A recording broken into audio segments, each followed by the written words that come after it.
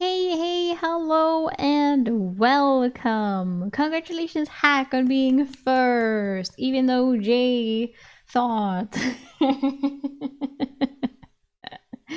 You can think all you want. There's only one first. And welcome, Jay.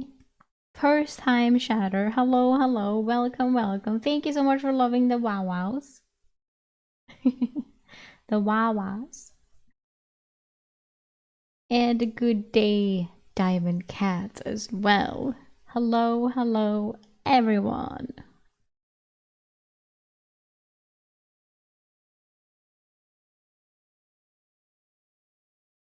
It's gonna be a short week this week because there is a holiday on Thursday, so Friday is kind of holiday too. So I will stream on Wednesday this week as well. So it becomes 3 streams because otherwise that's kind of little. So I'm like, fuck the whole no stream on Wednesday shit. We're streaming on Wednesday. So 3 streams this week. Hell yeah.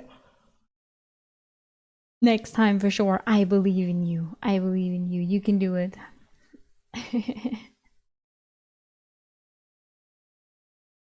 But today we have more growing lilies to read. Hello. We have more growing lilies to read and a recap. I still do those.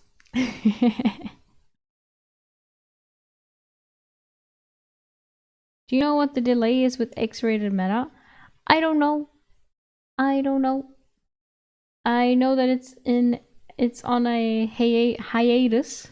I read all the chapters that is there. And I haven't heard anything from Cleo's. I think he said I'm hooked with only 6 chapters. Oh, he will be so happy to hear. He will be so happy to hear that.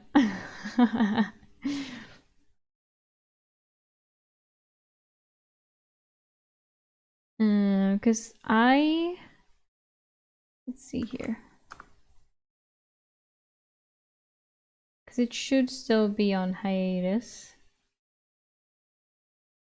It still has 6 chapters, still says hiatus. I know that he mentioned when I asked him if I could read it, he was like, oh, that he was gonna write more.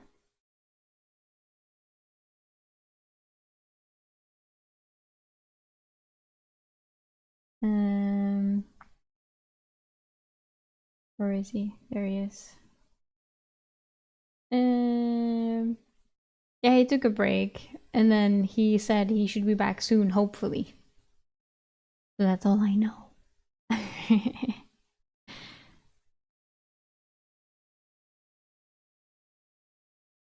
But yeah, we'll let him take time. I thought it was nice. Cleo's such a cool name, by the way.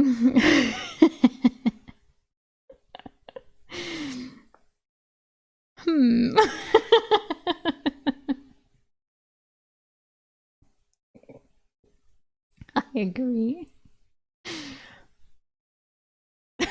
Why does it smell alt account?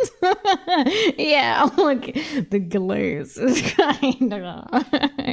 The glaze is glazing. What's so funny? Nothing, nothing at all. I believe. I trust. Hello, Verbinton. Oh, heading to Amsterdam. What are you gonna do in Amsterdam?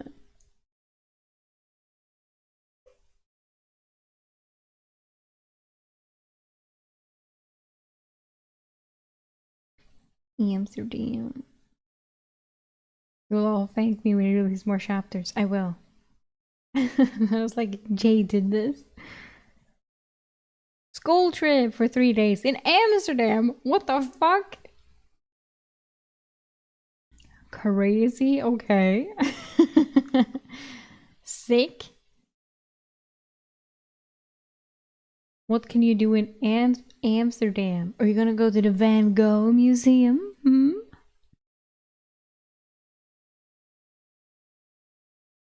That's there, right? I've never been to Amsterdam. I've never been to the Netherlands at all. Oh, of course, right. That's also there. And the red. I mean, apparently, that was a given. What happened to going to the zoo? Kids these days. It's on the school schedule. No way.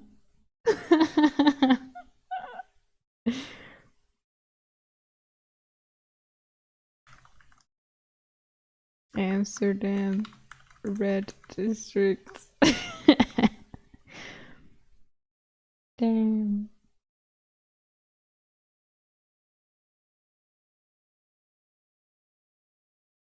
300 one-room cabins that street has. What? I love the first question that's asked in Google is what is legal in Amsterdam red light district? And you know what it says. You all know what it says. It's like it offers and a number of coffee shops that sell marijuana. Wow. Oh yeah, sure. Yeah, but I know better. How old is this? What year is this school trip? Is it at least like is it a college? I imagine just like 12-year-olds. 18 and 19. Okay. That's something at least. Because when he's like, it's a school trip to Amsterdam, I was like, okay. But I know better. Damn. So does the teacher. It's so odd to hear your regular speaking voice. I'm so used to 2 times speed. Yes, I am slow. Real as fuck. Yeah, the teacher. Damn.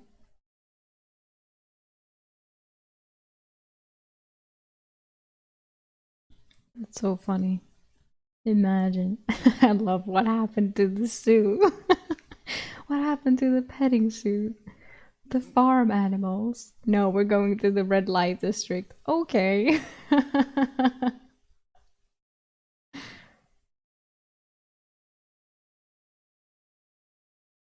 The zoo was like 9 years ago. Yeah, that's old. Yeah, I know. I don't feel like me and my class went anywhere at all. It's like we never did. We definitely never went to a different country. There's no way in hell that would ever happen. That never happened. We might have gone over to Denmark. Maybe. I went to a cave. Yeah, we've been to many like ruins and shit. Like um Viking graves. Like not Viking graves, but like yeah, like a Viking graveyard type of thing. Like it happens here a lot, Spain, Berlin, Poland. Yeah. But coming from Sweden, it's like ah we have our forests that we can be in. It's like, yay! We don't have to go anywhere.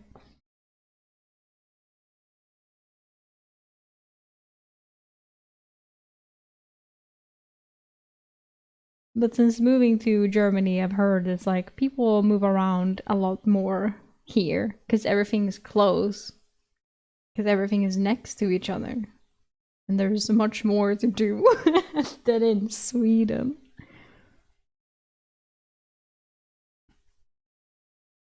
I want to go gold panning in the Alaskan wilderness. Oh, dude, I did gold panning in Legoland when I was a child in Denmark.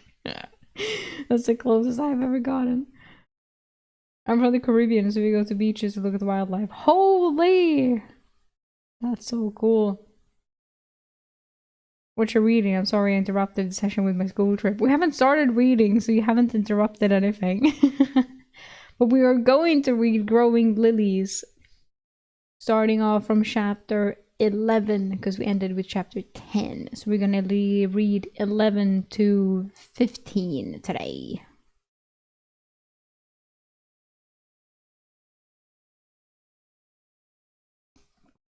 So don't worry, don't worry. We all appreciated it.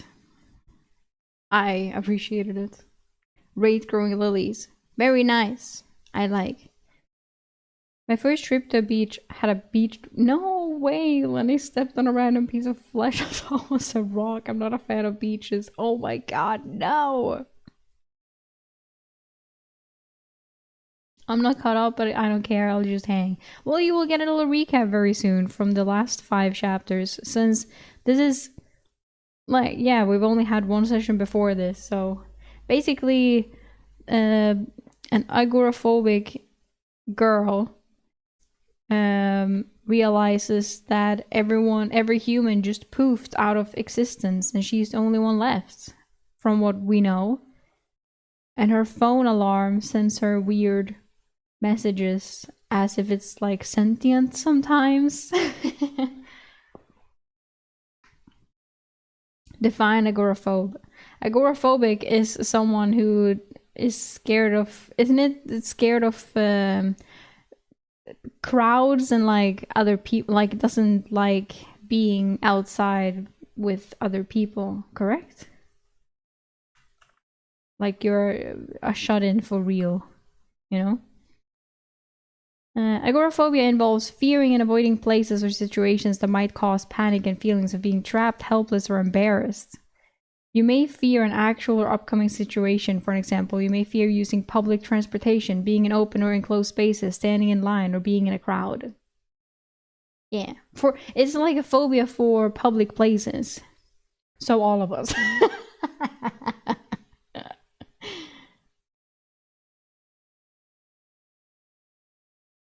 Yeah, to very much sum it up, fear of public spaces, places, I would say. But it's not the only thing. But to be blunt. Does it count if it's my home? If you're not alone in your home, I would assume that it can't count, yes.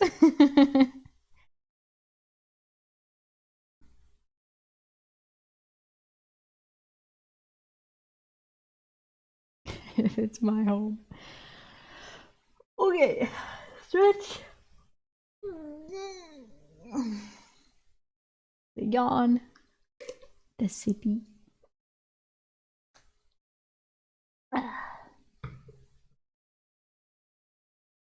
How good is your German, Small? Pretty bad. I'm learning. I'm doing my best. I should do more German on stream again. Maybe I should do it after this, after the reading.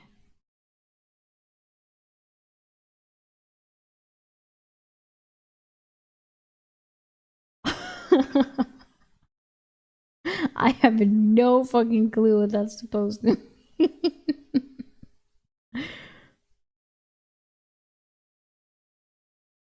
I don't know either. Yeah, but it's like I can see what it's kind of want to be, but no. Mein Deutsch ist nicht sehr gut. Kaffee und Milch, bitte. Mit Karte, bitte. My hat is 3 corners. Oh. Mein Hat hast 3 corners. I don't know corners. Yeah, maybe I should do some Duolingo after this. A fast one, and then we play something. Thinking of maybe playing Monster Hunter today. It's been a while. But okay, should we jump into a recap? Yes, we shall. Another yawn. Ugh. Okay. Recap time. Last time on Growing Lilies. Lily falls asleep on deck and dreams about consuming Earth and drifts out into the open sea since she doesn't know how to anchor a ship correctly. She finds her way back to land eventually, and there she finds her car burned down. Rip car. She starts walking and spots a flame who doesn't burn. So now she has a little flame friend in her pocket. Lily proceeds to break into more stores and stock up on more supplies, even clothes, and Wilson, the seal. The 3 friends decide to enter the town library, who is in flames. Purple flames.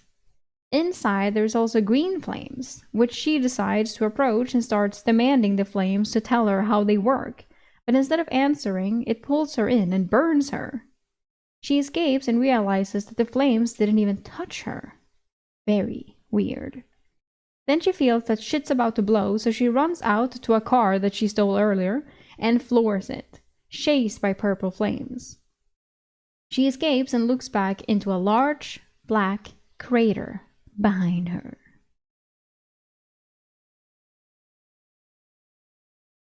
Shit's going down, people.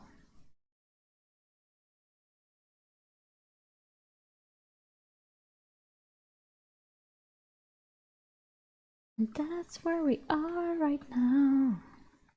So now we will continue into chapter 11. And see if we will get some answers or more weird questions about stuff. Chapter 11. In the back of a van parked in the middle of the road, Lily sat. Across from her, staring into her soul with a placid expression on its face, was a chubby seal plushie. She stared back, as if trying to win this battle of wills.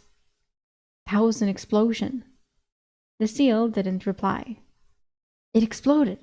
Like, boom! Lily was shaking. Her hands hadn't stopped trembling since they'd stopped. She was not sure she could drive safely, even with no one else on the road, so she had stopped to discuss with her friend. I'd be mad about how absolutely cliché the whole thing was if it hadn't been so real. I feel like I can still feel it vibrating in my bones. Did I make it explode? How? I asked for answers, not an explosion. The seal stared at her, judging. Judging. And hello, final smile of sorry. Hi. Okay, I'll definitely need to watch the previous VODs. Hell yeah! 2 times speed. I'm back.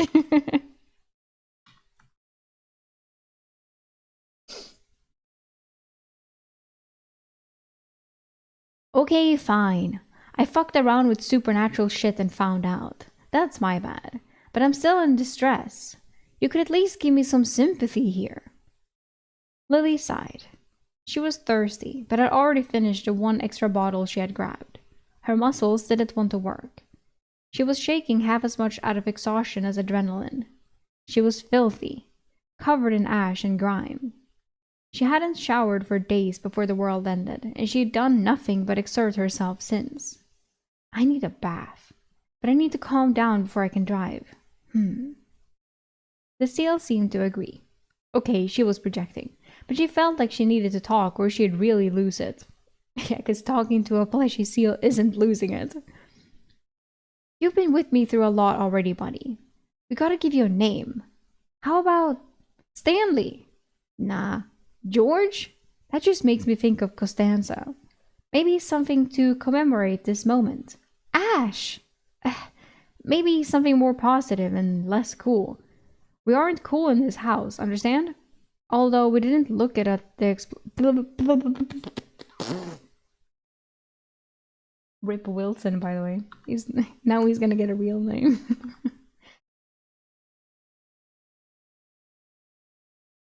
Although we didn't look at the explosion. Oh, I got it! Michael! No. Bay! Bay. Because you're a seal. And also explosions. Michael Bay! Oh my god, she named the fucking seal after Michael Bay because they ran from an explosion. Holy shit. That's it. Oh. Okay. Michael Bay! She grinned. The seal was ambivalent. It's settled. Now what though? I really wanted to find an internet connection, but I've been pretty wrecked. Wait, no waffling, Lily. You got this. I'm not going to sit here and be indecisive. I need to accept my physical limits. We're going back to the boat. I need to eat, drink, and bathe. Then we can figure out what's next. Okay, babe? Oh my god. And I hate that I have to say like bae as in like what like couples say to each other, and I fucking despise bae. Call him Mike. Yeah. Oh please no.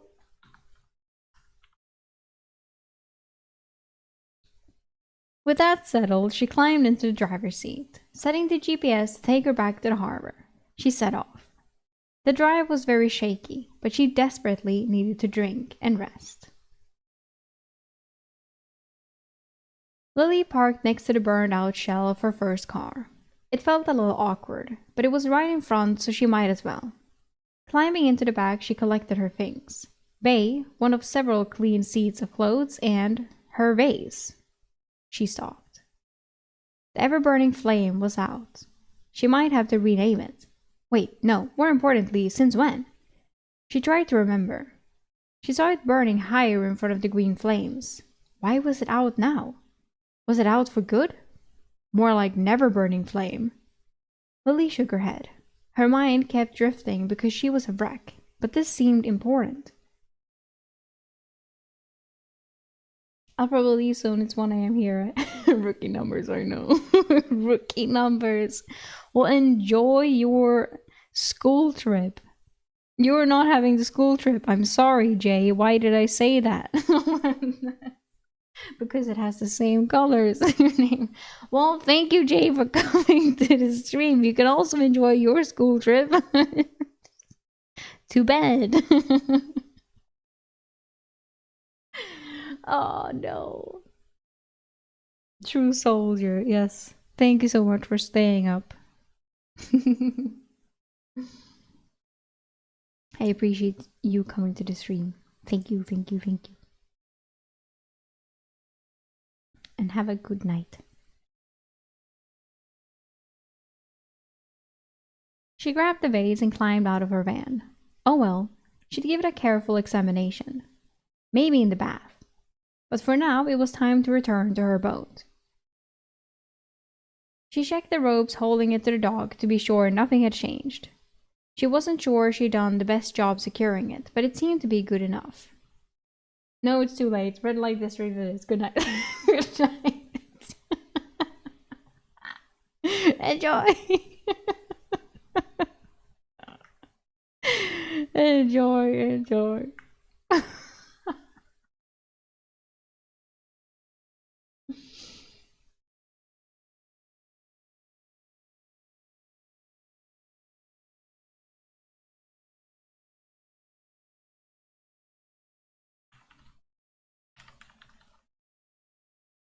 Oh, holy shit. Okay. She grabbed the vase. Blah, blah, blah.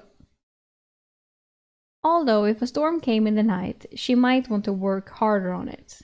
But now wasn't the time. She ascended the ramp and entered her little cabin. Tossing down her things, she let herself fall forward onto the bed. Everything's so hard, Bae. I did it. I faced down that stupid fire. But I can't keep going at this pace. I have limits. Even with plenty of sleep and a nap, my body just can't keep this up. I'm not strong enough. I'm injured. My muscles are worn to the point of barely obeying me. The cold this morning really fucked me up. What can I do? Do I take care of myself first and miss out on my chances to securing a lot of things, or do I keep pushing myself like this? Damn the consequences. Faye seemed contemplative. Well, regardless, she was already here at the boat. She had to do some self-care. So she got up and grabbed a bottle of water. Heading to the bathroom, she started the water running for a bath. I wonder where this water comes from. I probably have to fill up somewhere, right? Lily wished she had a better understanding of the technology that was now so important to her life. Well, she'd just have to learn. When the bath was filled, she got up and did a few last-minute things to prep. She gathered clean clothes, her never-burning vase, her phone, a towel, and a couple oranges. Then she undressed and slowly lowered herself into the bath. The warm water felt like it was melting the tension off her muscles as she sank in. A slight groan escaped her lips as the feeling washed over her. Fuck, that's good. I can't say things like these. Lily closed her eyes and just enjoyed the sensation for a few minutes. She reflected on her day. She should be proud of herself, right? She had done a lot of good. Well, not as much as the first day, but she was contending with her ruined body. So it evened out. Today wasn't over. She'd figure out something productive she could do when she was out of the bath, too. So why didn't she feel proud of herself? That had been bothering her. She just felt tired. The intellectual part of her mind was arguing with the emotional one.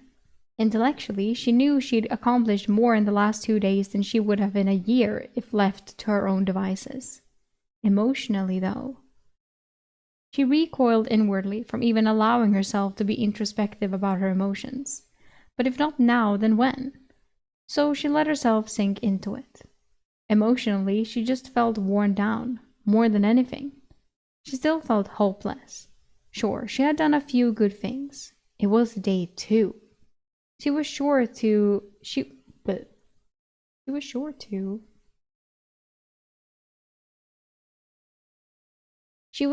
the dominoes that led to her death had already started falling.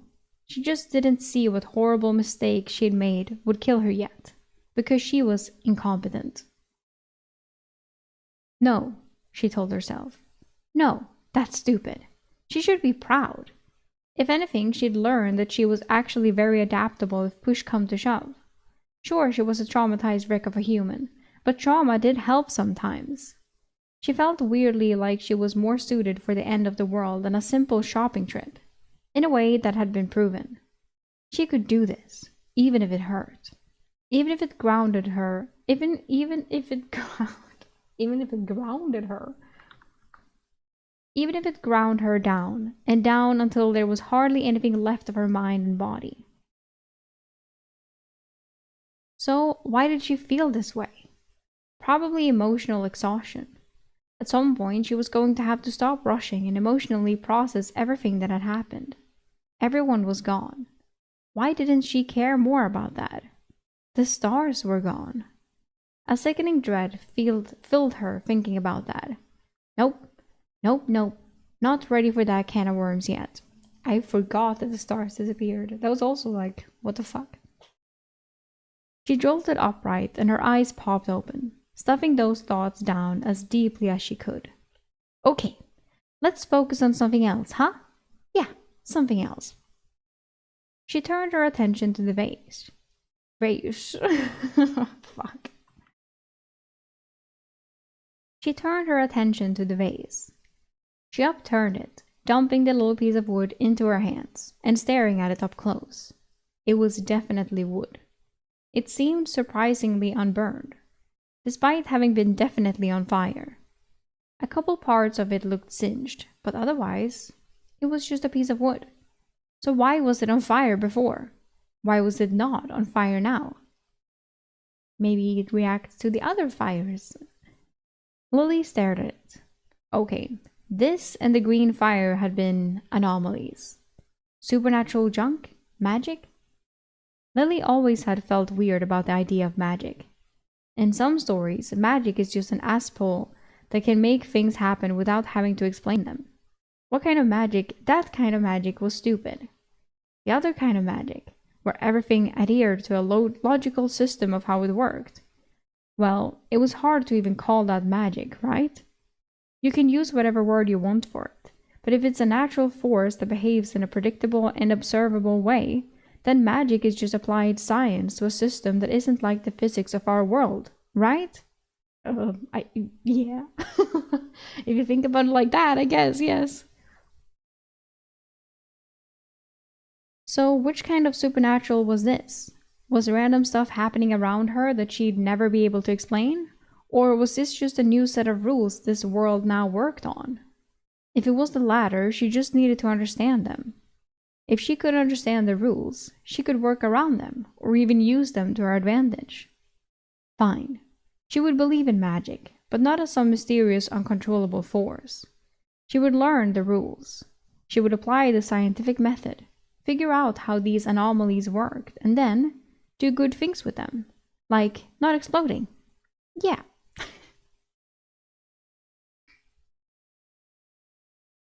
I don't know, man. If I was living in the medieval times and someone popped a firework, I'd call it magic, right? Same.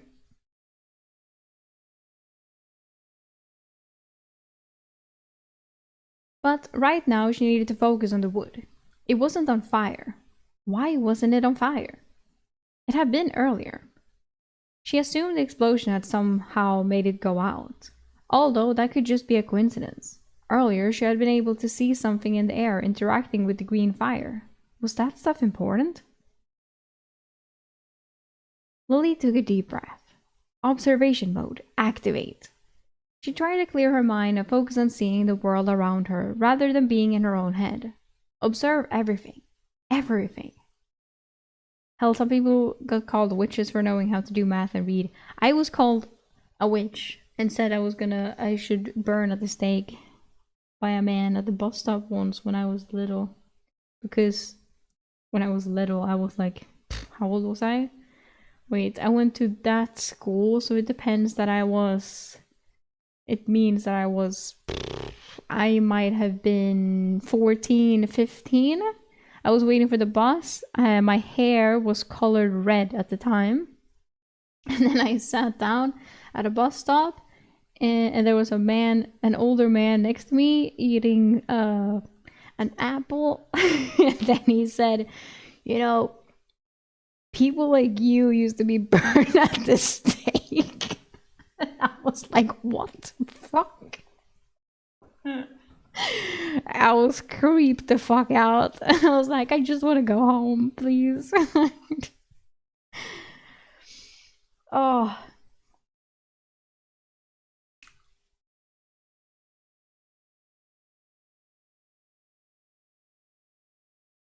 an interesting moment in my life. Yeah, I think it was a bit. Yeah, probably. I mean, yes, it was. I agree. Very civilized, extremely civilized. Oh, Lily was in a bathtub. It was a nice large bathtub, and despite her being tall for a girl, she was able to fit in it nicely.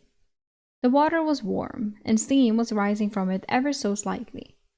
The bathroom itself was a little cramped between the bathtub, sink, and toilet, but it was serviceable, and each of those things was quite nice despite there not being much space around them. The walls were wood paneling painted white. The tile floor was white with black dots between the lines. Tiles, fuck. Ah, shit. The elders people be telling me to respect, right? And this is how they treat me?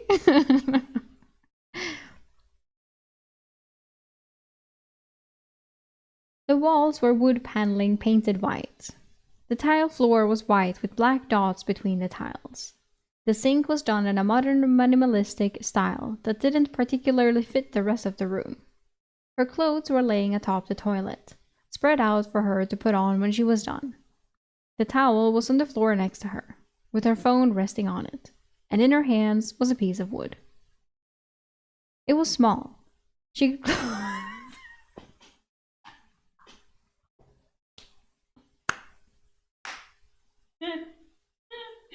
I can't. My mind is too evil.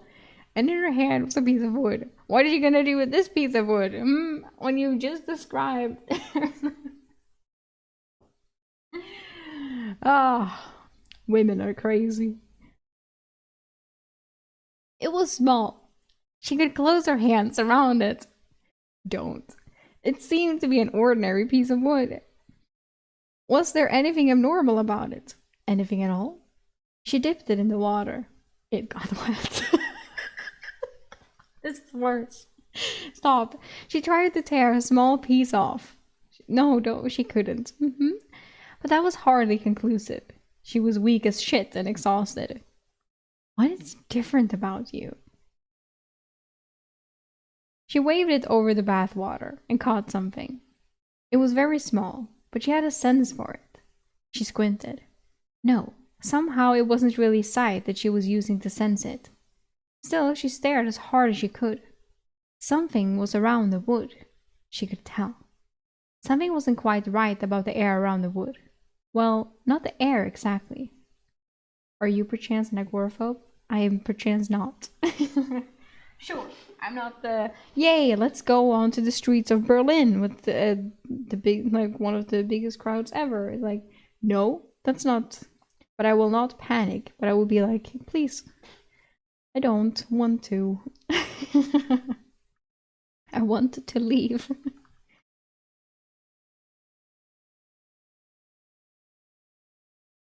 She moved it back and forth again. Yeah.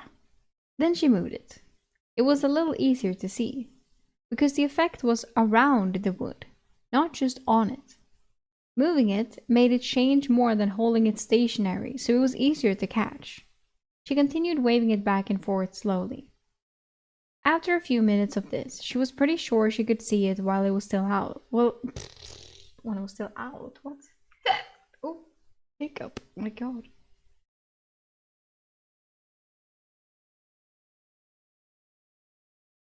After a few minutes of this, she was pretty sure she could see it while it was still, too. There was something off.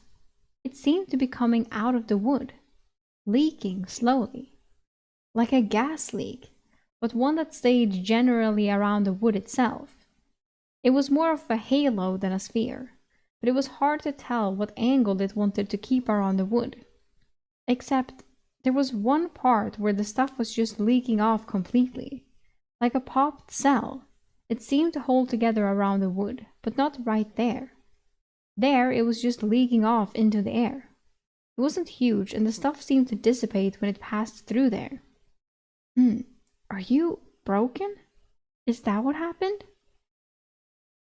So then, how did she fix it? She tried to touch the broken part, but her hand went right through. Of course. If this stuff could be touched, she would have felt it by now. Wait, she did feel it? She ran her hand through that spot again. It was very, very subtle, but she could kind of feel it. Only in the spot where it was leaking and the stuff was moving the fastest. It was tingly, a little like static electricity in the air. She half smiled, half grimaced at the wood. You and I aren't going to be like Marie Curie and radium, right? I have no idea what that is. I discover you, you kill me with some horrible magical illness for it? What is this? Marie Curie? Marie Curie. It's a Polish physician. Radium. She had got a Nobel Prize. She discovered the isolation of radium.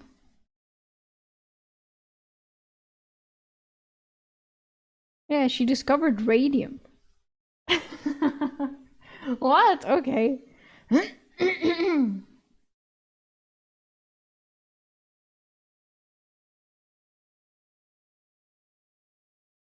Wow. So she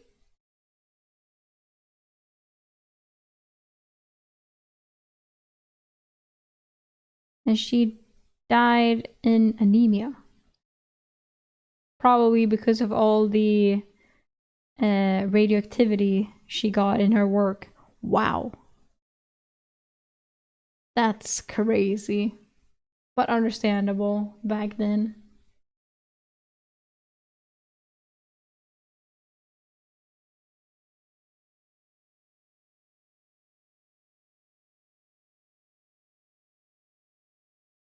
Okay, we'll learn something new today. I learned something new. Seems like everyone already knew about it, but I learned something today.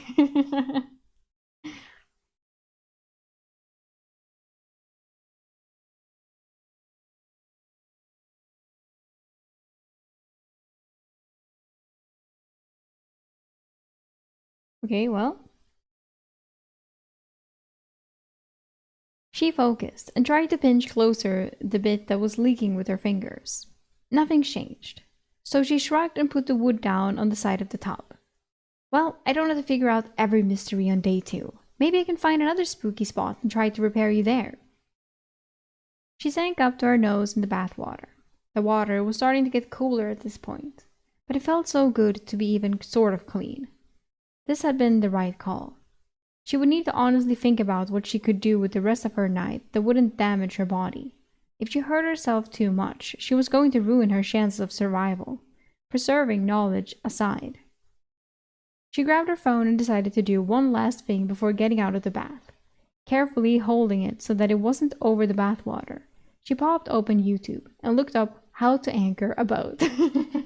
Which is a very necessary thing you need to learn right now.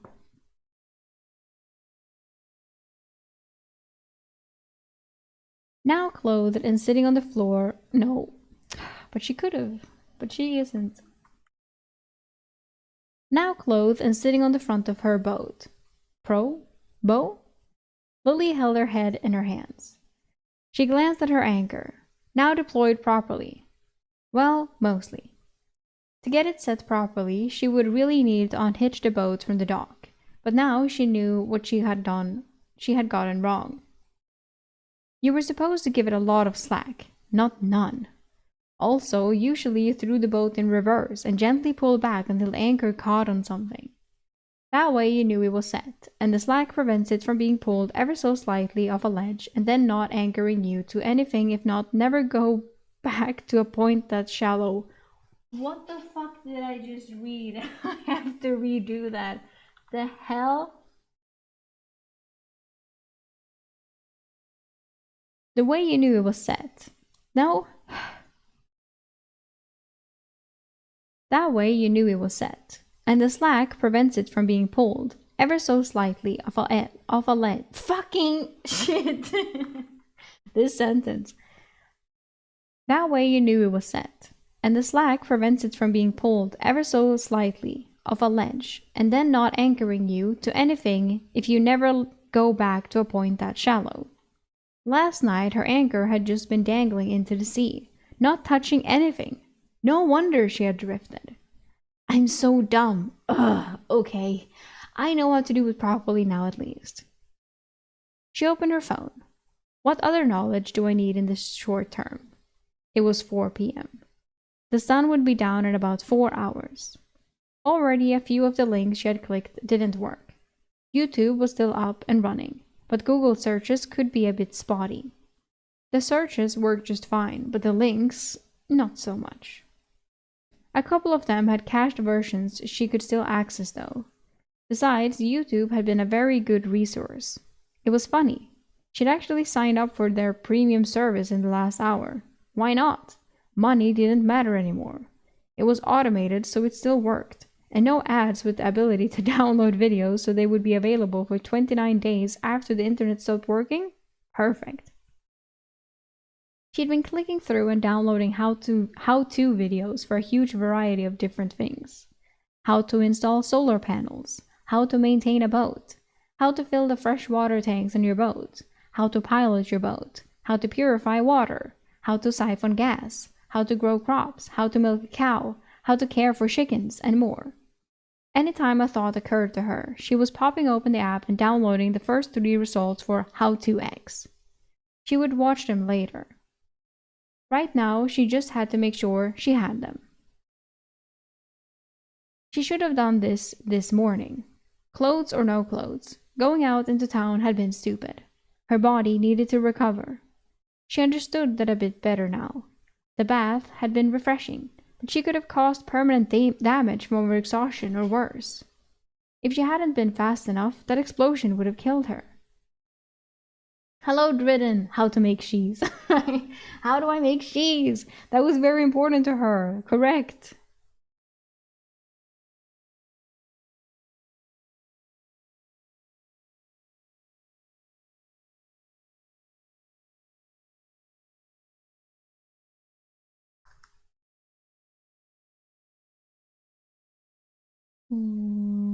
Killed her. There was a difference between being proactive and being dangerously cavalier. As it is, she was dreading her next step. It was time to take the boat out again, she decided. She was going to drive, pilot, it north along the coast and look for a still standing house with a private dock. She knew rich houses sometimes had them, so if she could find one that wasn't burned down, she wanted to. That would give her a home base to work from that she could access her boat from.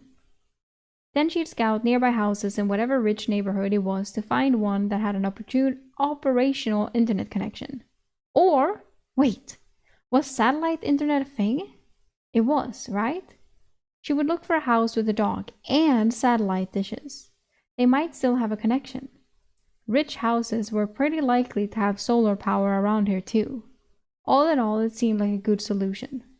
Lily was sure she'd still have to go out scavenging tomorrow either way. She still wanted a cow or some chickens, and if she waited too long, they were going to be a lot more difficult to find. In the meantime, Lily had a few things to do. She unloaded her van the rest of the way, carefully leaving it unlocked with the keys on the driver's seat. She pulled up the anchor, still kicking herself for yesterday night.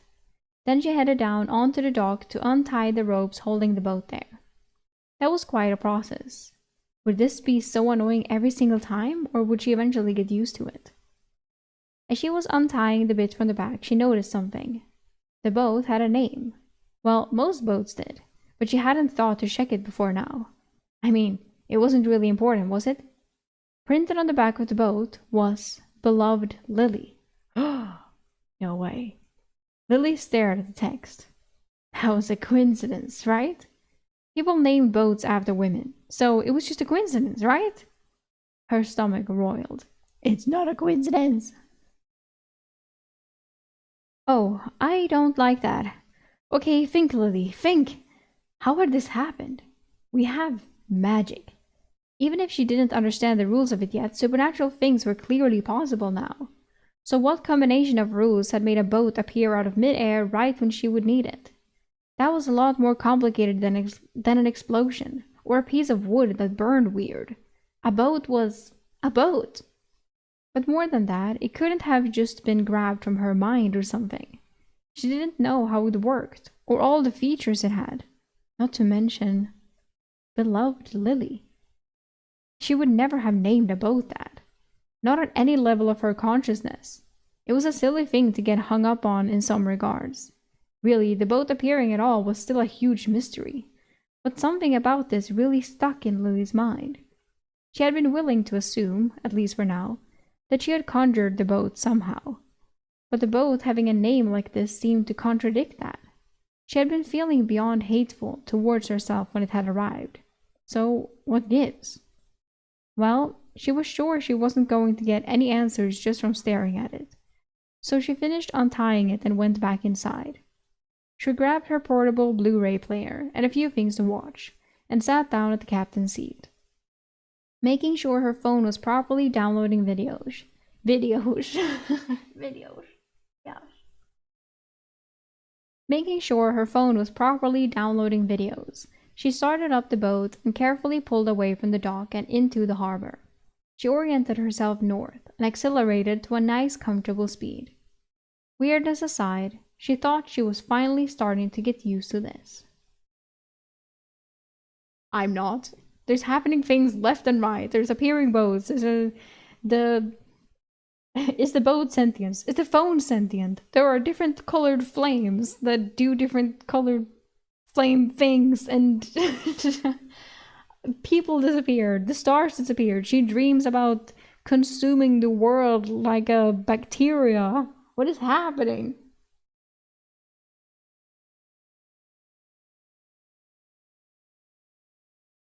I have so many questions. Chapter 12.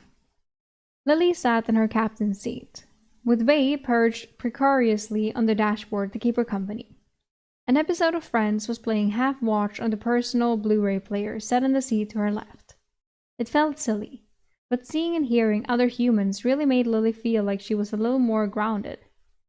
The captain's room, as Lily had started to think of it, was smaller than every other room on the boat except the bathroom.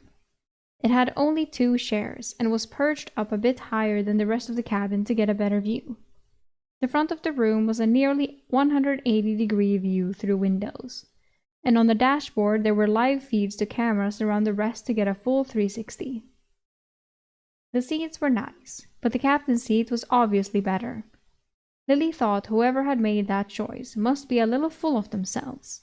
Why not just have 2 nice chairs? True. The room itself was warm and carpeted. Lily thought that was a strange choice for a boat, but no water had gotten in, so maybe it was fine. The wood-paneled walls were present here, but a nice finish had been applied to them rather than paint. It would have made the room feel a little cramped if not for the view out the windows, which Lily supposed must be the main point. She'd been piloting the boat for about 15 minutes now and was getting close to the northern edge of the bay. She hadn't spotted exactly what she was looking for yet, but she also wasn't too concerned about it. There were a shocking number of houses with private docks, and she'd made note of a few that might be worth checking out if she didn't see one with visible satellite dishes and signs of electricity before she got too far north. She didn't know why, but she felt like she wanted to stick around the San Del Mar area, even if not directly in the city. It was familiar, and while she could explore and branch out later, setting up a home base out to be somewhere familiar, right? To pass the time, she had been trying to figure out what all the tools on the boat console actually did. She was pretty sure she'd figure out the mysterious second screen. It seemed to be a depth meter, showing the typology, was that the right word, of the seafloor around her. She didn't know, but assumed they must use some kind of sonar to get a map of things. The number that she'd been going down yesterday as she approached shore probably said how far away the seafloor was, and so it wasn't directly a measure of how close she was to land. It was related. Her speedometer also seemed to read in knots, which sounded right even if she didn't quite understand. Google said it measured nautical miles per hour. She was unclear why that wasn't the same as just miles per hour, but it wasn't terribly important right now. Maybe it was because waves might change the distance to your destination, so it's how fast you moved through the water specifically? In either case, now that she knew, knots was a really cute term. Her perception of sailors as hardened, salty men with no sense of humor was wavering. Knots, short for nautical, right? It's cute. She explained it to Bay, but Bay didn't seem to care. Poor Bay. She had turned on the other screen as well for the compass. She wished she could break into it, but she really had no idea even where to begin looking for a password for a device she didn't own. She had checked all the drawers and cabinets of the boat, and while there had been a surprisingly robust set of tools and items available, no notebook full of passwords or anything like that. She did have a full set of cooking tools though, as well as general tools. Hammers, screwdrivers, Allen wrenches, all sorts of things. Whoever owned this boat before her had been well prepared. If anyone had owned this boat before her, that was still really bothering her. Beloved Lily. It was as if this boat existed just for her. How was that possible? She was learning more about the anomalies now, but there seemed to be two very distinct varieties, right? The business with her cell phone and the boat showing up were one thing. The green fire and her never-burning flame were something else. The latter seemed to be natural phenomena that just existed now. They worked on rules, even if she didn't understand them. She was pretty sure that with time and patience, she could figure out that magic. But the rest didn't make sense at all. Her phone leaving her life saving messages at just the right moments was not just something naturally happening. Neither was a boat appearing out of nowhere. Even if she assumed that she tapped into the natural magic unconsciously, it didn't seem to add up.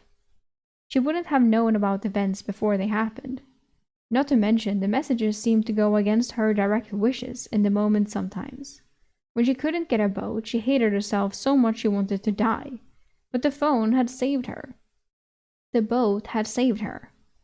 It wasn't some kind of subconscious self-interest. She was pretty sure. Hello, Tammy! I guess not. I guess not. But it's late, so I understand. But welcome!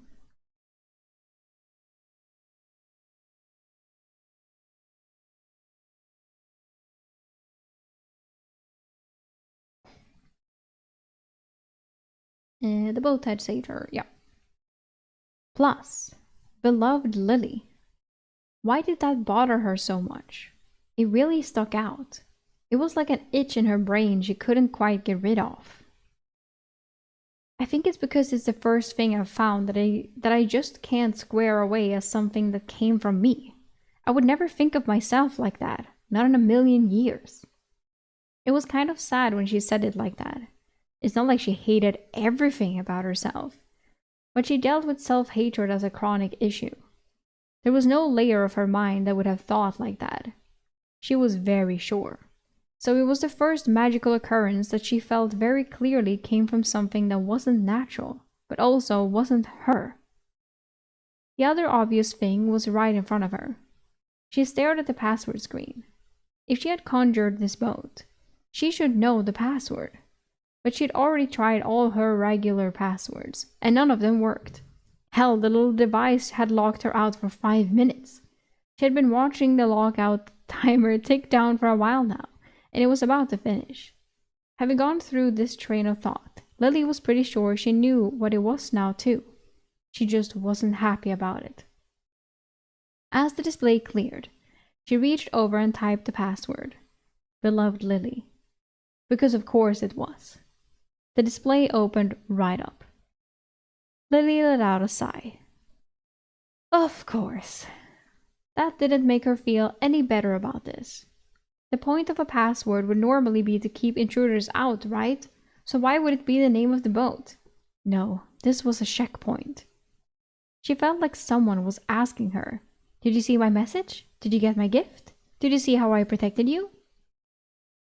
It was an uncomfortable feeling, but at least now she had access to the last bit of the boat she didn't have before.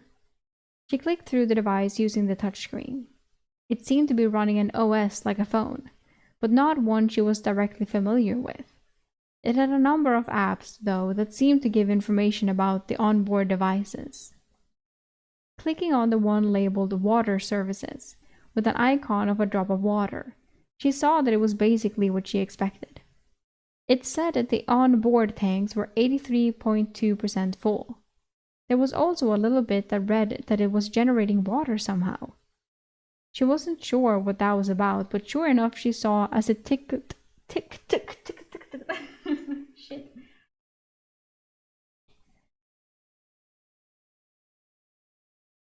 She wasn't sure what that was about, but sure enough she saw as it ticked over to 83.3% full.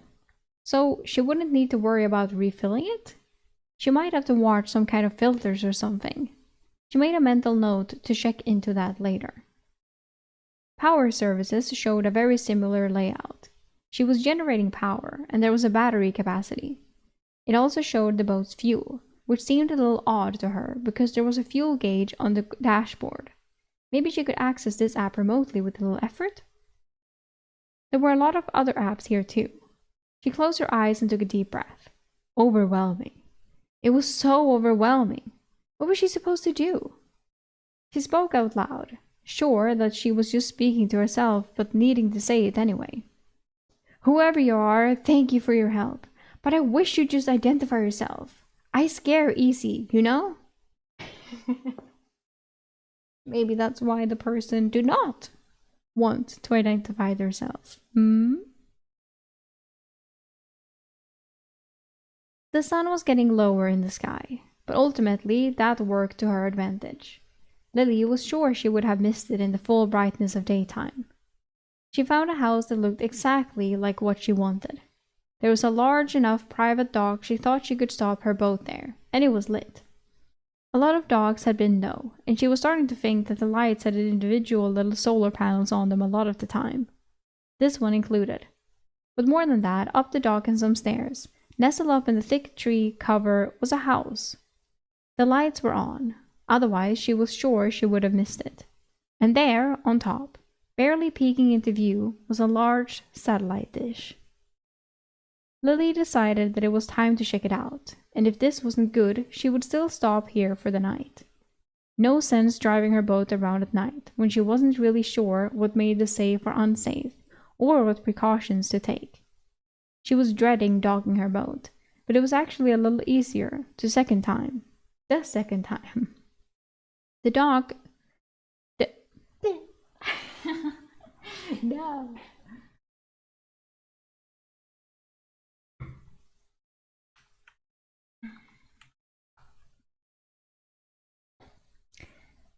The dock not being partially burned out helped too. She made sure to open her phone and follow the on-screen note directions again, rather than trying to remember. She was trying very hard to not take any stupid pointless risks. The house was locked, because of course it was. It was also a lot bigger than Lily could see from shore. But big wasn't a bad thing. She would need a lot of room for all the things she wanted to do. Heck, over time she might even expand into the houses next door. For now, though, she had to get into this place, ideally without breaking anything. So her next step was to go around and check the windows. Finding an unlocked window was easy. So was popping the screen off of it. The problem was, what then? The window was off the ground, and she was pathetically exhausted. She tried to hop up and pull herself onto the windowsill, and it wasn't even close. She couldn't lift her body weight with just her arms right now, so then what? Lily looked around the area for something she might be able to pull over and stand on, but nothing obvious jumped out to her. She might be able to get something from her boat, but even if the furniture weren't nailed down, could she really carry something like that upstairs right now? No, she didn't think she could. This is so pathetic. It's right there. Lily whined to herself. She decided to walk around the house until she could find something she might be able to stand on. Getting around to the front of the house, she spotted some lawn chairs. Grabbing them, she brought them back to her open window. She had to awkwardly stack them on top of one another, but with the boost, she pulled herself through the open window. She promptly fell onto her face from window height. Scrambling, she toppled forward and landed on her back, looking up to the ceiling. Ow, can I please stop getting hurt, huh, world? Lily lay there, breathing hard for a few more moments. Then she gingerly sat up. Her back hurt, but she didn't think she'd left any permanent damage. She was in a bedroom. It seemed to be a guest room of some kind. She was sitting on a light blue carpet in a white room. There was a queen-sized bed in one corner on an ornate-looking bed frame. It had light blue blankets and white pillows that complemented the style of the room and evoked a mental image of the sky on a clear day. Apart from that, there was a lamp and a small end table near the bed. Otherwise, the room seemed empty. This some kind of bed and breakfast? Lily carefully got to her feet and made her way to the door. She opened it and found herself in a short hallway.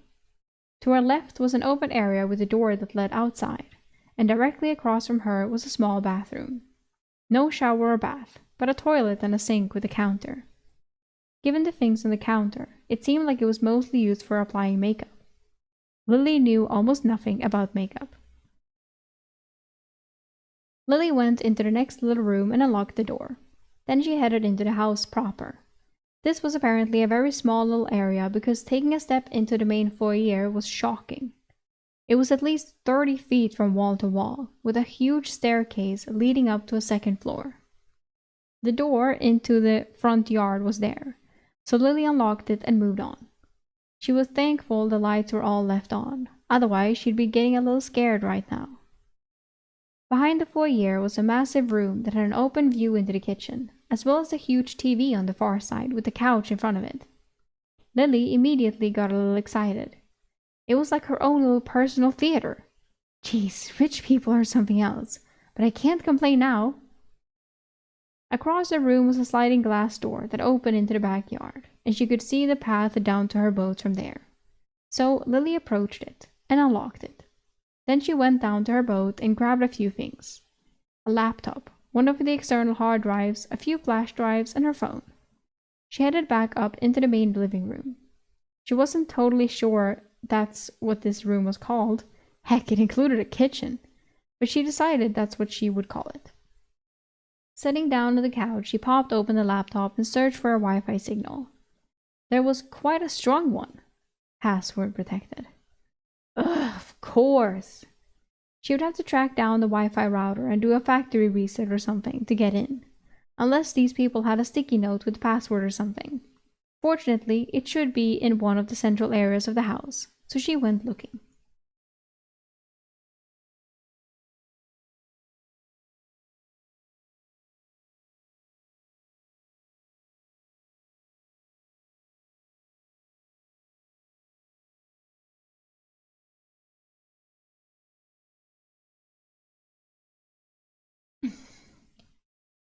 During the next hour, Lily found the router and set it up so she could use it. The house did indeed have a satellite internet connection. Even better, she could assume it would last longer than most of the physical lines around, even if it had some drawbacks. She also explored the house a bit, but not entirely. From what she could tell, this place was beyond massive. On the ground floor, there were 2 guest rooms, a master bedroom, a master bathroom with 2 showers and a giant tub, 2 huge walk-in closets, access to a patio with an outdoor kitchen, the main kitchen and a pantry area, 3 half bathrooms. What the fuck is a half bathroom? And a gigantic dining room. Also, an elevator. Huh?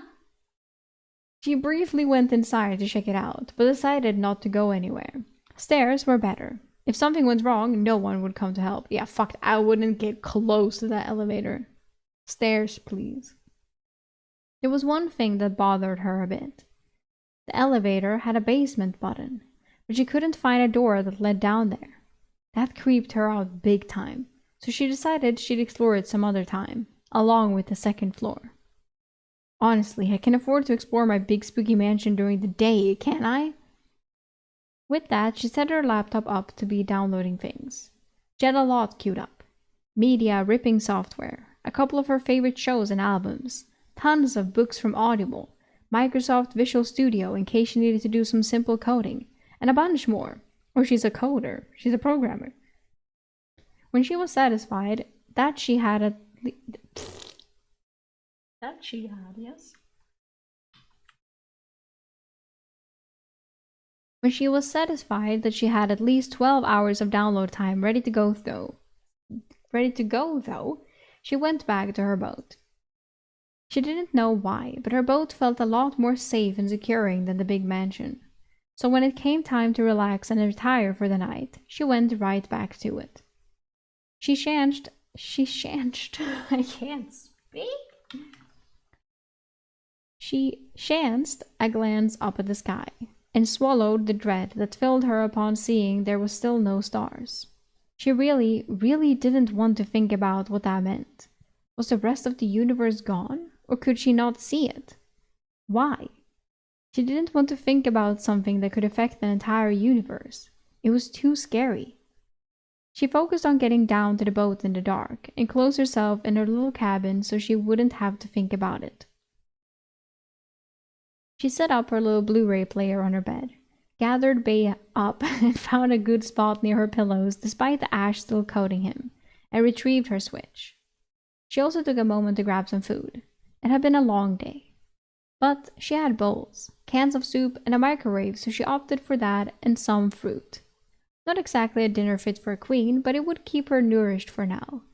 For dessert, she even snacked on a few of the hostess treats she'd snagged from her first home invasion. So there she lay in her comfy little bed, watching silly television and playing on her console.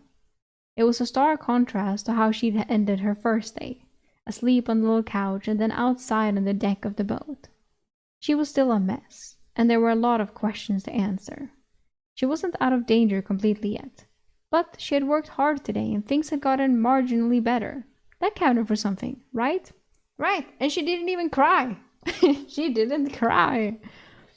Tomorrow she would wake up early and go looking for farm animals. She wasn't sure where she would put them in regards to this mansion, but she would figure it out. Then, who knows?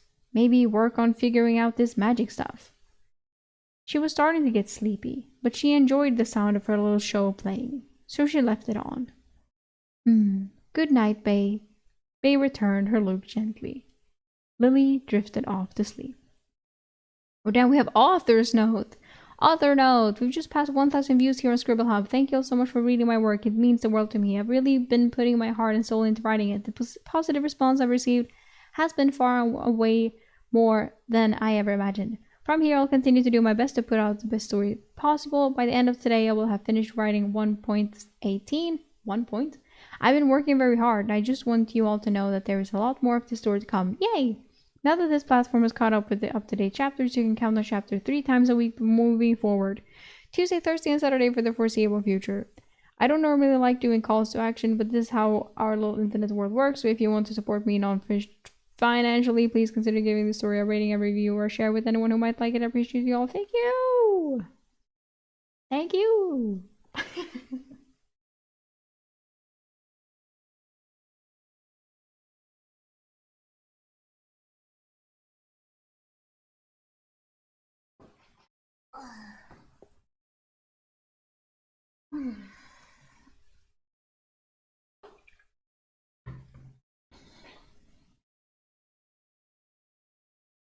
Chapter 13. Lily rose to wakefulness slowly. She didn't feel extremely rushed this morning, which was a welcome change. Maybe she wouldn't even need to sleep 3 times today, since she had gotten a nice full night. Rolling over, she poked Bay on the nose. Good morning, Bay. Did you sleep well?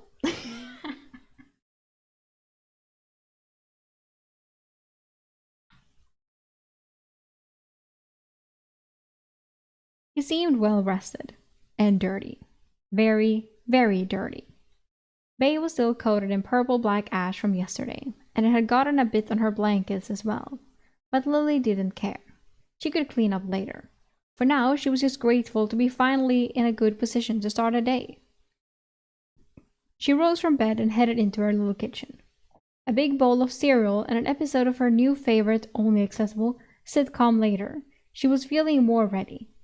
She grabbed a rock star and headed into her new mansion. Her new mansion. Her new mansion. It still didn't feel real. Well, technically everything was hers now. Or at least the concept of hers and not hers didn't really exist anymore. Unless she found anyone to argue the point. Admittedly, a small part of her was still expecting the people of the world to pop back into existence. But how likely was that? Well, about as likely as them all disappearing in the first place, Lily supposed. But that was a bridge to cross when she came to it. Entering the massive main room of her new base, Lily hopped down onto the couch and grabbed her laptop. Downloads had been progressing slowly but surely. She added a few more things she had thought of overnight. In this case, a batch download of retro ROMs. Those games would be so hard to find once the internet went down. She'd have to source someone with a physical collection, hope they had it, and then dump the data. But she could get them now nice and easy, so she did. From there, she walked around aimlessly for a bit.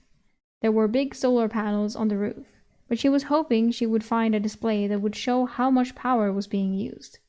If it was going down from being totally reliant on the panels, she would need to source some more. But no such easy-to-find readout appeared before her, so she shrugged and gave up. Plenty of time for that later. The house was arranged in roughly an H shape, at least on the bottom floor. The 2 points in the front of the house were garages, so she was hoping she could find a vehicle in one of them. And keys. She would love to find some keys and not need to search the whole house. But before she did, she wandered over to the fridge to see what was available. It was a little frightening on some level how easy it was getting to casually exist in someone else's home, but she was getting used to it. Adapting. Yeah, I'm adaptable. That's what I learned yesterday. No, you're a criminal! The fridge was absolutely loaded with ingredients. Lily didn't really know how to cook. It seemed like whoever had owned this house before had either been a chef or a hired one. Or hired one. She'd have to see what she could do with them before they went bad. After all, it was going to be a lot harder to find anything not pre-made for a while, starting soon. Maybe she should have... Maybe she should move some of her loot into here. In either case, next she needed to come up with a plan for the day. Operation Secure Livestock. How many would she get? She wasn't sure she wanted more than 1 cow. They were pretty big. But she could probably get together a number of chickens. It was really, how big did she want the number to be? How many eggs did they lay? Did she need a rooster to get them to lay? Or just to make more chickens? Did she want to make more chickens? She sat back on the couch and pulled out the laptop to do some research. Lily had spent 2 hours longer than she expected learning everything about chickens, and hadn't even gotten into cows. She still felt woefully underprepared, but she decided she had to get moving before it got too late into the day. Luckily, there had been 3 choices of vehicle in the garage, and all of them had keys. Well, keys by the garage door, but she had found them easily enough. She loaded Bay and her never-burning flame up into her new ride, and set off in her new soccer mom SUV.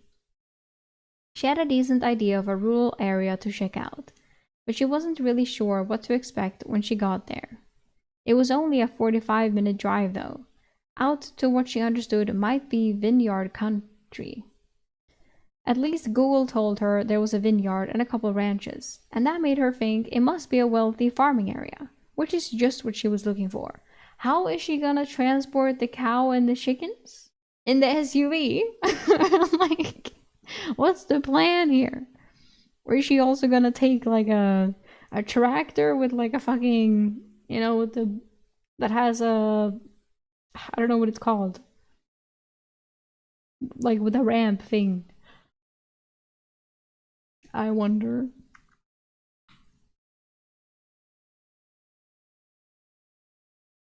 Unfortunately, on arrival, she learned that scouting richer rural areas was a little difficult, mainly because most of them had a lot of land and fences. Fences that bordered the land, and it made it really difficult to see what exactly was on the property without going in. Lily didn't really want to go in without being able to see inside, but it's not like they would have loose dogs big and scary enough to mess with her in her mom-mobile, right? Mom-mobile. She decided to keep driving until she saw animals, since she figured she would at least be able to see a cow pen or something from the road. But as she continued down the road, she encountered a different problem. The fire had beaten her to it. After a certain point, everything was burned to ash. Huge swaths of land were just black and burned. Such a waste. I bet it's like this all over the world, too. With a sigh, she started to turn around when she noticed something. In the distance, there was a spot of sharp contrast against the burned out remains of whatever farm there had been. It looked like a perfectly circular spot that had just not burned. It was entirely unharmed. Lily sat there staring at it for a moment. Maybe it was another spooky spot. Do I investigate or turn around and look for animals? Oh, who am I kidding? I've got to check it out. Lily drove her car to the closest spot it could reach without going off-road, then parked and grabbed her never-burning flame. She wanted to see if it would react, or if she would have better luck learning about it in an already supernaturally inclined environment. Getting to the spot was surprisingly tricky. Lily was wary of each and every step. She was scared she would find a spot that was still hot, or even just step on nails that the fire had left behind after burning the surrounding wood.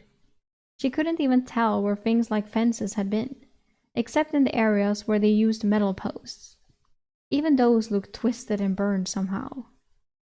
But despite it being a long process, she eventually found herself in a small bubble of unburned ground.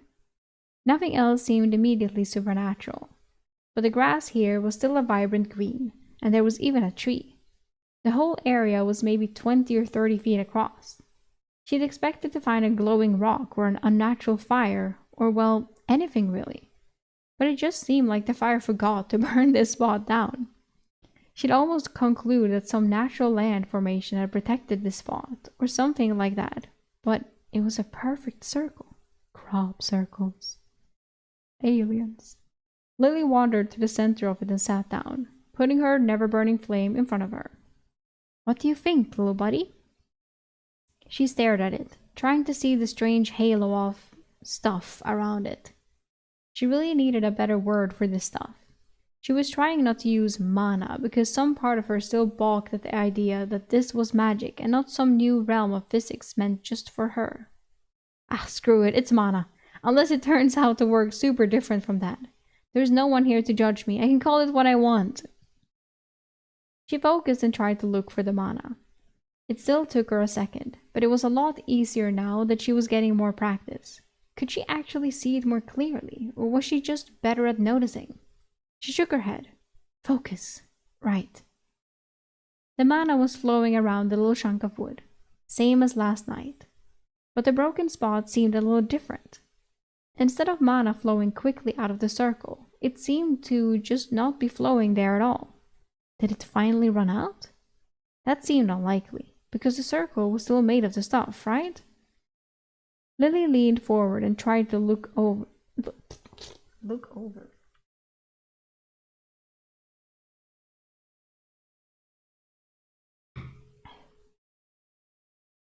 Lily leaned forward and tried to look even closer at the spot, specifically when behind her erupted a terrible sound.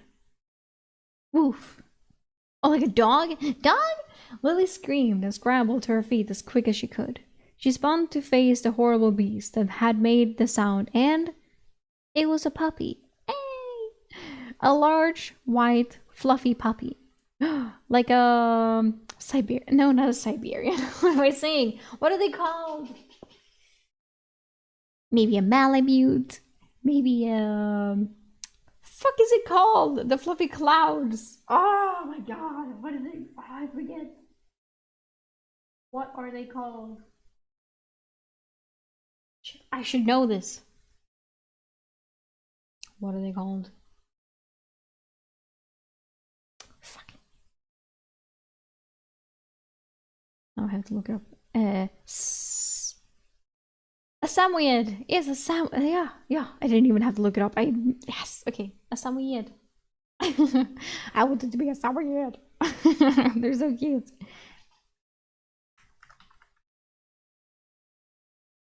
It was a puppy. A large, white, fluffy puppy. She stared, her heart beating out of her chest. It was large, but still definitely young. She could tell by the shape of it. All white, except for a black splotch on its forehead. It almost looked like a star. The puppy looked hungry, but it couldn't be dangerous. It was a puppy! Lily rolled her eyes, exasperated. Hesitating, she tried to talk to it. You scared me! I don't wanna... Woof! I don't want to make dog sounds. Woof! Woof! Is what we say in Swedish. Woof! Lily yelped, startled. She glared at the puppy. I don't want the dog! Shoo! Shoo! You do want the dog. The puppy's tail wagged. Fine, stay, whatever. Just don't bother me. I'm doing something important. She sat back down and started looking over her magical item again.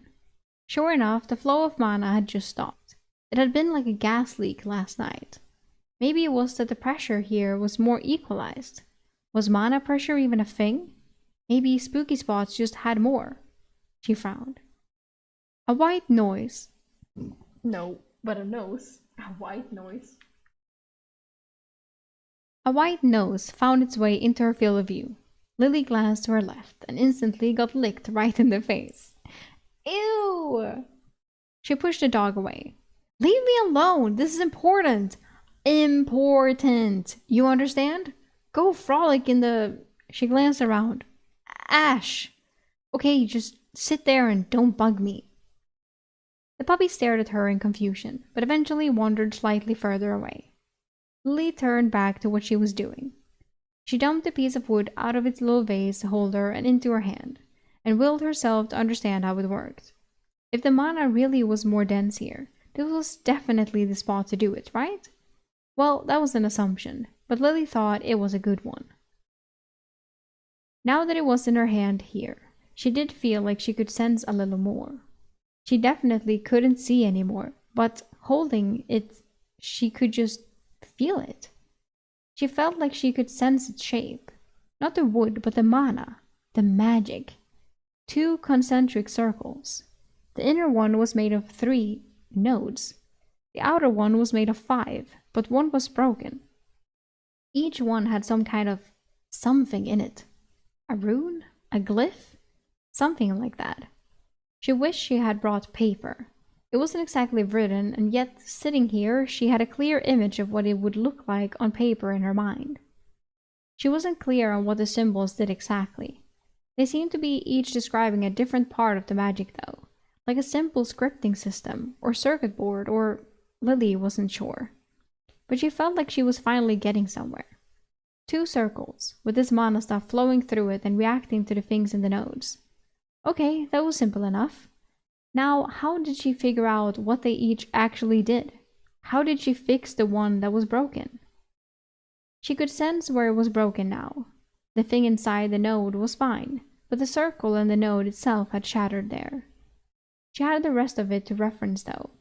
Most of the nodes looked the same, although a few of them were slightly different. Still, if this one was one of the generic ones, it should look just like the one across from it, right? It was just continuing the pattern. It should look like... The flame burst to life in Lily's hand. She screamed and threw it away from her. The ever-burning flame landed not 5 feet away in the grass. Lily panted as she looked at it, then laughed at herself. It hadn't been hot. Of course it hadn't been hot. It hadn't before either. She turned to the puppy, who was looking at her quizzically. Ha! I did it! Look at me go! I just threw my first fireball! How's that for? Woof! Lily yelped. An hour later, Lily still had not moved. She wanted to make sure she had memorized every little aspect of these circles before she headed out to finish her work for the day. She would definitely be experimenting with those more than she got home. Maybe she could draw them out in a notebook. She had also started to suspect she knew why this spooky spot didn't house an anomaly, or rather, she thought that she had been wrong about that, because when her ever-burning flame was close to the puppy, it definitely grew larger. Only a little bit. It was subtle, so she didn't notice it at first, but after some experimentation, she was pretty sure. Urge.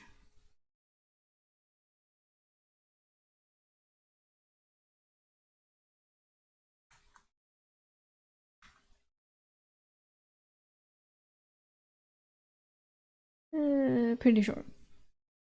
She didn't see a no. She didn't see a circle around the dog or anything like that though, so she wasn't entirely convinced. Maybe an anomaly had happened to the dog, like an alteration spell or a buff or... She glanced around. A protection spell? Don't take this the wrong way, but are you like fireproof? The puppy stared up at her, panting slightly. Well, that was one hypothesis she wasn't about to test. Still, what should she do? On the one hand, she wanted to learn everything she could about this stuff. On the other hand, she really didn't want the responsibility of an animal. Well, she didn't have to make this choice right now. Wait the fuck, what do you mean you don't want the responsibility of an animal? You're here because you want to get cows and chickens. That's responsibility of an animal, is it not? She could go get her chickens and cows, and then decide whether or not to circle back for the dog. Yeah, that makes sense. No use dealing with a puppy all day if she didn't need to, and it's not like the puppy would likely go anywhere. So she started back to the car. The puppy followed her. About 30 feet outside the circle, she turned and glared at it. I'm not taking you! Go back! Stay! Shoo! She turned and started walking again. The puppy followed her. Fine. Is that how it is? Lily broke into a run. She ran as fast as she could. Immediately she realized this was maybe a mistake. Her body was still pretty weak, but she could outrun a puppy, right? Lily could not outrun a puppy. She got to her car, taking gasping breaths, and immediately doubled over. The puppy was sitting by the front door by the time she reached it. Lily took a minute to catch her breath, glaring at the little dog. It wagged its tail. Lily spoke to it through gasping breaths. Well, I'm not taking you with me, just because you made it here, you little wretch. She opened her door and got in, closing it behind her. There was a whine from outside the door. She started the car. There was a louder whine from outside the door. Lily carefully pulled away. She glanced in her rear-view window. The dog followed her, running as fast as it could. No, this makes my heart hurt. Don't. It will stop and turn away. Any second now. The dog did stop. It sat in the road and looked so absolutely heartbreakingly pathetic. No, not pathetic. Oh, poor doggy. Lily pulled into the ranch and found a good place to park. It didn't look too fire damaged. Honestly, Lily was more excited to look into magic right now than collect animals, but the animals were time sensitive. Magic probably wasn't. Hello, Jen! Yay! But still, you made it. Thank you and welcome. Puppy! Bring back Puppy!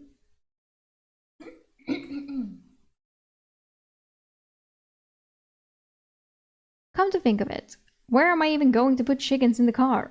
Right? That's what I said. And a fucking cow. She looked over her vehicle. It wasn't small, but having a bunch of live, loose chickens in here sounded a little scary. Maybe she could find cages around here or something. Bay, sitting in the back seat, caught her eye. He looked smug. Bay is so expressive. Oh yeah, laugh it up, buddy.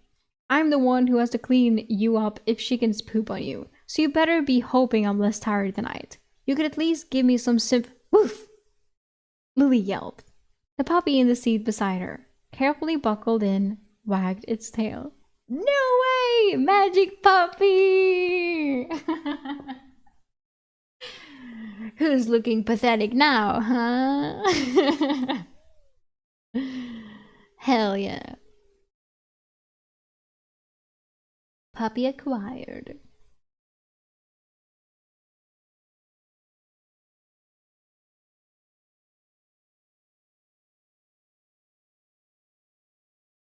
Chapter 14. The ranch gate opened onto a large courtyard in front of a very nice looking house. I was like, huh? Houses? It never became multiples. I'm like, I read it wrong somewhere. Shit. The ranch gate opened onto a large courtyard in front of a very nice looking house. Lily made a note that if she ever needed a ranch base to come back here. 45 minutes was a bit of a drive, but it was worth it for the right location. Plus, maybe given enough time, she could expedite it. Speed limits were more of a suggestion now, after all. The courtyard was divided up in 3 segments, with a road leading to a roundabout in front of the house. In one segment was the home, in another was a large garage and workspace, and then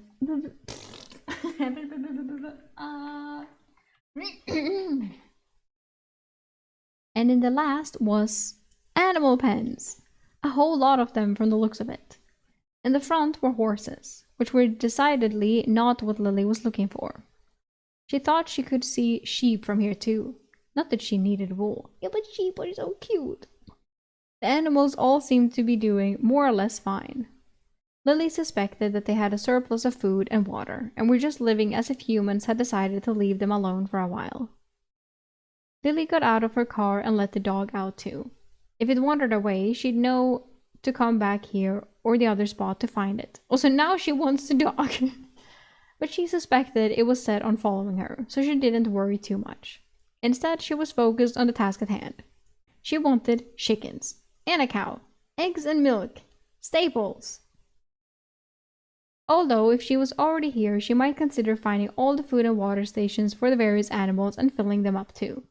She couldn't fathom needing wool, or a horse, or killing and butchering a pig. But that didn't mean she wanted to forever close the doors that would lead to those options. With that in mind, she continued forward. She glanced down at the puppy, who was toddling after her, wail wagging merrily. So, I don't know how to be a farm girl. Were you a farm dog? Of course, there was no reply. If this dog ever started talking to Lily, she'd know that she finally lost it for real. Although, she glanced up at the sky. The blue sky looked perfectly normal for the daytime, but she knew that past that lay nothing. She wasn't quite sure if that was all in her head. After all, if everything else in the universe vanished, wouldn't gravity and physics have completely fallen apart? So, doesn't that mean it's all in her head? Not to mention all of the magic. The dog bit at her pant leg and pulled her forward a step. Lily realized she had stopped walking and had been standing there with her hands clenched for some time. She shook her head and snapped out of it. Thanks, little, boy? Girl? Well, I'm sure we'll find out later. Lily shrugged and took a better look around. She did see what looked like a large chicken coop from here. Assuming she knew what she was looking at, of course. Otherwise, there was a pen with pigs and another with goats she hadn't seen before. Oh my god, goats! Along with all that, there was a pond and a dog kennel. Whoa! Lily froze. More doggies! But her puppy friend didn't seem to be reacting at all. Maybe it was empty? She stared. It was just one of those old igloo-style dog houses. Lily crept forward to see if she could spot a dog. A long neck suddenly looked around the side. A hideous face with a beak. What the hell kind of a dog is that? Oh. A duck stepped out of the igloo. Huh? Okay, that's not what I expected. Oh my god, ducky. Another duck stepped through. There were 6 in all, but it took Lily getting close and looking inside to see them all. It seemed they lived in the little igloo next to the pond. That was pretty cute. Wouldn't ducks, like, fly away though? What had happened to the dog? Lily had so many questions. The puppy bounded forward and barked. The ducks, startled, let out a squall and scrambled back into the igloo. When the cheeky little thing had the gal to look up at her smugly, as if waiting for praise. Look, I need you to not try to impress me so much. We have a business relationship. Let's keep things professional, okay? You're here to be inspected for magical anomalies. When I'm sure I can't learn anything more from you, I'm releasing you into the wild. Got it? The puppy continued to stare, tail wagging hopefully. Okay, but that was pretty cool. Help me wrangle some chickens and we'll talk. We'll talk. Lily turned to what she thought was a coop, leaving her canine cohort behind. The puppy was circling the dog igloo, making a game of corralling the birds. Maybe it was part shepherd. Either way, it was running around like crazy. Just watching it was making her tired. She couldn't remember a time she had had that much energy. The good news was, her hunch was right. This outbuilding did seem to be a chicken coop. The bad news was there was a lot of chickens inside. A large red chicken house, complete with a little ramp to get in and what appeared to be an electric door, housed a lot of chickens. How many? Conservatively, Lily estimated it was a shitload. At least 30. The entire area was fenced in, which was good because there was a very, very large mean-looking rooster sitting right in the middle of the chicken run. Listen up, hound. This is the plan. I'm gonna open the gate and just try to snag 3 birds. Just 3. The rest we can figure out how to feed and water, but they can stay here, okay? Because if we need more, we can just come here, right? The puppy didn't respond, but it looked like it understood at least what Lily was about to do. Something. She flung open the door to the pen and stepped inside. Instantly, there was chaos. Well, that's how it felt to Lily. Chickens were everywhere. She stepped forward and tried to grab one, but the little jerk ran. She always thought of chickens as being docile and slow. No, they're horrible. So she took a few steps forward and went for another. But now they were all milling about. There were a lot of them. On top of that, the disturbance had been noticed by the rooster and... Caw.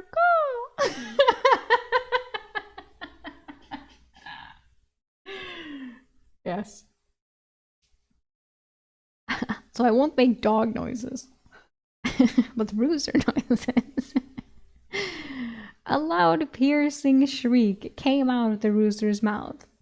The chickens all began to run, 2/3 into the coop and the rest dashing madly around the pen. But what was worse, the rooster ran at Lily. She screamed. That thing was a freaking dinosaur. It was charging her. In the last couple steps, it flapped its mighty wings and brandished its spurs. Lily thought for sure she wasn't getting away from here without some bloodshed. But then, the dog jumped in. It tackled the bird from the side just before it could reach Lily and started barking wildly. The rooster turned to focus on the little puppy. The terrifying bird was not much smaller than the puppy and had knives on its feet. Well, not literally, but those spurs were crazy looking. The dog seemed to realize too and was keeping its distance but barking fiercely. The rooster readied itself and charged the dog. Damn! Flapping into the air a little again, with its spurs brandished. But this time, Lily wasn't paralyzed with fear. With a battle cry of her own, she ran forward and kicked it as hard as she could. No, don't kick the rooster. Run! She ran for the door. The puppy did too, seeming to understand her intention, even if it was just through seeing her trajectory. Lily and the little puppy made it through the door, and Lily slammed it shut behind her. Then she noticed the second problem. In the commotion, some chickens had gotten loose. 5 of them were outside the pen, already finding places to scratch around that they'd likely starved covetously at for years from their enclosure. Stared covetously at. Once again, her new companion wasted no time. The puppy ran forward, barking, and in less than 10 seconds had corralled them all into a small group.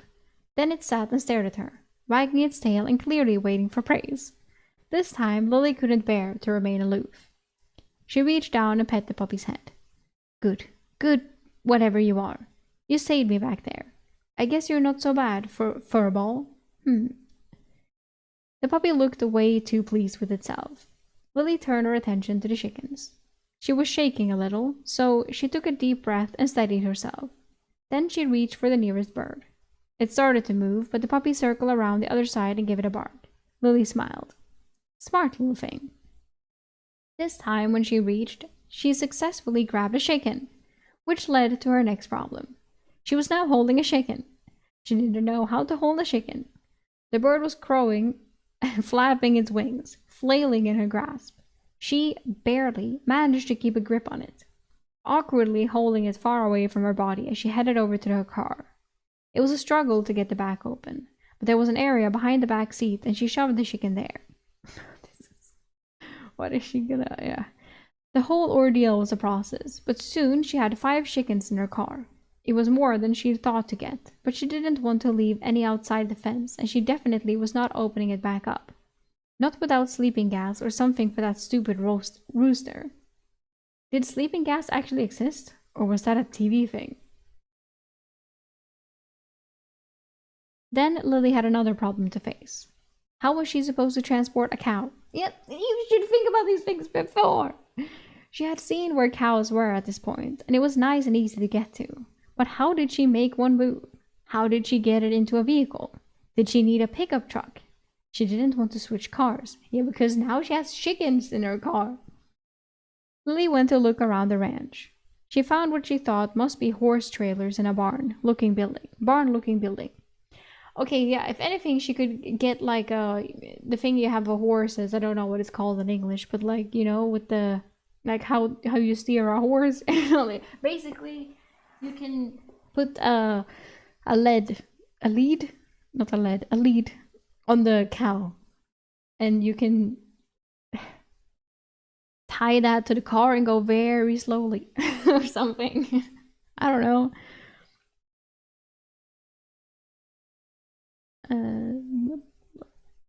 What is this?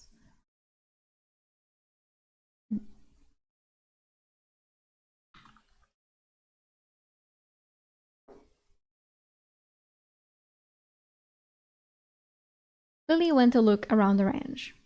She found what she thought must be horse trailers in a barn-looking building. That might work, but she had no idea how to attach it to her vehicle, or even if she could. Could her mobile actually pull something like that? What if the answer was yes, but only for a little while, and then she broke down in the middle of nowhere?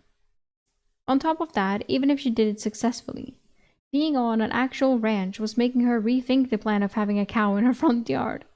Even if she found a way to make it not wander off, she didn't have any of this fancy equipment, and collecting it was going to be a lot. But they were already penned in here. Maybe she could just come back and learn how to occasionally take care of them here. Yes! You don't. Yes! What do you think, puppy? Do we leave the cows for now? The little dog gave her a confused look. Lily sighed. Well, I can't expect you to always understand me. Come on, let's go learn how to feed and water the animals. Then we can go home. Feeding and watering the animals was surprisingly easy. Google said that almost all of them just ate the grass. That would explain the lack of obvious food throws, and the fact that the fields seemed much too large for each group of animals at the first blush. Things had to grow faster than they ate. Watering was similarly simple. The property had a huge water storage container on it. Lily figured it must be fed through a well or something, but resolved to double-check it in a few days to see if it was depleting at all. But pipes ran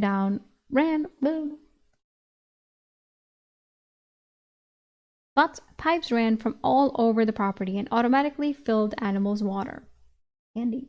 Lily had been right to try and find a rich ranch, right? Even if they had the world's biggest, meanest rooster.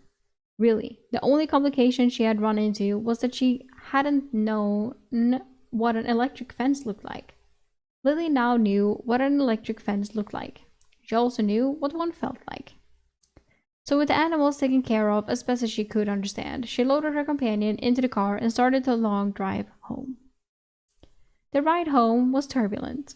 The chickens did not stay in the back, so Lily got jump scared a few times. Thankfully, after the third, the puppy started making a game of keeping them in the back seat. The little thing was smart as a whip. Was this normal for a puppy? Lily had never owned one. She didn't know how old it was either.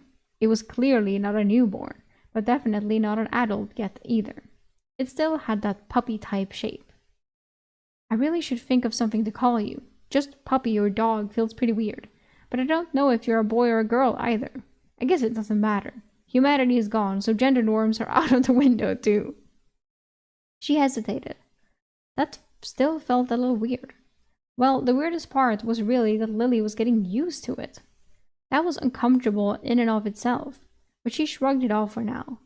She was still riding the high of a mission mostly successful. What about Napoleon Bonaparte, huh? Lily glanced at the puppy. She could swear it rolled its eyes at her. She looked at Bay in the rearview mirror. He had a chicken on his head and was looking unimpressed with her joke. Oh, fine, you're no fun. I could call you Wrangler, 'cause you did so well with the chickens, or Rocky, 'cause you fought off that chicken. We could do a training montage to Eye of the Tiger together. Oh my god. Or maybe just you. I'm not convinced my body will ever recover from all this new exercise as it is. Lily sighed loudly. She was pretty tired again. Despite that, she was determined not to fall asleep again today. Not until nighttime. Fine. Not Rocky. Maybe I could name you after something I miss, or will miss. Ice cream isn't a great name. Soft serve. Soft for short? No. Do you have any input? Woof. Thank you, but I'm not calling you that. Give me a chosen name in English and we'll talk about it. Lily laughed. She felt like she was onto something though, but she hadn't quite figured it out yet. If only I could get you to tell me whether you saw half the crazy stuff I did too. I think you see the ever-burning flame. I'll have to see if you notice other magic. Hey, could you tell me if the stars are out? Lily's mood had gone sour, but she glanced at the dog anyway. It was staring up at her with interest, and she suddenly knew what she would call it. It's so obvious. I'll call you Star, of course. You've got that stupid-looking mark on your forehead. It's meaningful enough to me. I love that in the beginning, when every human disappeared, she was so sad about people's pets that she didn't even want to think about it. She didn't want to think about it. She was like, no, it's too heartbreaking. Oh my god, the poor pets. And now there's a dog and she's like, oh fuck, I hate this little thing. He's like, I hate it so much. And now she calls it stupid. And pathetic looking. Oh. I might not see another star ever again, so I might as well have a star, right? Yeah, that sounds right. What do you think, Star? Star panted happily in reply. When they finally pulled into the garage, Lily was beyond ready to be home for the day. It was only about 5 p.m., but it felt like she'd been gone for a week. She closed the garage behind her and then started grabbing chickens. She wasn't psyched about walking them through the house, but the backyard was fenced and that would have to do for now. She should have gotten some kind of coop, but she didn't think of that before now. No, I'm happy with dog. I'm happy with dog. So it was a job for the next couple of days. She wanted to mess with some magic and relax. She was thankfully able to get the chickens through the house and into the backyard without them pooping in her house. The car, however, was not so lucky. She'd have to clean that real good. But that was an issue for tomorrow, Lily. Star was running in front of her, trying to guess where she was going to go next. It was cute, but she almost tripped a few times. On her last trip out to grab Bay, though, she noticed something. My voice.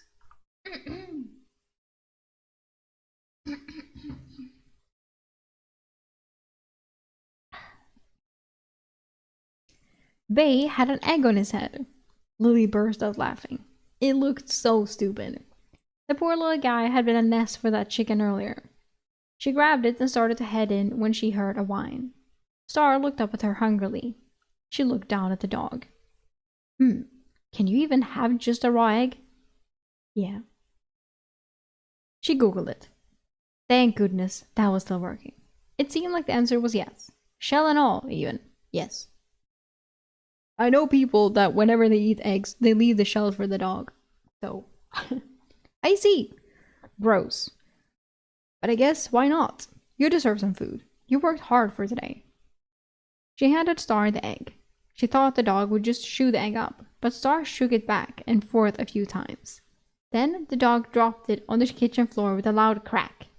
Lily was about to get mad, but then she heard the slurp, slurp, slurp sound of Star licking it up and got grossed out instead. Ugh, you're nasty, you know that? Well, I hope you enjoy it. I'll figure out getting you kibble or something tomorrow. If you get hungry again tonight, we'll search the fridge for something you can eat. Pretty sure there's raw meat and some dog-friendly vegetables. Don't know which ones those are, but we'll figure it out, okay? Star was too busy slurping an egg off the floor greedily to pay her any mind. So Lily checked to make sure things were still downloading and then went to search for a pen and paper. It wasn't too hard to find them. There was a little study-type room near the master bedrooms, and there were plenty of supplies in there. So she sat down in front of the TV, turned on something at random for background noise, and got to work. She took out the ever-burning flame, holding it in her hand, and tried to visualize the circle as she'd seen earlier. To her shock, it was much, much easier now that she knew what it was supposed to look like. She could feel the mana moving around it in just the shape she expected, so she got to work copying down the various glyphs she found.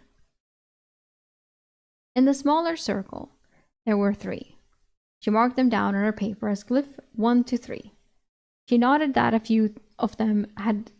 I'm breaking down.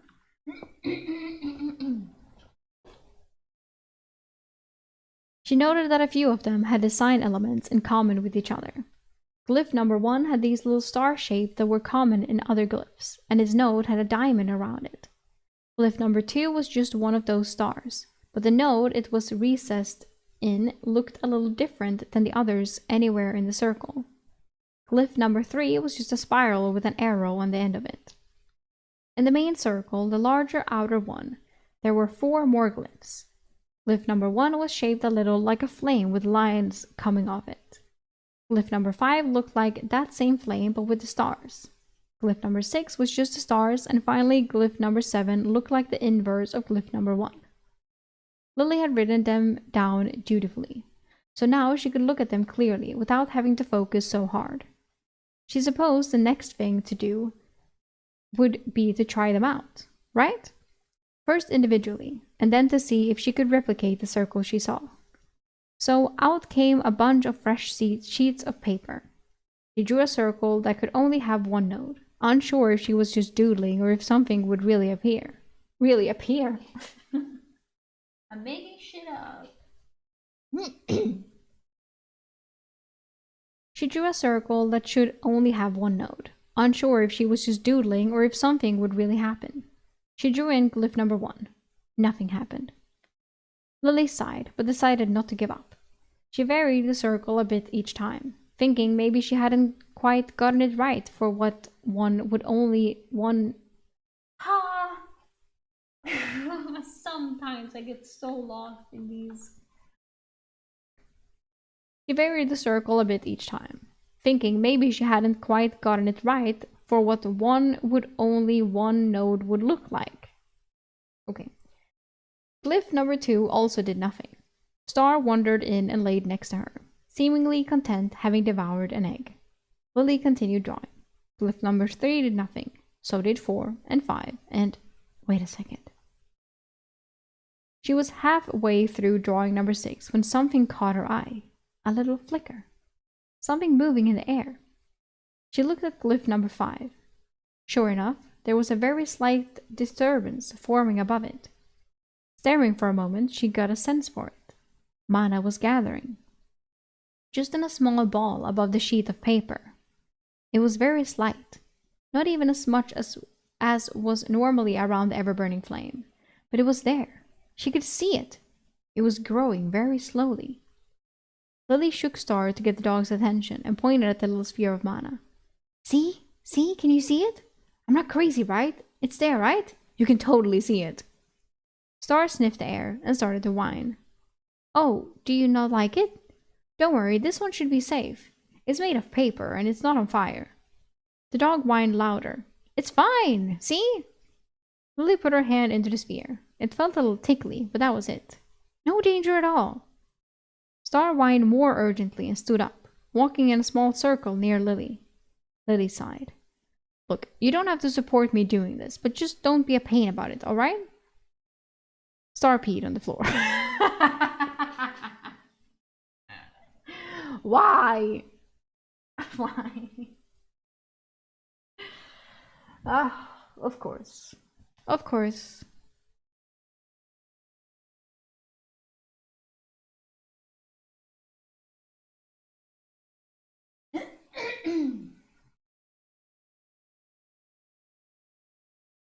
Of fucking course.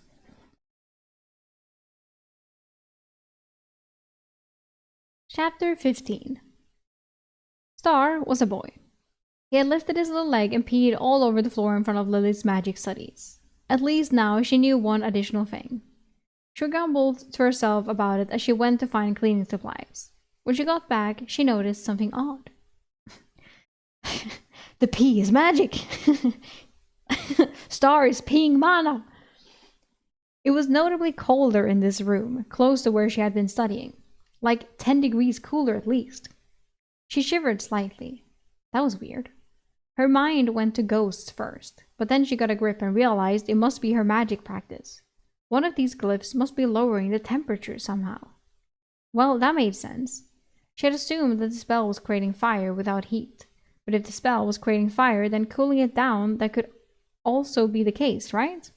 Wait, did that mean magical air conditioning was simple and easy? That's kind of great. Especially if you just have to draw it on a piece of paper and then it works. She approached her splayed out single glyph circles and looked over them for a second. She couldn't tell which it was by appearance, so she got down and started cleaning up after Star. He was reading the vibe of the room and being meek, but she was still a little mad. Okay, you're a puppy, I get it. We're going to have to work on this. I don't know why I assumed you were already potty trained. This garbage isn't gonna fly, okay? Star whined. She'd have to do some research later about how to potty train a dog. Hell, how to train a dog in general. Although she wasn't planning on keeping him long term, she could teach him how to behave around her at least. She finished cleaning up and came back to her circles.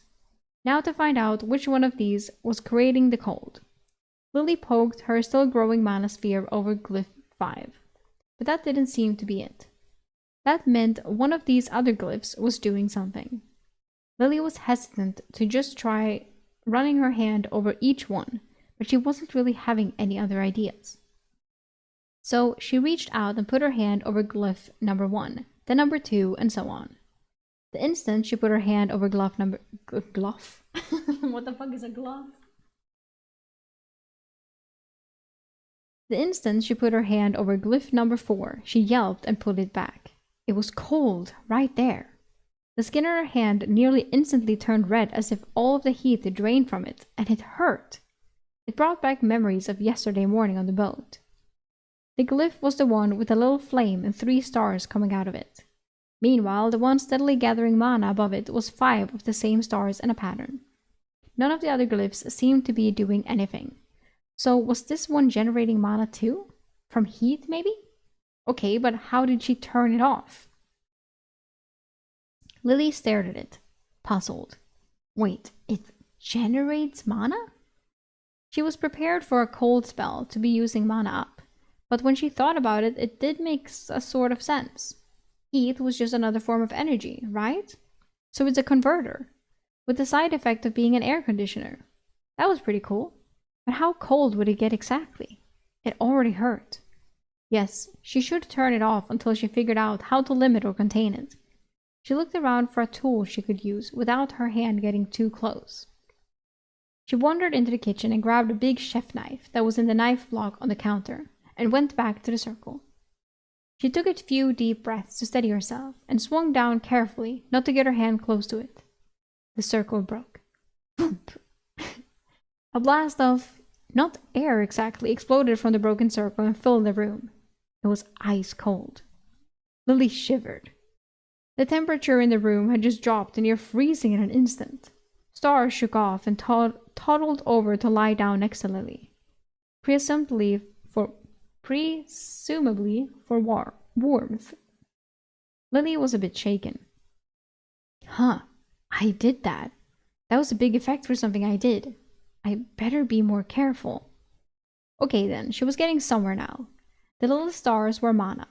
She crossed off glyph number 4 and glyph number 5 in her notes and replaced them with gather ambient mana and heat to mana. Then she looked at her notes about the ever-burning flame. Why would those two be together towards the end of the spell? That part still didn't make sense to her. Shouldn't they be at the start? Gather mana, make fire, drain heat from fire? That had to be the basic loop, right? If she was designing this spell, that's what she would make it do. But wait, she found this spell, so that means it was naturally occurring somehow? She thought about learning about evolution in school. It was important to remember that evolution didn't choose to create what was optimal for the animal. It created what was optimal for passing genes down. Whatever natural process created this spell might not have created an optimal spell. It had created what it created through its own processes. So she shouldn't expect it to work the best way it can, or how she would design it. With that decided, she turned her attention back to the diagram. What else do we have here then? Mana and a little half circle. Mana inside a structure. A spiral arrow. Fire with lines. And mana inside and outside of that same little half circle. Plus some unsolved mysteries. Like, why was this spell on a piece of wood instead of just creating flames on nothing anyways? Okay, well, one step at a time. How could she figure out what any of the other glyphs did? It seemed likely that the reason they weren't functioning was because they weren't being fed the mana. So all she needed to do was create a circle with the mana generating glyph connected to the ones that used it, right?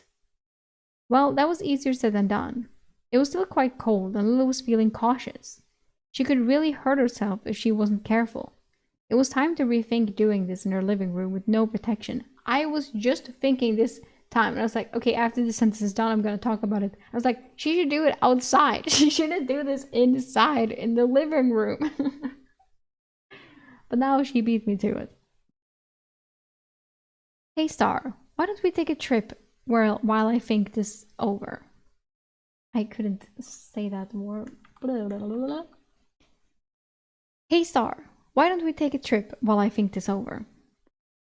She looked down at the puppy and ran a hand through his fur. He really was quite soft.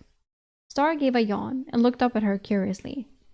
Let's raid a pet store, huh? More crimes! 20 minutes later, she was pulling into a PetSmart and pulling the same trick she had to get into Target. Back the car up against the door, and then slowly hit the gas until the glass shattered. Star got a little spooked at the noise of the breaking glass, but Lily was able to calm him down.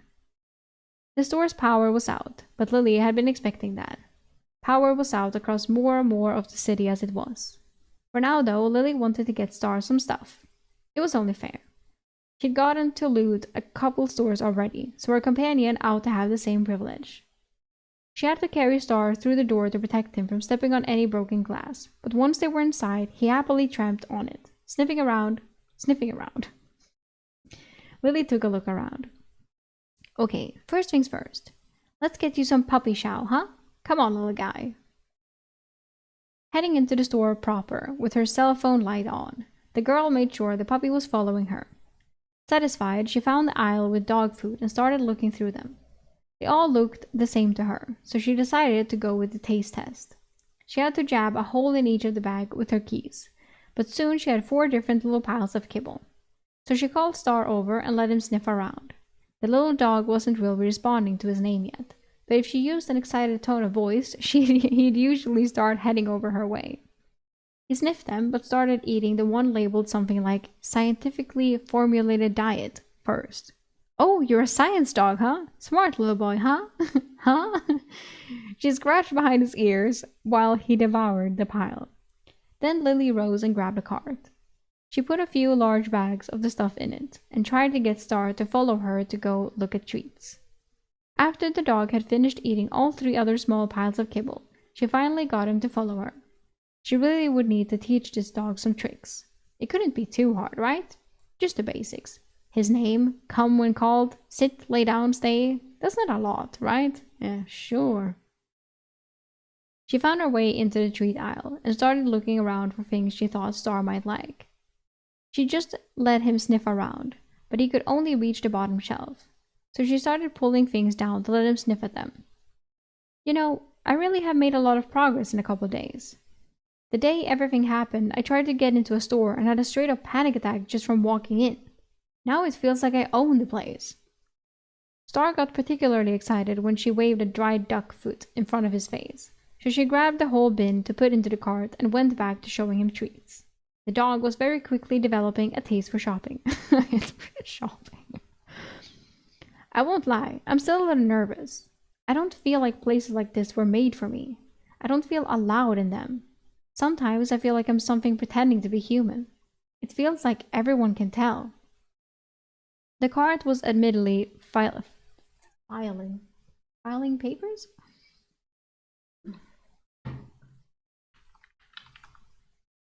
The cart was admittedly filling up, but she had a lot of storage at home, so she kept going.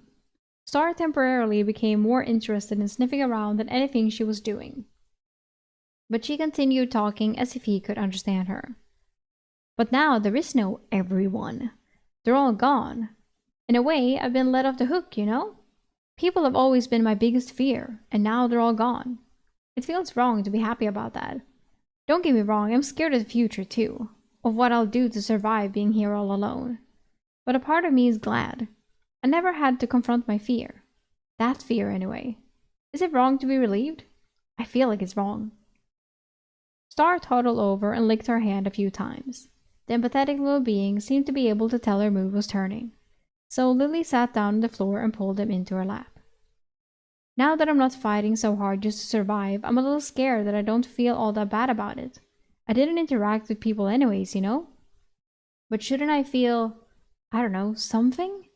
I can feel sad when a character I like dies on TV. Tell me a person lost their battle with cancer, and I can feel empathy even if I didn't know them. But tell me 8 billion people suddenly vanished and I don't know how to feel. I can't wrap my mind around that number. It's too big. Is it tragic? Did it hurt? Where did they go? Lily hugged Star a little tighter. Are they all still living in a normal world without me? Did anyone even notice I was gone? This is why introspection was dangerous. Lily could feel the tears rising in her eyes now. She couldn't stop them, so she didn't try. She just let herself cry, right there on aisle 4 of a dark PetSmart. Finally! The daily Lily cries. It has happened.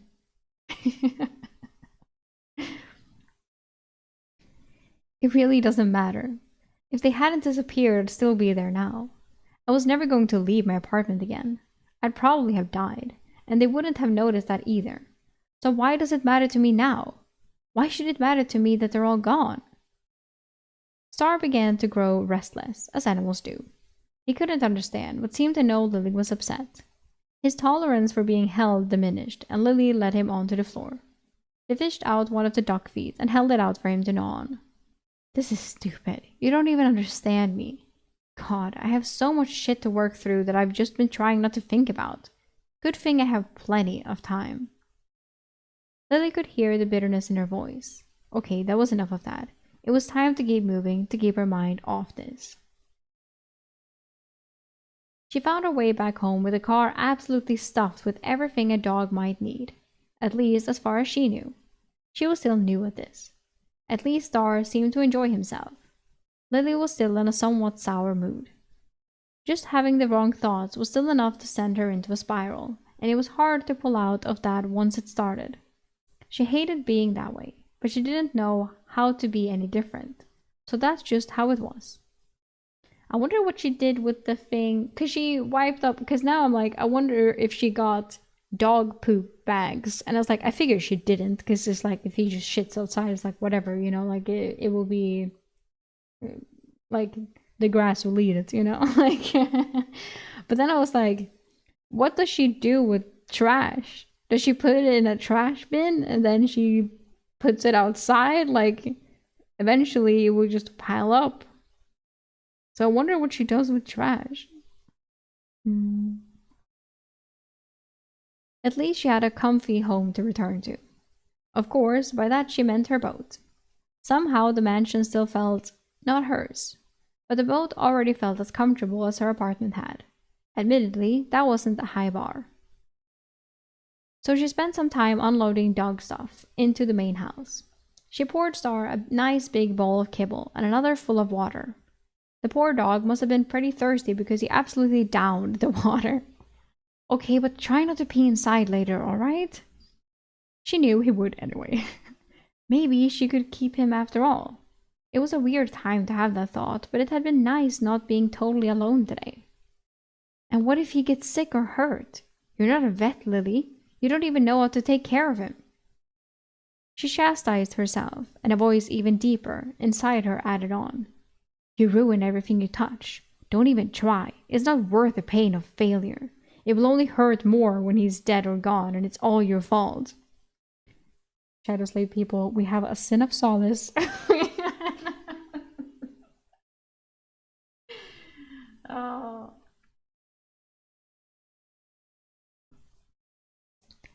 She shook her head. No, she couldn't let depressive thoughts go unchallenged. She was doing fine. Probably. But the voice was right about one thing. She couldn't take care of this dog. She couldn't even take care of herself properly. With a sigh, she turned to start gathering her things to return to the boat for the night. But something caught her attention. The spell circles she had left on the coffee table had something going on. Lily approached cautiously. The Gather Ambient Mana spell was, well, doing its job. Really, really well. The sphere of mana floating above the page had gotten quite large. It was a little bigger than a basketball. It was also putting off a small amount of light, which was new. Is this just how the light spell works? Gather enough mana and you can see it? That seems weirdly wasteful, but I guess it's not doing anything. She got closer and put her hand slowly into the sphere. It felt funny. The tickling sensation was a lot stronger than before, but it didn't hurt or anything. Star noticed the effect and ran over to start barking at it. He was so loud. I'm really not in the mood for this right now. Barking dog, crazy mana thing, I just want to go to sleep. Star started barking even louder. Lily grew. My voice is weird.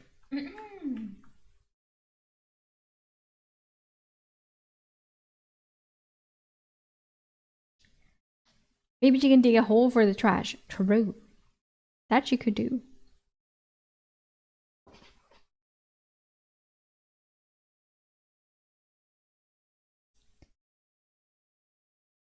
Star started barking even louder. Lily gritted her teeth. It's just magic, Star. I've got it under control. Sure. It's confined to the paper. See? It's in the circle. God, shush! Let's just go out to the boat so you don't have to see it, okay? Lily reached for the dog, but he wriggled away and kept barking. He was barking more at her than at the spell. That was weird. Hey, buddy, are you okay? It's fine. The spell isn't going to hurt you. I'm not going to hurt you. Bark, bark, bark.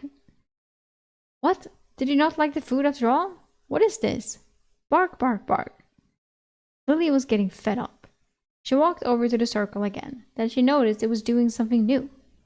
When she got really close, she could hear a low humming noise. Better not fucking explode. Oh, is the noise bothering you? I know dog ears are better. Star bit her ankle. Oh, not hard enough to draw blood, but it still hurt. Lily yelped and pulled back. What the heck has gotten into you? No, we're not doing this. Bad dog. We're going to the boat. What? What? Star jumped up onto the couch and threw himself at her bodily. He was at least 30 pounds, so she hit her hard in the chest and she went down, flailing. What the fuck? For a second, Lily thought she was under attack and might have to defend herself. Then, it's probably protecting her. An ear-shattering blast of sound and air came from above her. The spell popped like a balloon. The impact from the blast knocked the wind out of her. She couldn't breathe for a second. She heard Star make a low whimpering sound. She lay still, waiting to see if there would be more, but nothing came. So she sat up and looked for Star. Star was on the floor, but seemed to be breathing and gathering himself as well. He didn't look hurt. Lily was instantly relieved. Thank goodness she didn't just get this dog killed. She reached out and gave him a pet. Red. Huh? A trail of red was left on him where her hand had touched. Oh no.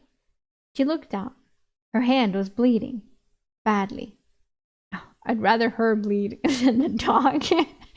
A steady river of blood was dripping from her right palm onto the floor. Huh? Then the pain kicked in. Lily screamed. Darkness crept in from the edges of her vision. Her stomach was roiling.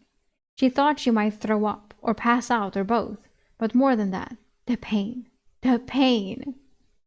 Lily immediately rolled over on her back and put her legs up on the couch to counteract the feeling of faintness. Star seemed to have recovered and walked over to her and started licking at her face. Not right now. Thank you. Good boy. Good boy. You saved me. Good boy. She could hear the panic in her voice. She took a deep breath. She needed to get pressure and bandages on this right away. God, she still hadn't gotten enough for the first aid. She still hadn't gotten anything for first aid. How could she be so stupid? Lily cursed herself. She had band-aids in her luggage and some over-the-counter painkillers. This was definitely too big for a band-aid. Lily gathered herself and sat up. She hazarded a look at her hand. Drip, drip, drip. The moment she held it up, it was dripping steadily onto the floor. There didn't seem to be an object embedded in it or anything like that. She glanced around the room. So I assume that it's cut. But there hasn't been any mention of a cut, just that she has blood in her hand and that she's in pain. She glanced around the room. The couch behind where she had been standing had a huge horizontal gash in it, like something had swung the world's largest sword across this entire area. That could have cut her in half. No, now wasn't the time to think about that. Stew in it when the emergency was over. She focused, rinsed the wound with water, apply pressure, get a bandage, even if it was improvised. She removed her shirt and pressed it onto her hand as hard as she could. Then she rose and moved. Star was anxiously on her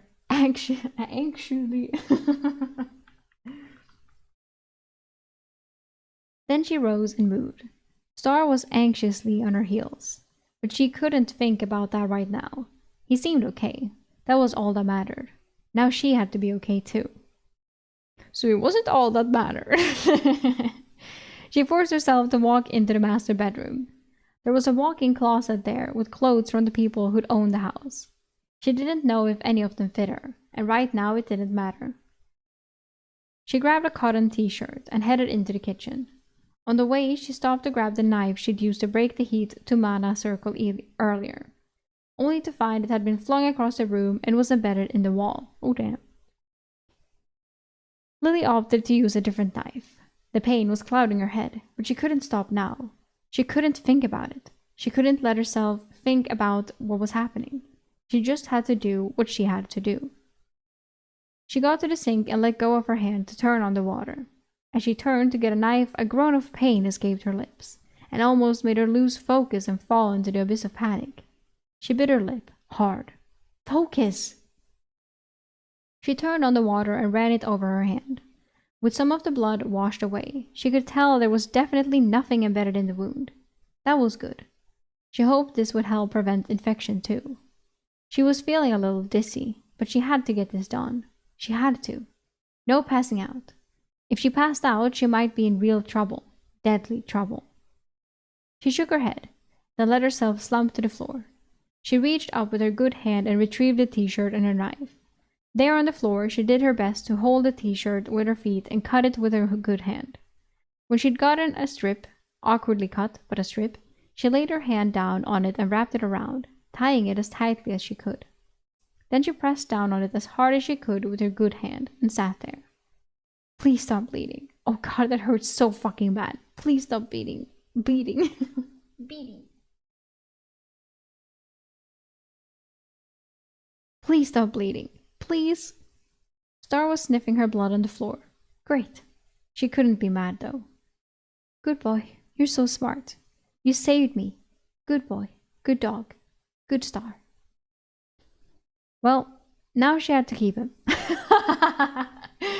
She let out a terrified, nervous laugh and then closed her eyes and tried to block out the pain.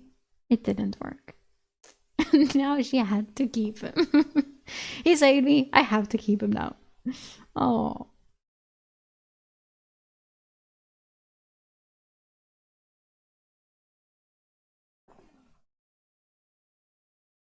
Okay, so today we'll learn a bit more about magic, I guess, or that Lily can at least create some type of weird magic. And we got a dog.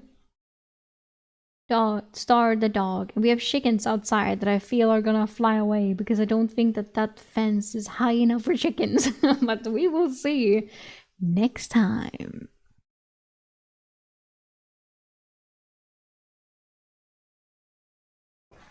Star deserves more duck feet, right? More feet for Star.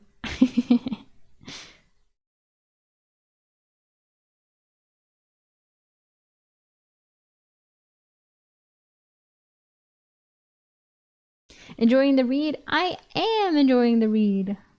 I'm mostly interested in like what is this gonna turn into? Because now it's a lot of the same things, you know, like Lily trying to survive is like yeah, but I wonder like what is it with these flames? What is the magic? I know she's getting slowly into the magic now, or fast depending on how you look at it. And she can already create some type of magic by scribbling some things. Mm.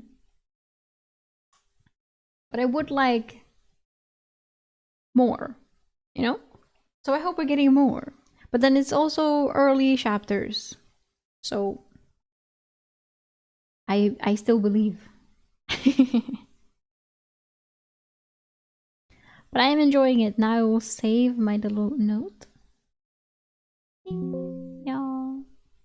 I personally had to stop at the end of volume 1, so I don't know, because of real life things. Oh, huh? You had to stop reading? Oh, so you haven't gone past. Well. I don't even know when volume 1 ends. I have no idea, because it just says volume 1. Like, blah, blah, blah, blah. The chapter so here, like it just on the thingy, like on the art, it just says volume 1. So I have no idea when volume 2 starts.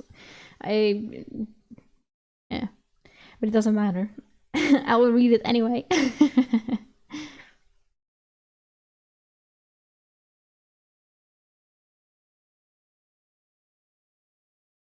Volume 2 was already there. Hey, nice. Okay. I assume we will find out. It ends at 110. Ah, that we're at 1. Also, here, maybe? Or I don't know. I don't understand these, because here's 47, then it's just 21. So, oh, okay. Something is going on here. I don't know, but it will be fine. It will be fine.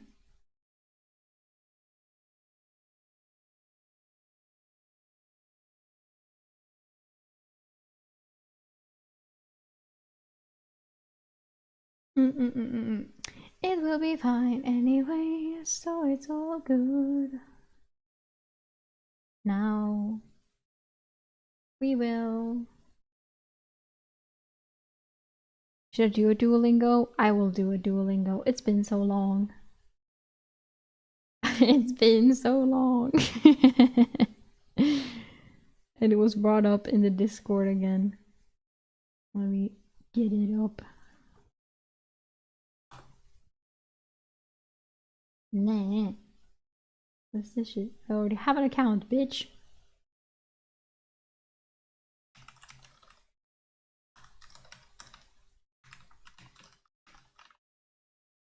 Fucking my password. Oh, I have to look it up. Wait. Shit.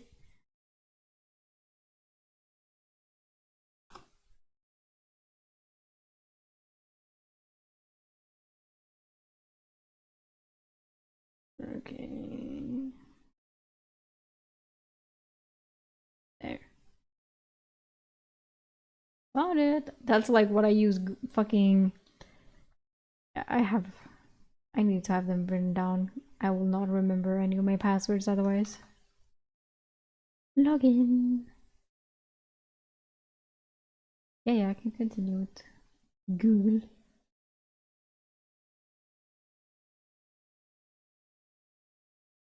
Hello, does it want to continue with Google?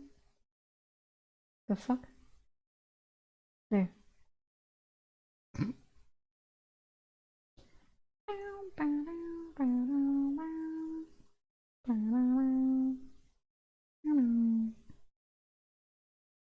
Where is it? There it is. Will it understand? It understood. There we go. Long time no see, Duolingo. Long time no see.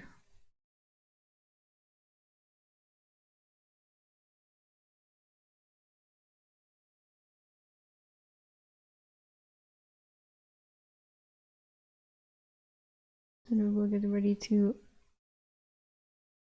write. Wait.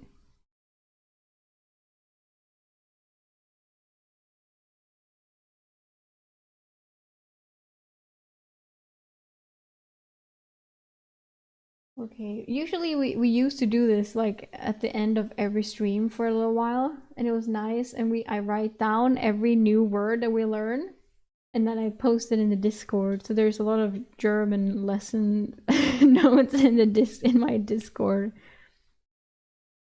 for people to follow along with, which is kind of nice. I like it, but I haven't done it in a while, but now we're gonna do it again.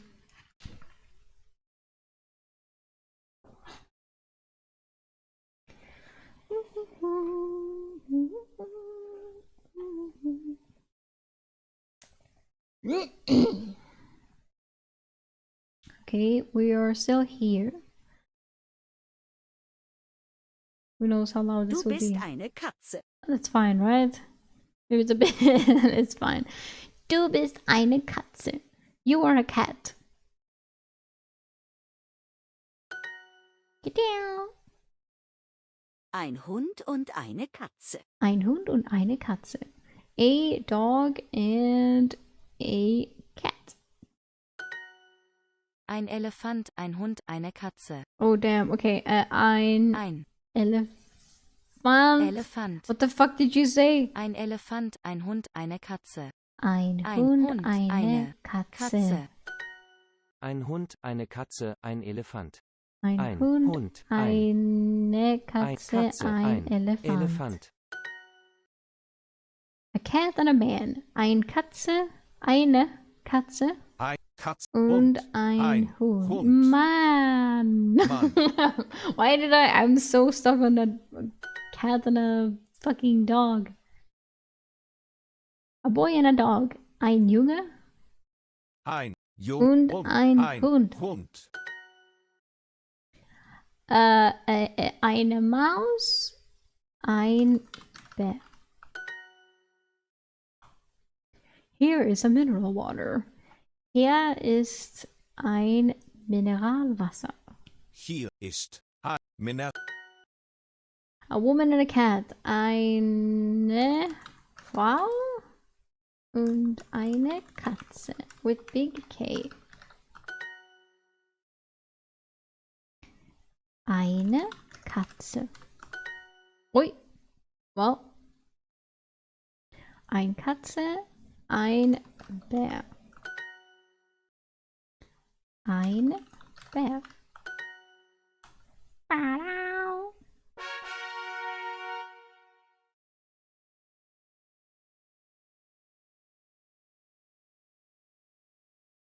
Where did it go? Okay. Ayo! A streak. Yeah. It's whatever. We won't be able to do it because I don't stream every day. Okay, continuing. Hier ist ein Sandwich. Hier ist ein Sandwich. Here is a sandwich. Sandwich. Ja, der Ja. Kaffee ist heiß. Yes, the coffee is hot. Pizza mit Käse. Pizza mit Käse. Der Fuck. Das! Oh my god, I suck. Der Kaffee ist zu heiß. The coffee is too hot. Salat mit Käse. Salat mit Käse. Oh, it's an S, not a Z. My bad. Der Kaffee, das. Hello, still on the train. Der. Shit. Salat mit Käse. Salad with cheese. Die Pizza ist zu groß. Said no one ever. The pizza is too big. Oh nine.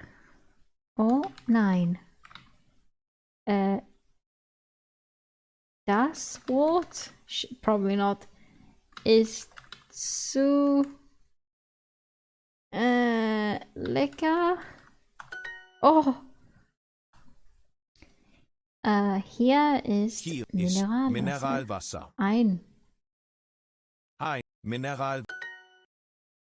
Heiß. Heiß. Hier. Hier. Gut. Gut. Hund. Hund. Jung. Hier ist das. Ne? Ein. Oh, I didn't read. Die Pizza, der Käse.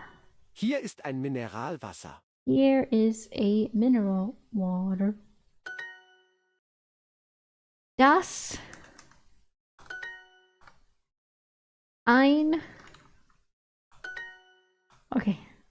Did it. Hell yeah. Oi. No, this is super. I don't care. I'm not gonna pay. Hier ist ein Sandwich. Here is a sandwich. Hund. Hund. Hier. Hier. Jung. Jung. Heiß. Heiß. Mann. Das Schnitzel ist lecker. Das Schnitzel ist lecker. The Schnitzel is delicious.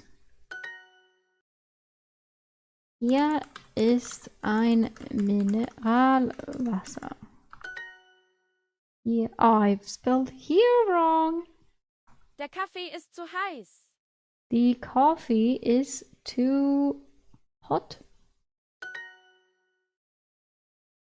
Wo ist das Schnitzel? Wo ist das Schnitzel? Schnitzel. Pizza ist zu groß. The pizza is too big. Za, Sa. za, I don't know. za. Sa. Is the cheese delicious? Ist der Käse lecker? Der Salat, der Käse. Shit. Oh! Brain. Mehr, Mehr. mehr. Der. Salat mit Käse. Salad with cheese. Das Mineralwasser. Die Milch. Milch. The mineral water, the milk. Wo ist das Schnitzel? Where is the Schnitzel? Ta-da! Get more with Super Dual Nay.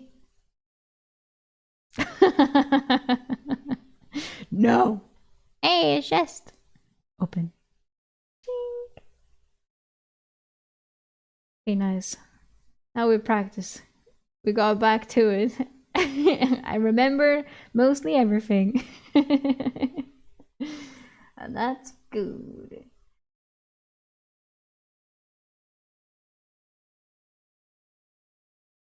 Okay, well, now I will quickly go bathroom and then we will play. So I will be right back at any second. Thank you so much for waiting.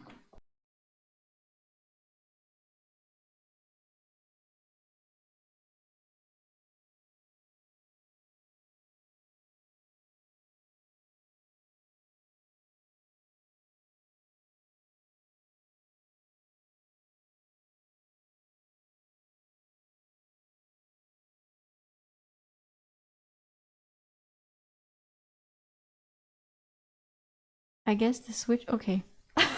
Okay, now it's back. Okay, well, I will be right back.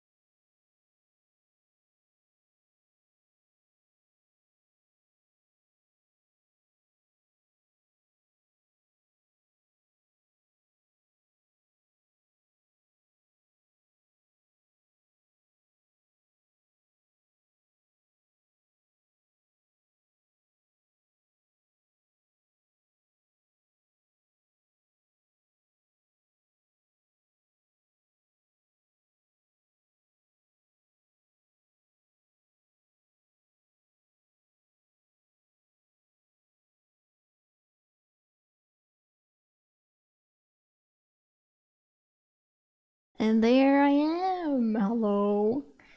So, the Switch. I wonder if it's on this screen, because this is where I would like it to be. Let's see. It is! Wow, look at that. Because I was thinking we should play some Rise. Because Tack was like, when are we gonna play Rise? I was like, I don't know, you're always asleep. And I don't stream when he streams. But if he comes in, he could hop in. Or anyone else if they would like. But I wanted to... I've been playing a little bit of Wilds recently. On and off, you know, sometimes, like if there's an event. Like now it was an event with a nice looking scarf. And I was like, oh my god, I want the scarf. And then I played. And then I was like, what the fuck is Rise up to? How was Rise? You know? Me. So I wanted to see. Now I have to change the... Ka-chink.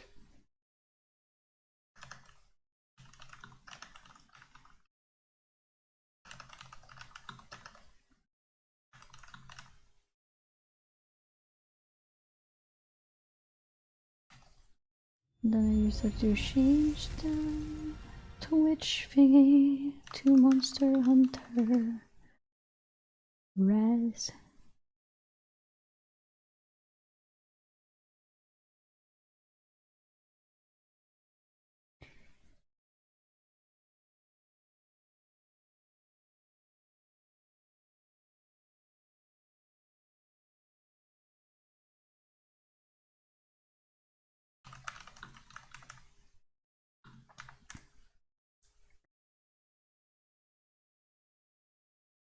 The fuck?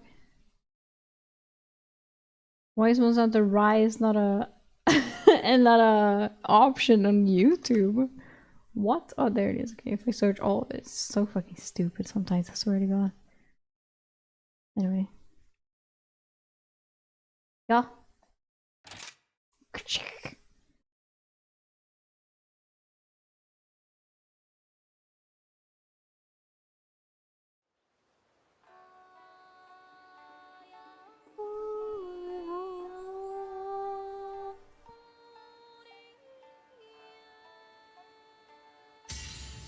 Continue.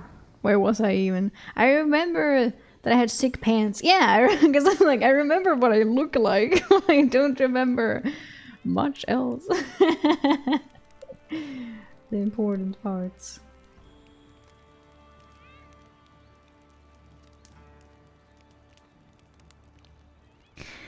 Okay. I mean, we played for 101 hours. That's crazy.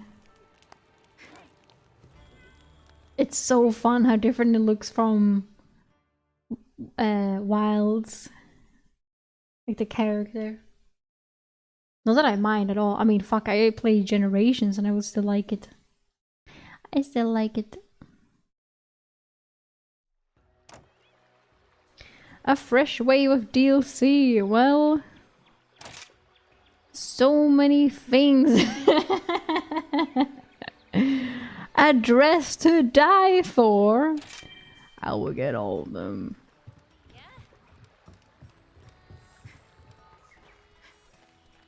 Do you want to go hunting? Of course.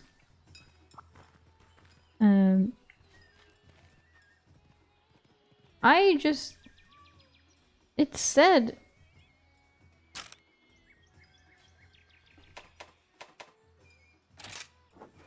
Yeah, okay. Just making sure. I have red hair. Interesting. How do I do stuff? Okay, yes. The shot is in the way. Nothing to see anyway. There's new add-on content to download. Are you stupid? What does it say?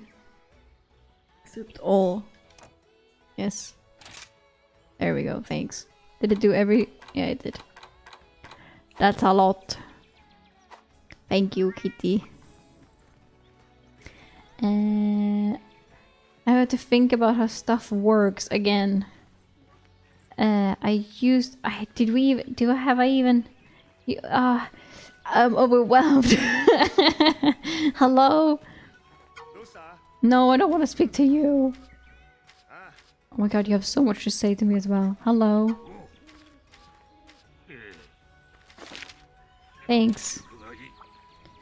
I was like, did I even do fucking... Why are you purple? Together? Bro, what? Did I even do like village quests or did we just go online? I didn't do village quests. I think I had it. Like, I think I should. I probably should. But what is this? What is A? Oh, it's going on the dog, I swear. Okay.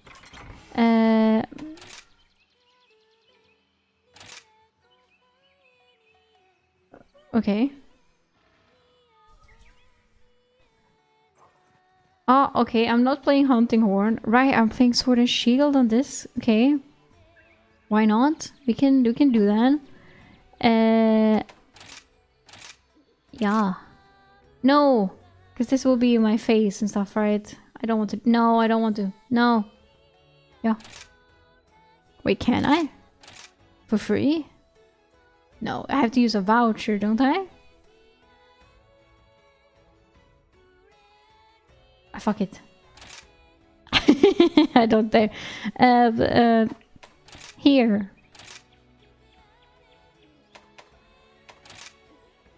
Well, I know why I have that. Oh, I barely have anything. Well, that makes sense then.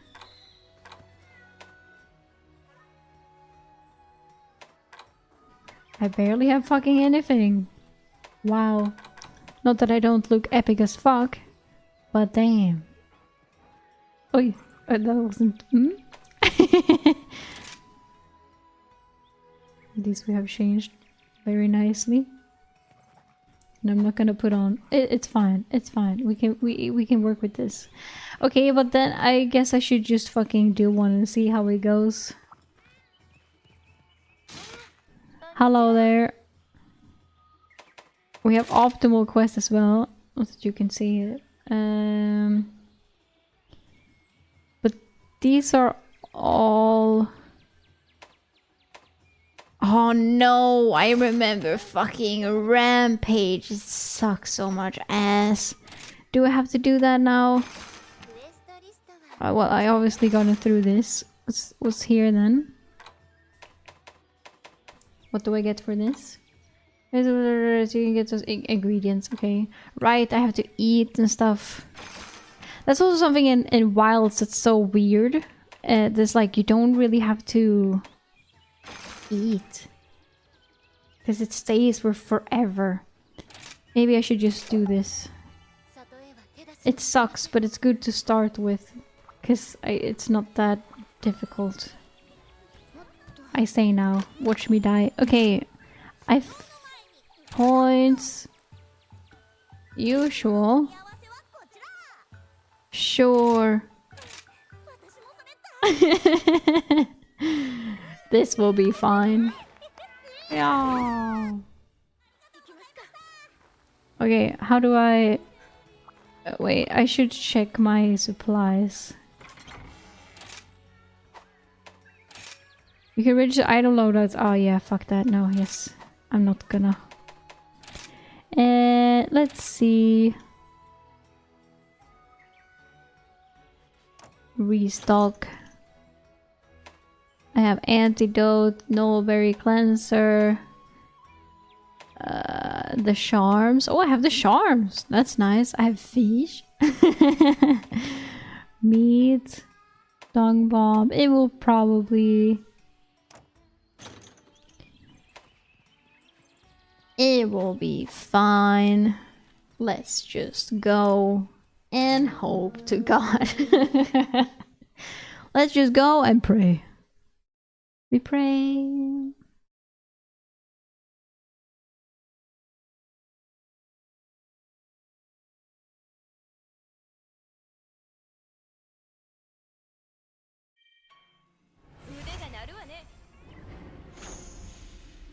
Okay, maybe I should switch the chat to the other side. Yo des. No, shit, not here, please. This and then this. Ha, are you stupid? Oh, I locked it. Oh, I am stupid. Just put it over here or something. That's nicer.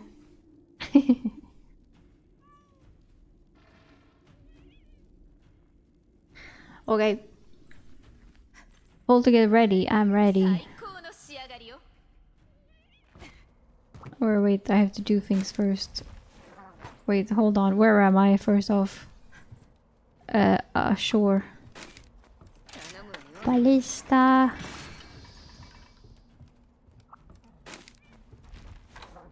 Ballista. What can I put here? Bomb. Boogan. No, I didn't put the bomb. Shit. Right, how do I... Advancing slash... Okay, that's... Okay, can you... Okay. Holy shit. Okay, that's how you do that. Uh-huh. It will be fine.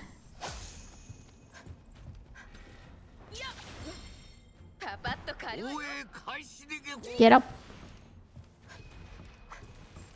It's already there. Oh shit. This will be completely fine. This is how I shoot. Oh. The bear is kinda angry. I think I could do some type of defend thingy. But yeah.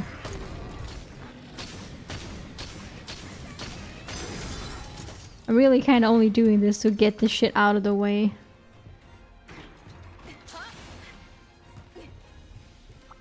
Here we can put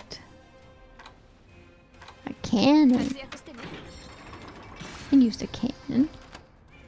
Where are you? Or damn, you're coming to me.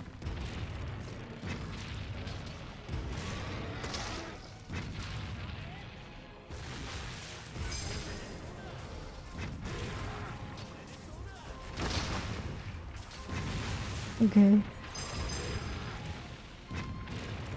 Oh, it's dead.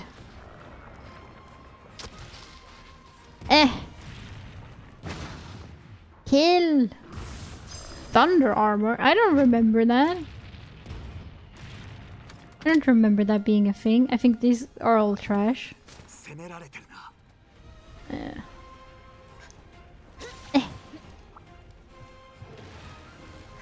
What can we put here then? Yomogi. You can do something probably. Oh, fuck you. Oh damn, she can do something. Holy shit. She's going off.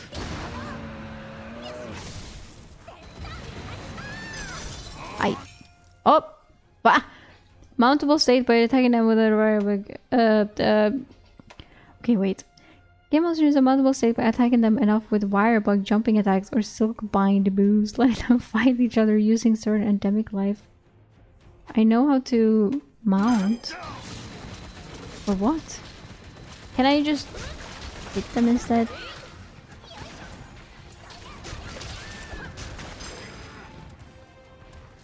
Okay, this one is over. This one is also over.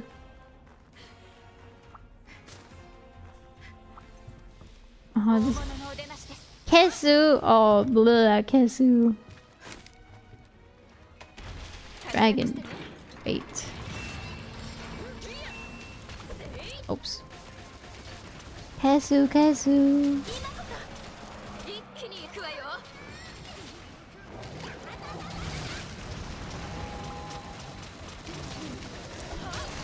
Hello Shane, welcome! We're actually playing Monster Hunter. Rise!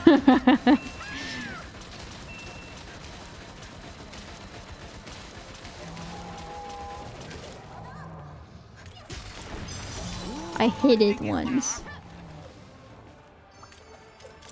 It's okay, it's gone. I feel like I'm doing. Maybe it's because my armor and like my weapons should be better, right? It had stuff like that. Since I've been playing not village quests. And fuck you!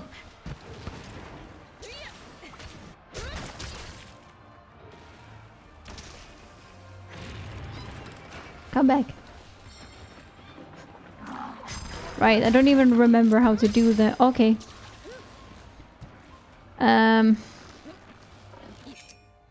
Thanks. It's like, this is perfect for me because I don't remember. Oh my god. First of all, I wanted to move this a little bit more.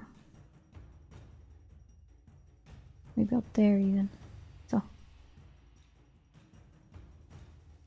Okay. Hold R, use L to move, attack A, evade. Because I was like, I just remember Y. I'm mostly gonna use Y. Okay, it says down there. Remember fan, let me! There you go.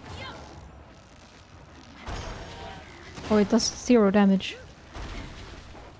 Oh well, it died. I think I am, but not in village quest. Only in like hub. Or is this not when we're leaving? Oh, major threat. But it should be. I don't remember. It was so long ago.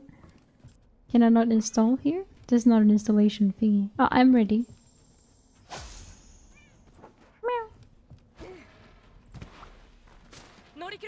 Isn't it that you get more stuff? You unlock. It's already dead. That you unlock stuff by doing village quests as well. So you kind of have to do them.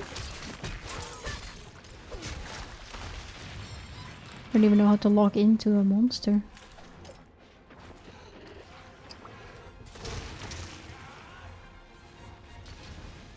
Wait, can you please? No, what the fuck? No, I'm eating. No, don't drink stuff. There we go.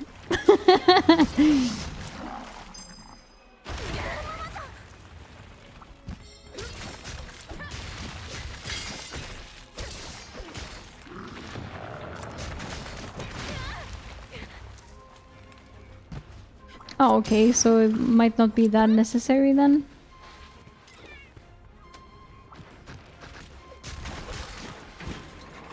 Don't remember how to do the wire bug special thingies. No.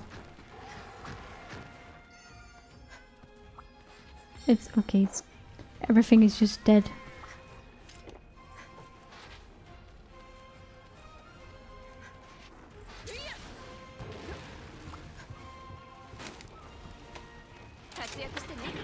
Why not? Oh! Holy shit! They're going!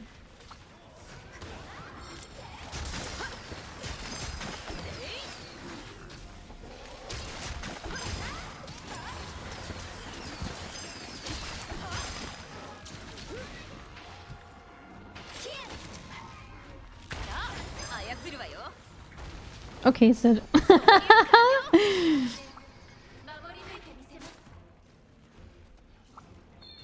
I was right at least. It was good to start like this. Right. Okay, this is just dashing.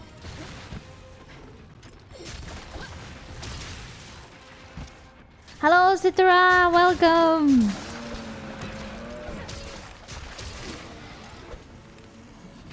Don't remember how to log in. I don't remember anything.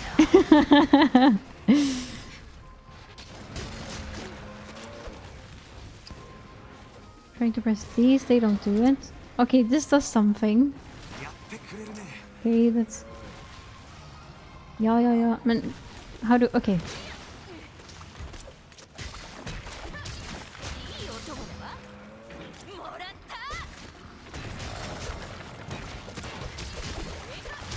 Whoa! Yes, switch. Correct.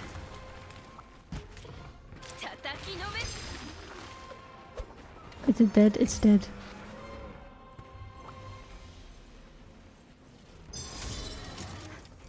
I'm also like, since I haven't played Monster Hunter with a controller for a while. Also, I need to find a new job. My chefs used... Your chefs? Your boss? Your boss like, fuck this. I'm not doing this shit anymore. Ah, why? Okay, that sucks. I hope we find a new one soon.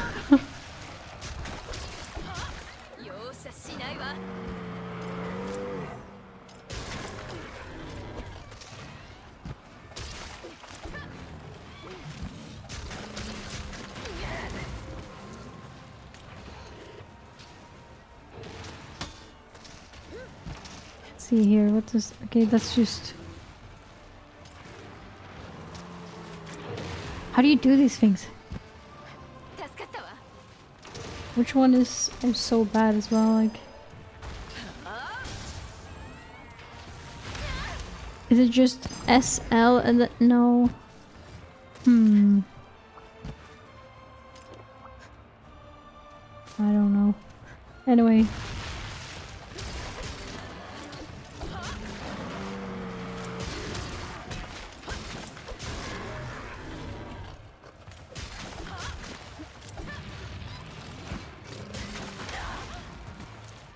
The thing with Sword and Shield is like you can just fucking spam it and it's fine anyway. I don't even remember how Hunting Horn works in this game. Because it's so different than Wilds. Oh, okay. Here we go. Die.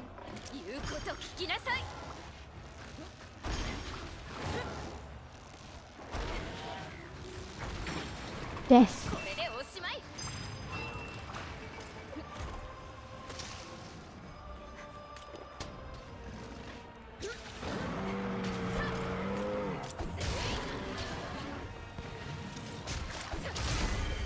Hell yeah! Defended! Oh wow, okay, you'll be standard fucking new boss shit. Can I carve these? I can. Well, that fucking sucks. La,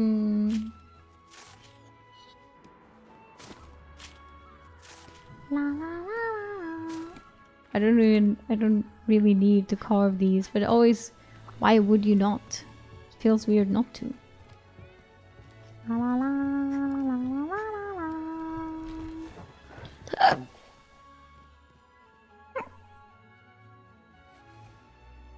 Okay, that's at least something. That's something, yeah.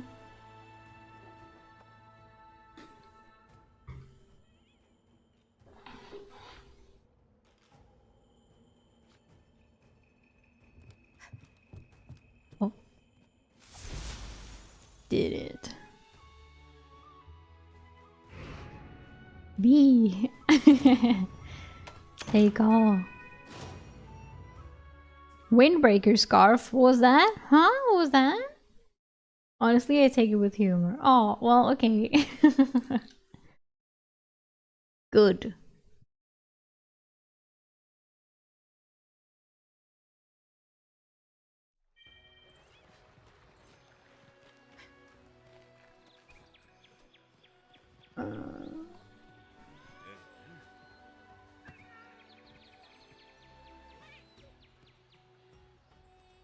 Is that overlapping?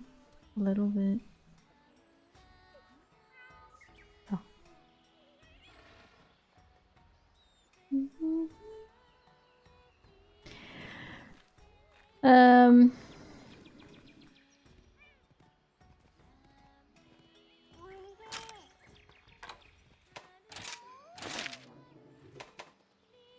What do you turn these in?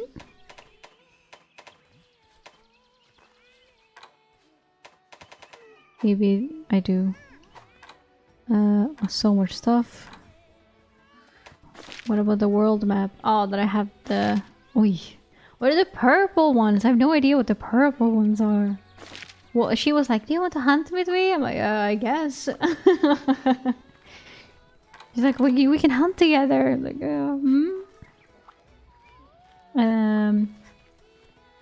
my brain.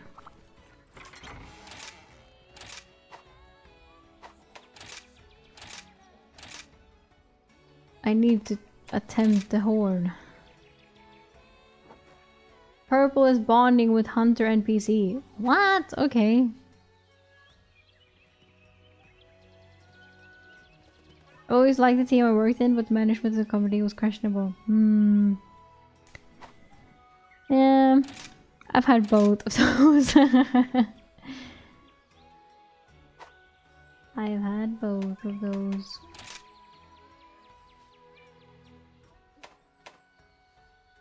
I don't know.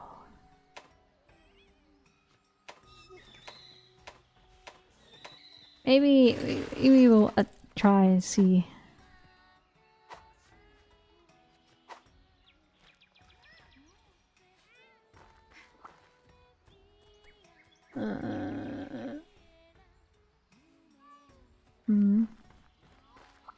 I just want to go in here and see.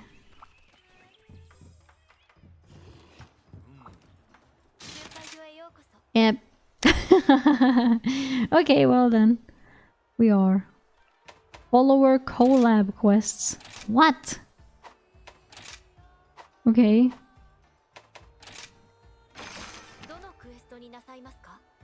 Here we have the event stuff. so much stuff.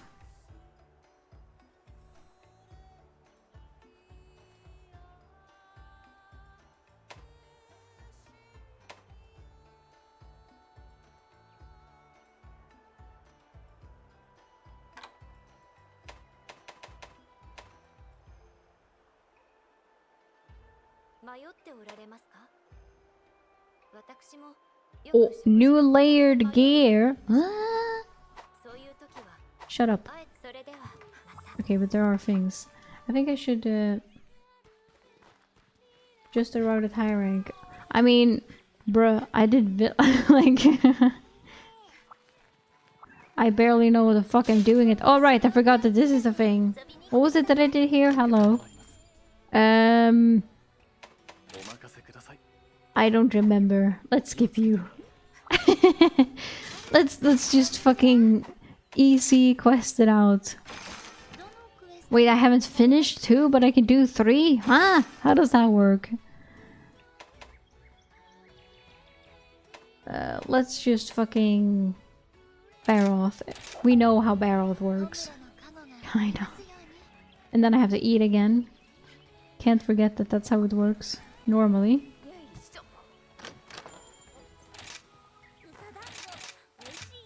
Sure. I believe in my past self. Had some type of idea. Okay, let's just see. How does hunting horn works?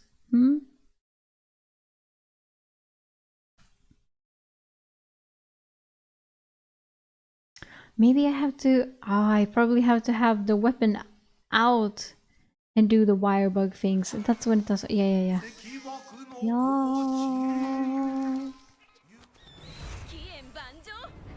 Banjo!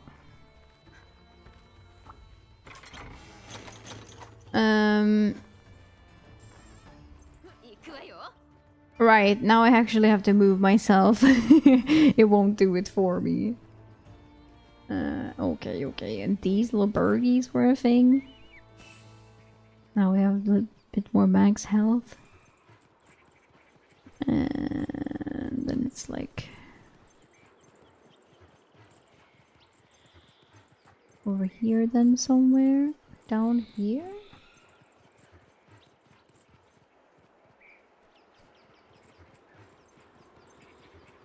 I didn't see it. Am I blind? Fuck it. No, that's not even the... Yeah, of course I couldn't see it because that's not... Can I go up? How do you go up again? Do I have to go all this way? Yeah, don't mind me.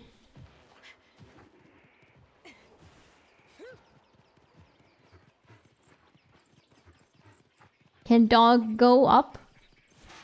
Oh, you can jump? Oh, okay.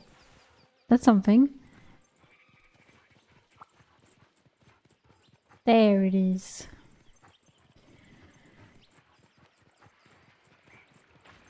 Hello. Oh, okay, that didn't...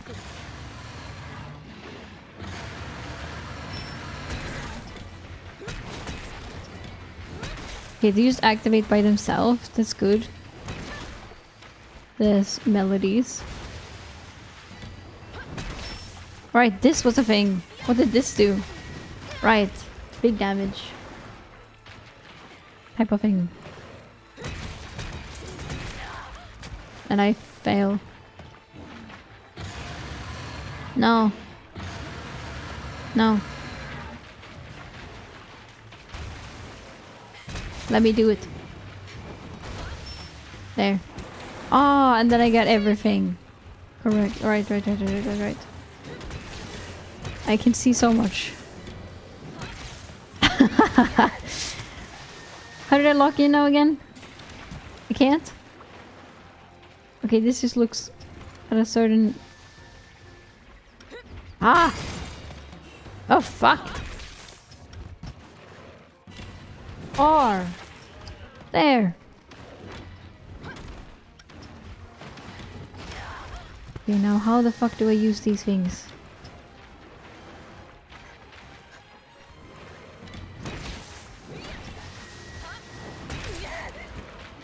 I so don't remember.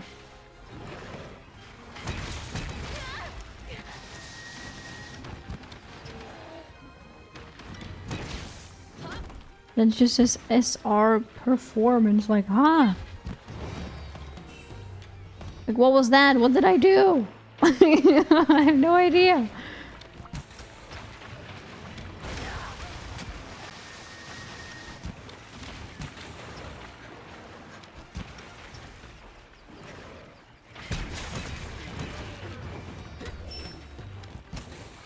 Yes, into the mud.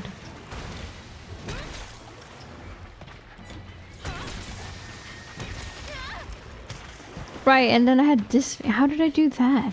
Now the hunting horn thingy is full, and now I have to do it somehow. No, not that. Oh my god. Stop it. Was it both? Oh, it's not both. There we did something. How the fuck did you press? No. I don't remember. That's still that, and then... Oh, you press... Alright! That's how you did it. So it's like I remember she spins. Now it leaves.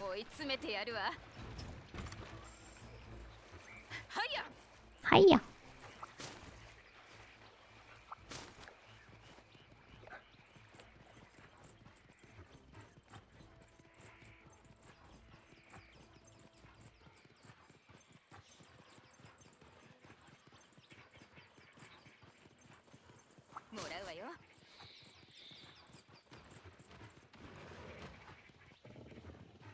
The fuck are you eating? Shit.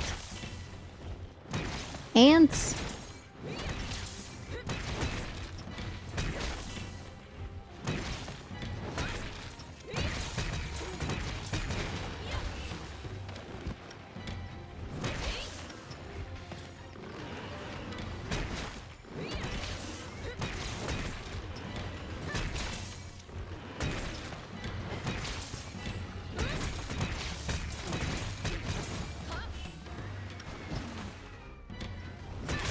Hey!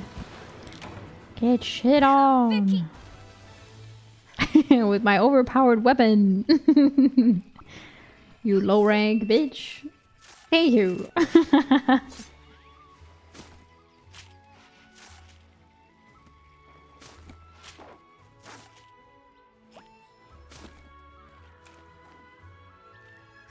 La la la la la.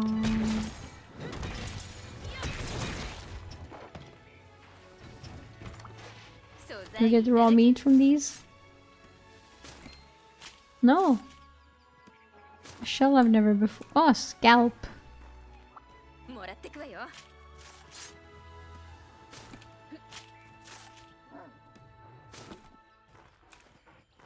Nice.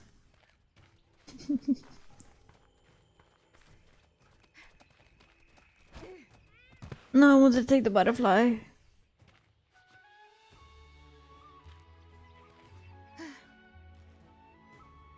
Staring out into the sunset.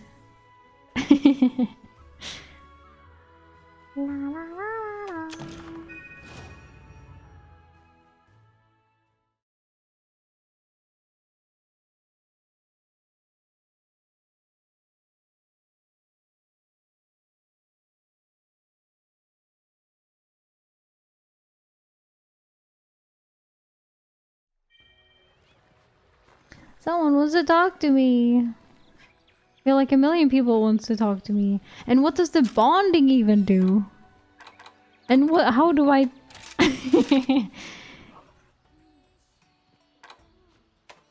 So many. I don't know if the check mark is that I finished it or that it's also been turned in. I have no idea, and I have so many. Oh, oh wait, are these not accepted? And these are pending, like, or the other way around? I have no fucking clue.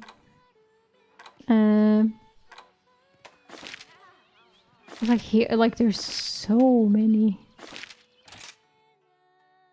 And even remember how this place looks.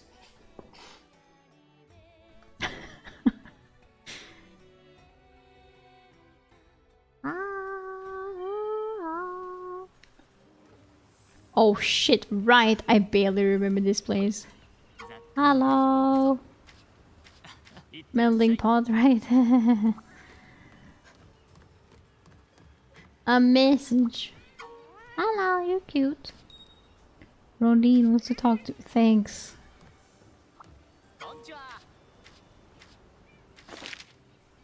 Watch Dogs Howl Plus.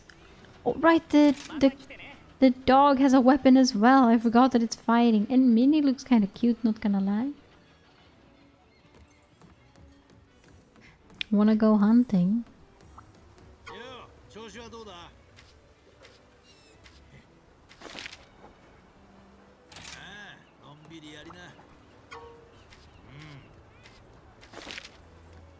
Chandler? What? So much stuff. Be a sweet bean. So many quests. So you're saying basically I don't technically have to do the village quest because it's whatever anyway? Like it doesn't really do much? Or is it good if I do them?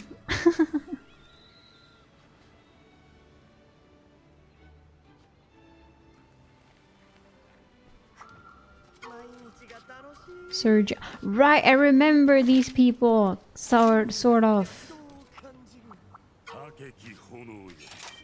Continue the Elgato outpost by completing a master rank quest, and Admiral Gallius will provide you with Elgato tickets. Okay, I don't remember. Okay. No worries, no worries.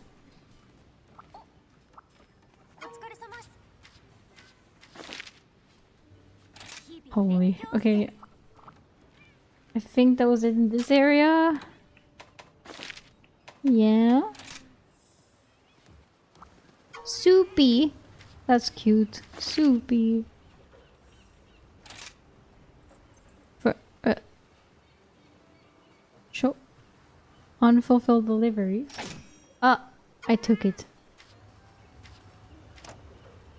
You can now forge body armor, feline true stealth, and true trader. Okay.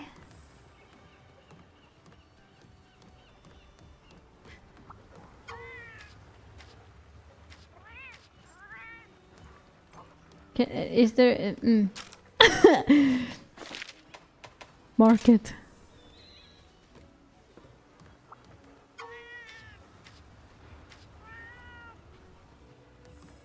So, is there a smithy here? Oh wait, there was more to... Oh, you want to talk to me again? No, oh, stop. Did you want to talk to me again? You do want to talk to me again. Okay, this looks... Is this a smithy? This is a smithy. I remember you. Oh my god, I loved you. So you cannot make cat stuff here. I can upgrade this.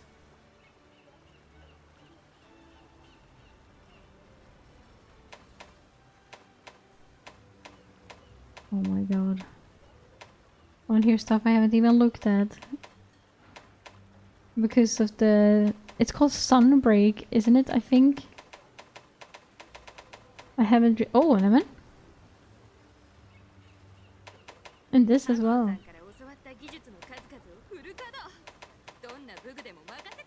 And this as well. Ooh. I don't have it, but... Oh my god, there's so many things. I've always had a hard time to, like, understand these fully.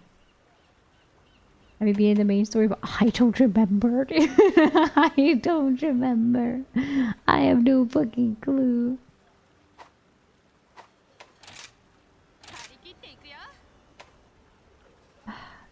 I guess I've beaten Luna Garon, at least.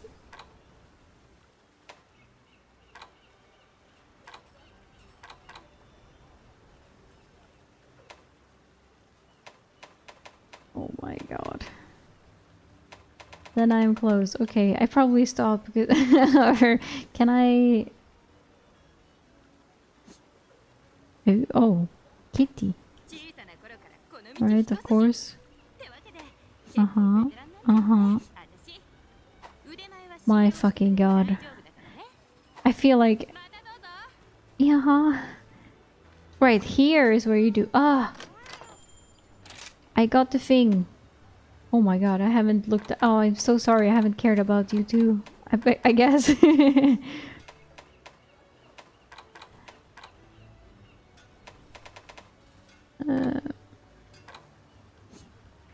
Cute. Cute. Cute. Oh, cute. What the fuck?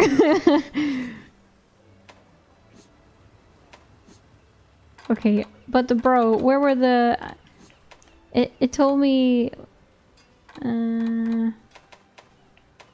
This was the one. True stealth. Oh, it's cute. It's cute.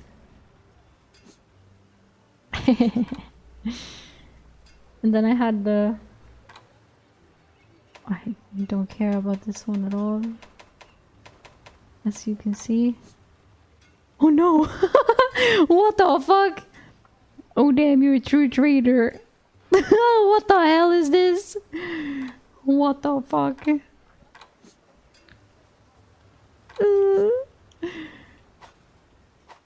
Okay, we should really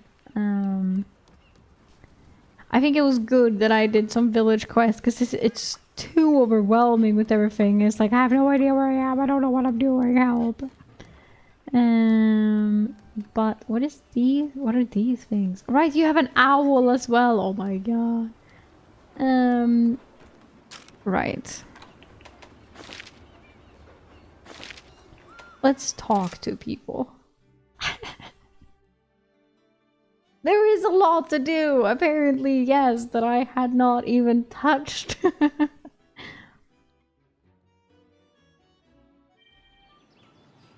But then I do what I do best.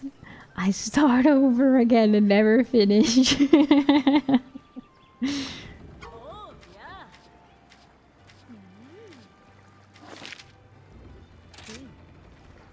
Well, if you just go from the beginning, if you just do one thing at a time. There's no rush. Yo-ho-ho! This place I remember the most, obviously, because this is where I've done more or less everything. I know how to do this now. Okay, what are you? You sell shit? What is the melding pot? Deliveries. What? Oh, it's because okay. What is this? Accelerate instantly complete melding without the need to go on a quest and maybe okay. Melding reflection pool. Like do oh. Talismans. I don't remember what talismans are. Oh fuck no. Fuck no. No. No. I'm not touching that shit.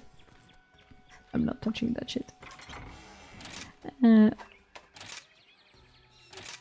First of all, I feel like for some reason that I want to go back. Oh wow. Do I want to make... I want to make dual blades, sir. May I? At least remember where you were.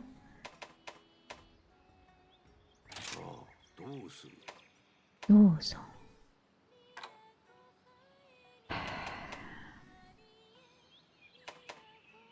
What the fuck? They look hella sick. Mud Ripper. Damn! And the... Oh! I can see what rarity it is because it shines anyway. I can look at my TV down on the floor. The rarity 3. Four. Why are they so low? There we go. Now we come up to the good bitches 6. So these are all like, oh, I got the. Oh, they're so cute! Oh, I didn't even see them. Right? Kitty paws. So these are probably more like rewards I've gotten for doing shit. And these are like, okay, but these are the actual ones. But it's like, you can't use, you can't transmog your weapons. So I'm like, when would you use these? I mean, then you would like downgrade yourself, but I guess that's fine, you know? These are kind of cool. Hammers. These were kind of cool as well. I think you can, but like, really? Oh my god, that's so cool. These also look kind of cool. And these ones I have a lot of. These are rarity 3. Why are there, like, the rarity is so everywhere? Can I... No.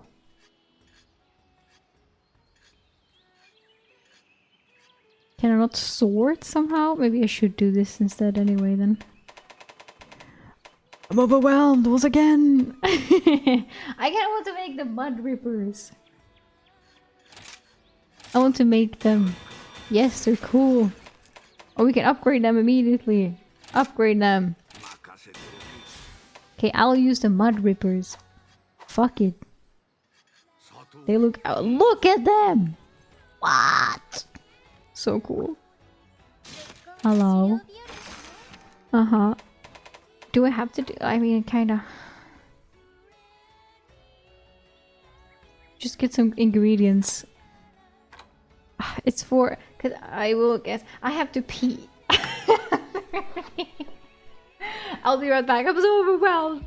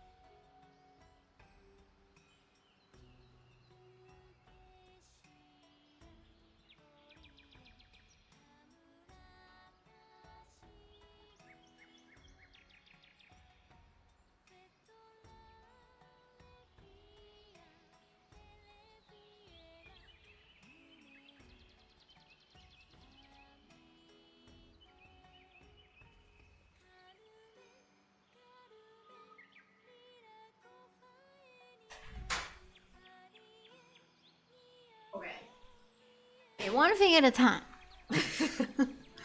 One thing at a time. Cause I don't know if I have to do this if she like doesn't trigger other stuff if I don't do this. These are just whatever. I just realized that it says the key quest completed thingy, by the way. I don't know why this isn't completed though. Like why this doesn't have a check mark. Is it because I haven't because I haven't done all of them? I probably did all of these, didn't I? Yep. Wow, that makes sense. Okay, I will do the supply run. Yeah. Fuck eating. I don't eat for a supply run. I'm just gonna go. I'm just gonna go get some ingredients. Gotta go get some ingredients. Ingredients. Throw my bird up in the sky. Gonna get some stuff. I don't even know what I'm gonna get. What does it say? Fabled spice. It's marked on the map. Oh my god, how nice. Whee!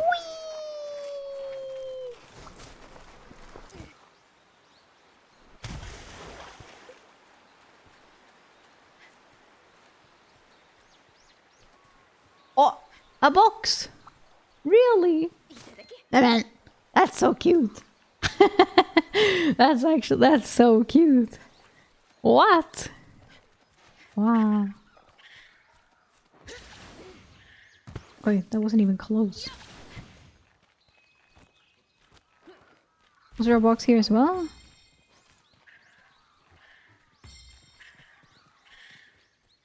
Ah! The map says yes. But my body is telling me no. Where the fuck? Ah! Oh, there it is. Package.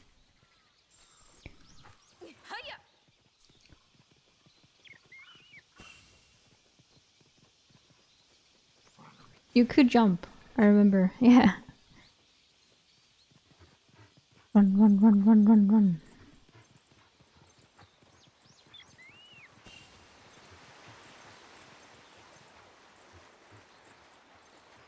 Package.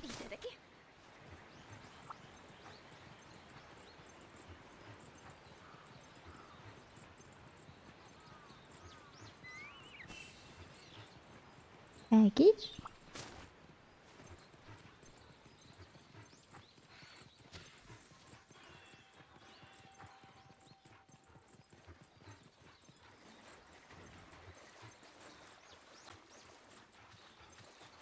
Package.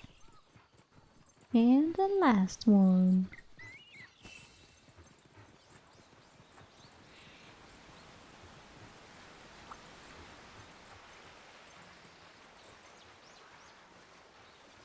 Oh, I ran past it. Hey! Okay, now let's see. Wow! In demon arc demon mode. Okay, it has a demon mode. Hi-ya! How cool am I? I'm a fucking car, bitch. I'm a fucking Beyblade. That's what I feel like. A bird! Oh my god, you have a hat. This shit. Damn.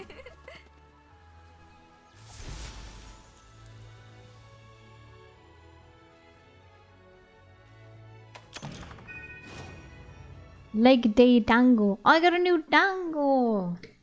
It does give stuff. Okay, nice. You're welcome, dango girl that I don't remember the name of.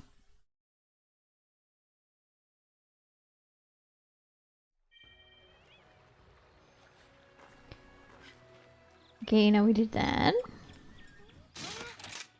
Now we do key quest. The Vrogi or the Ludroth? I'll do the Vrogi. Because it's first.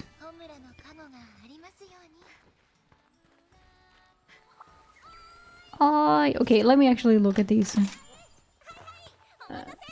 Hi. Shit. Leg day. Decreases stamina depletion while wall running. Ooh. Extends riding time. Large monster encounters on quests have an increased chance of being weaker than normal. Sounds hella sweet. Prevents you from getting knocked on your butt. May increase the power of shots and arrows, so don't use that.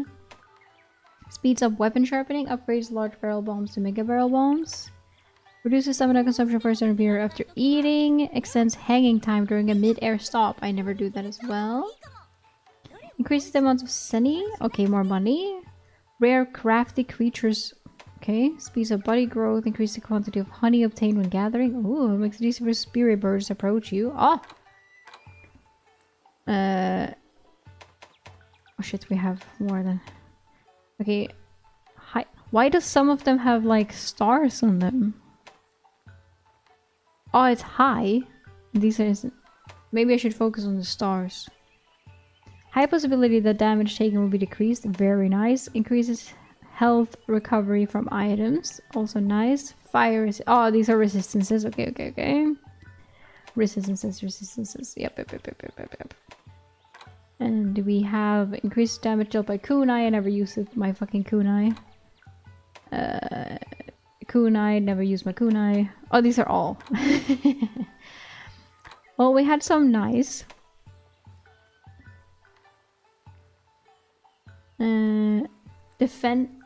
Defender and medic. Which were those? Is that what the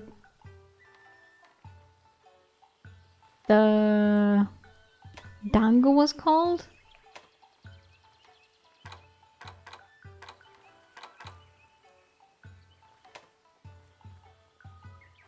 Oh, defender. Ah. Did I read these even? The hypothetical damage taken will be... This one I definitely want. That one is nice as fuck.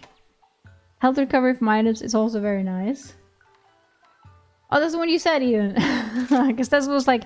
These are kind of given. And then it's like, oh, whatever fits. But we could take...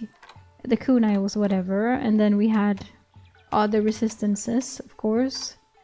And we had weapon sharpening, I guess. Prevents you from being knocked. Sounds sweet. I get knocked. We can register this. Set my order it. Get it. Love it. Eat it. Nom nom nom. Dango, dango.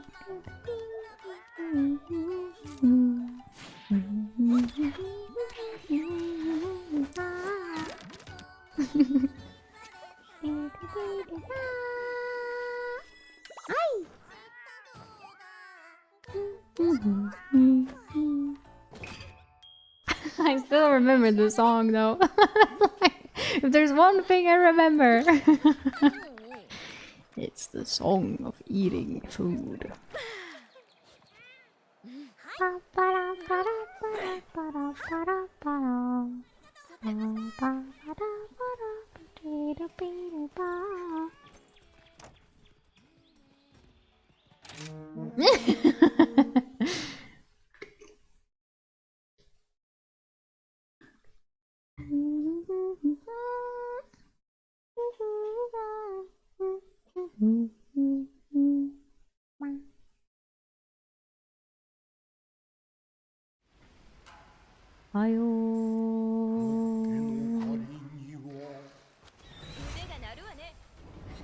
Oh yeah, I never did.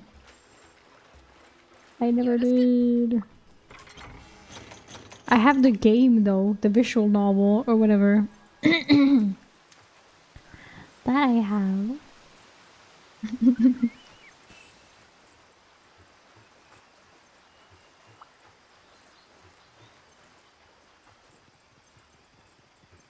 Okay, let's try out this new weapon I haven't tried yet. Maybe I could have started at this base camp. Probably could have. Or I can travel to it immediately or something? I don't remember.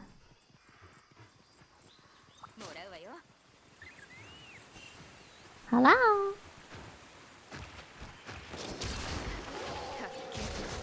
How does one get into demon mode? Holy shit, it does so much damage. It just goes. Like you attack constantly. I'm poisoned.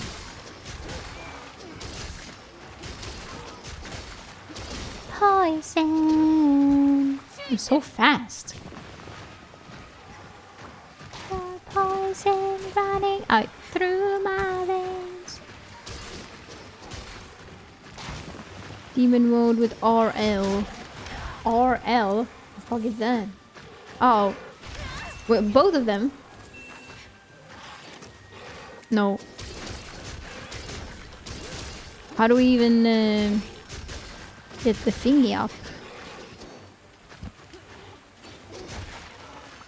Okay, that's that. This is this. Okay, press both at once.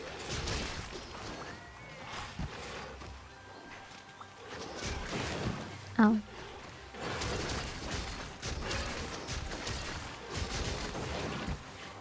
Or said, Oh! Hello? Now we're doing some. Okay. Now she's doing something. Okay, it died. Sweet demon mode. It's not because of anything else, it's because of demon mode. Only demon mode. Okay, but that was cool. Thank you, cat.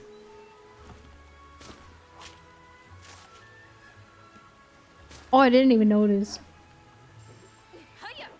Wait, but you can... Okay. Hiya!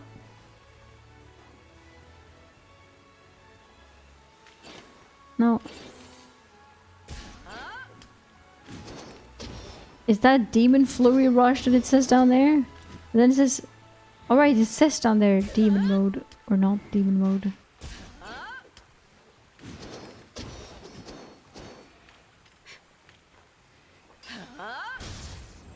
And now it's something else.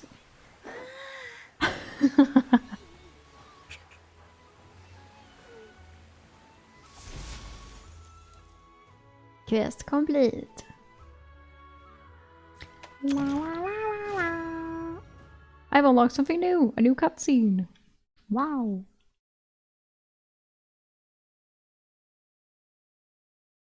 How cool.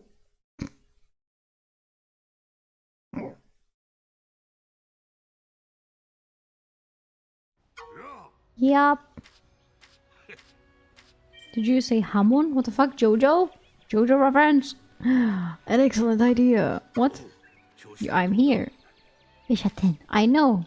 It throws fruit.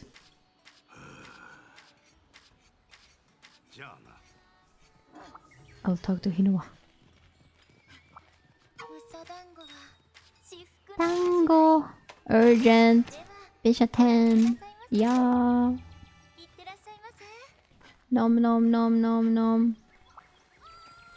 Hello.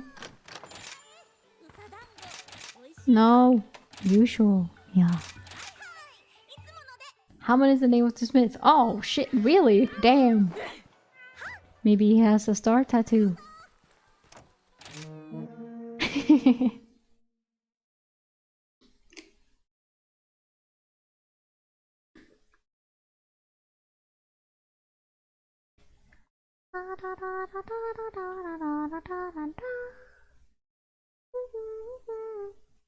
Maybe he's fighting a certain vampire. Hmm?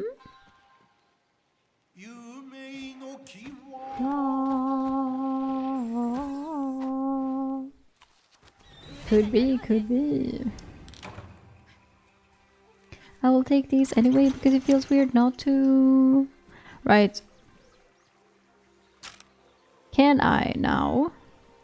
What is this? Strength Petalus 3. I don't remember this at all. Malsena, for example. Why is it random fucking side quest thingies here now? Yeah. So, oh my god.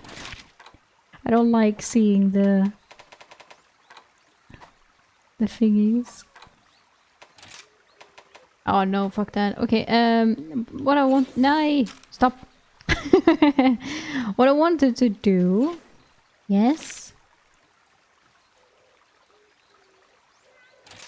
There we go. Body weak. Yeah, that's how you do it. I did it.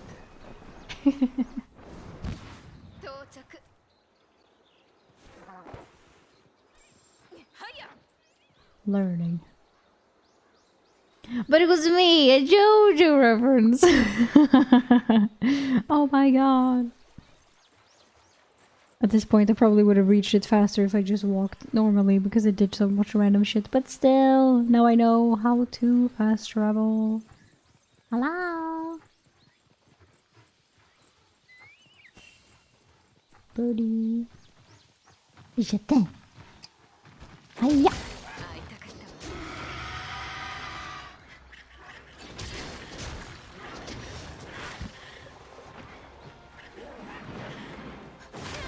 Oh. I see you have demon mode as well.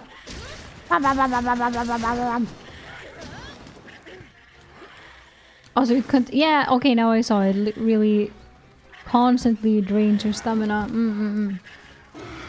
Come back.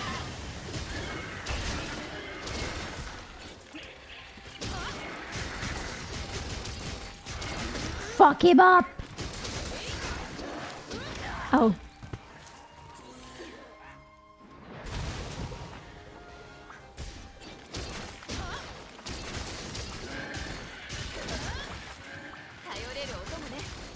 Demolishing. I'm a Beyblade! Let it rip. Let's fight.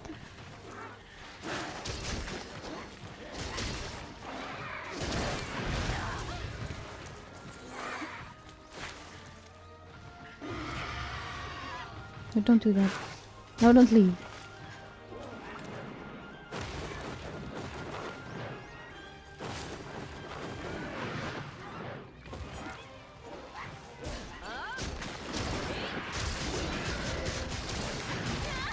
I'm not specifically sure what I mean. Like, I assume it's night. Like, it's now it's not demon mode. Now it is demon mode. It's a bit okay. It's more damage because I was like, I assume that it's just more damage. It is.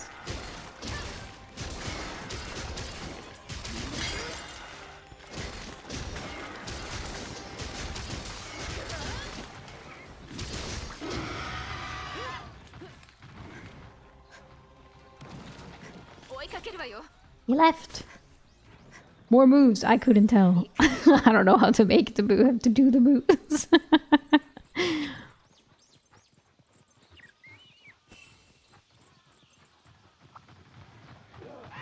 Hello.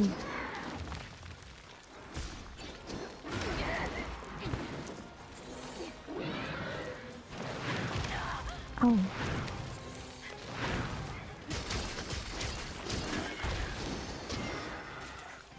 It made a nice little sound. That was something. No.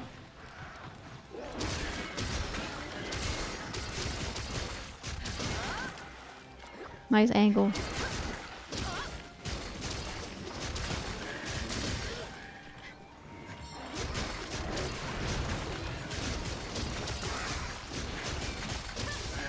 Like, holy shit, like it's just XA and it's like constantly damaging. Like, hell yeah! They're fucking crazy! And overpowered, but still!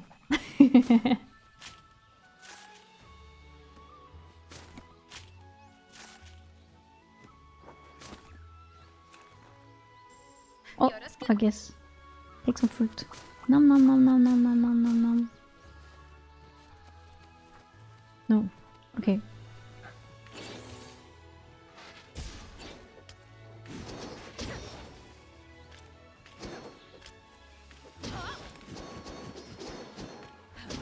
Holy shit, okay. And then...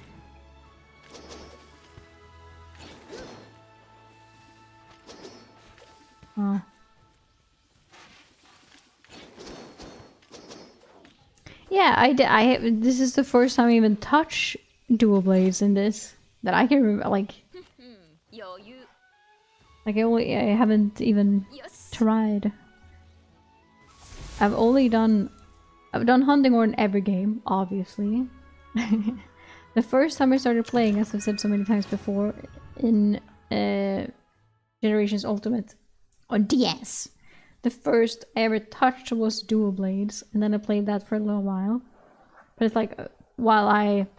Not that I know what I'm doing now, but I understood even less back then.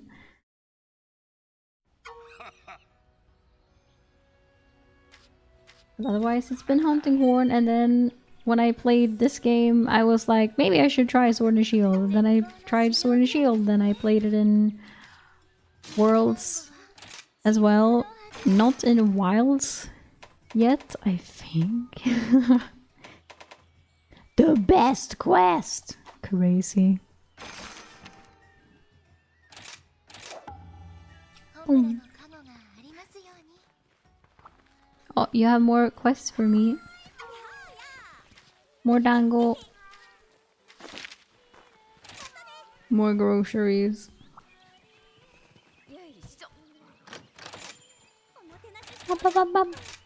So nice, it's so fast now. Hello, what? Oh.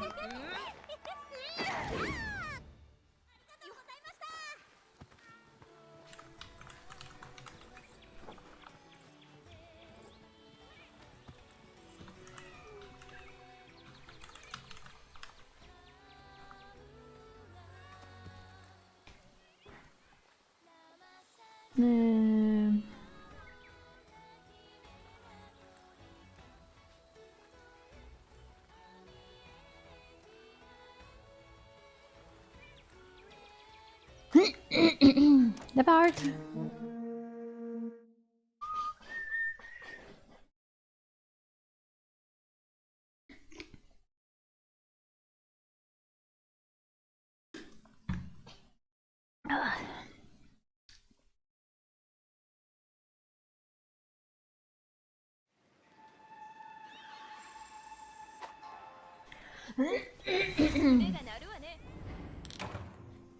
Somna can't. Nej.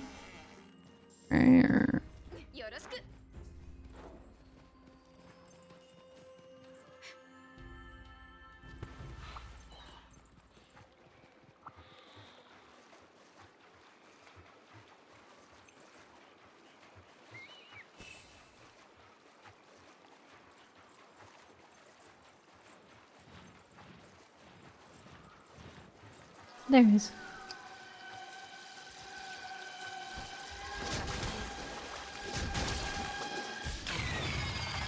Now you're destroyed by demon mode.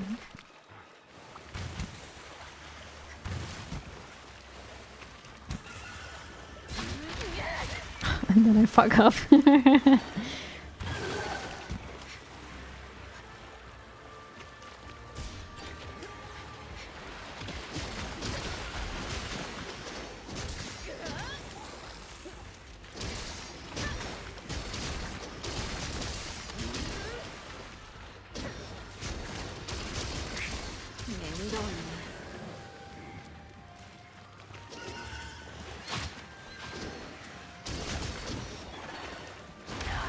Oh.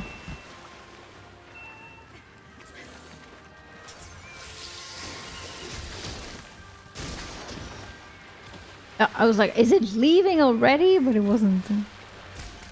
Right, I forgot you had that thing. That's a thing you can do. Otter.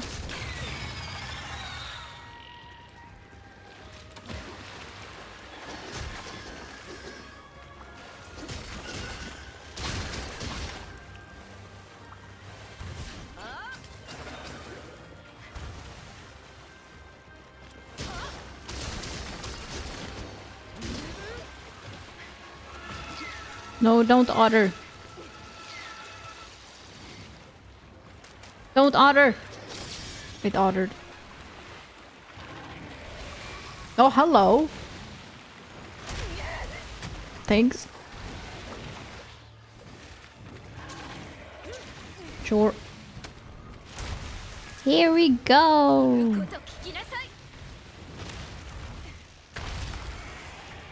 Okay.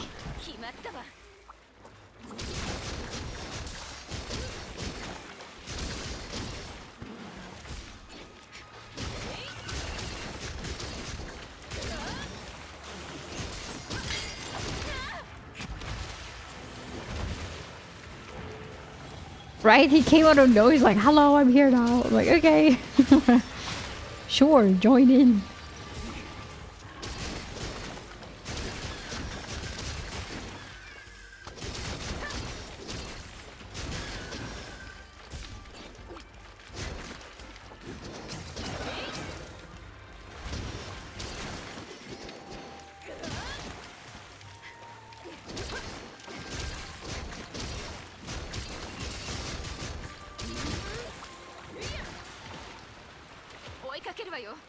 Oh, now he's leaving. Oh.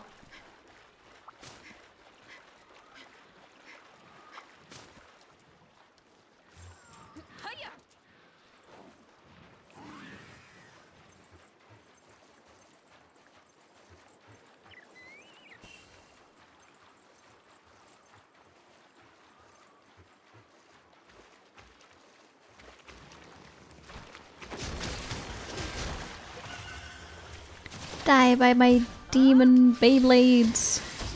Oh fuck. No, this is not as planned. Meanie, punch me. Thank you.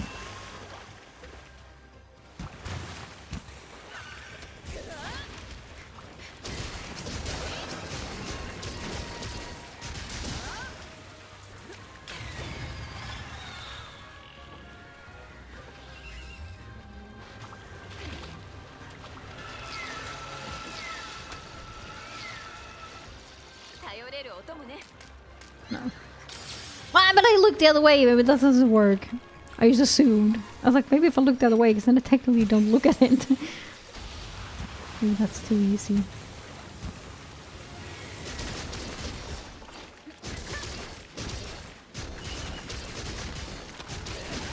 $100? Holy shit. Tiny is going crazy. Hey yo!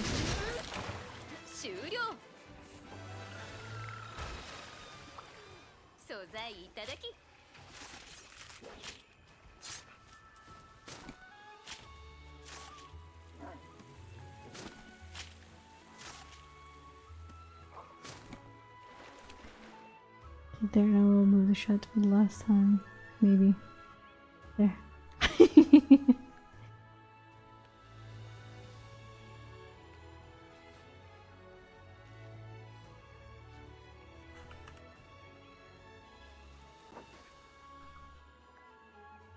These flashing hitboxes are always like this.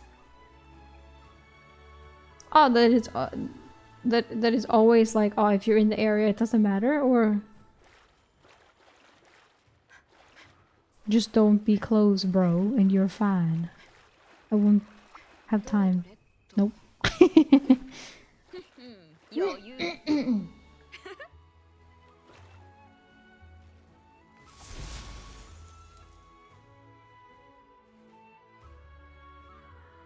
La la la.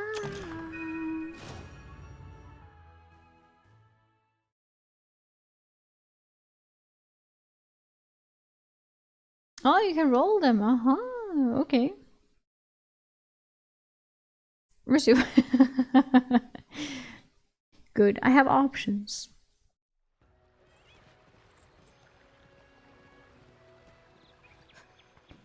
Okay, I guess we do another dango quest.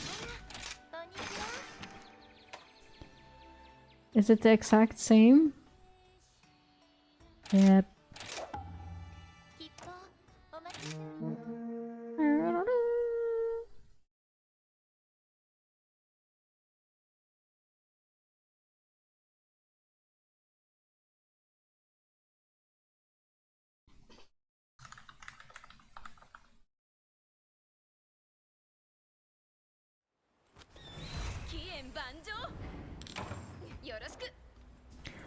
Dango, dango, dango, dango. Okay, now let's try and remember how to maneuver this place.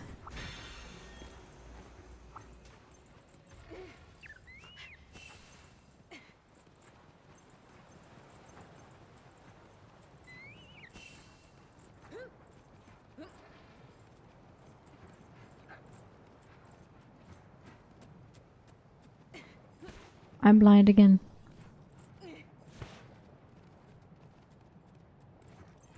There. Ching. The top secret dango recipe. Ingredient.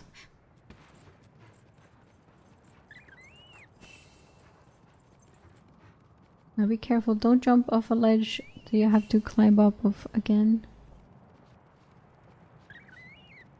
There it is. Okay, and now I assume it's down there. It fucking better. Oh no. Okay, it's fine. Maybe. Hope. Yeah, it looks fine. Right? It's not fine. Shit.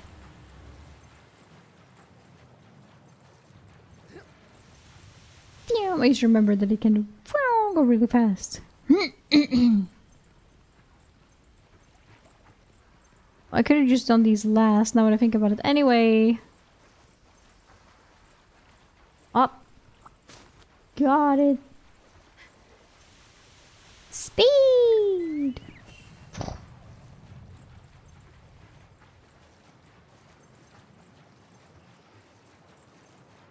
So it's up. Oh, here it was.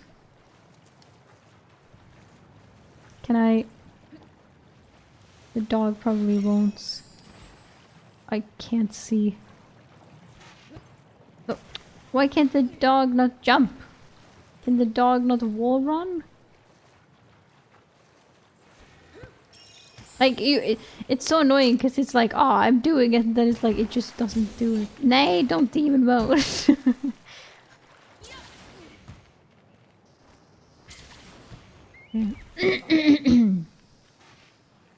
Just to get to the other side quicker. I did it wrong anyway. Oh my god.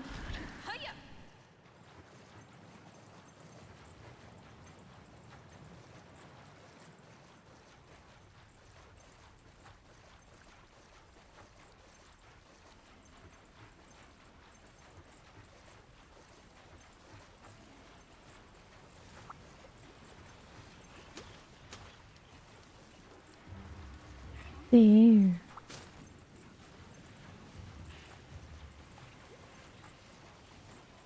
Oh, now it's here.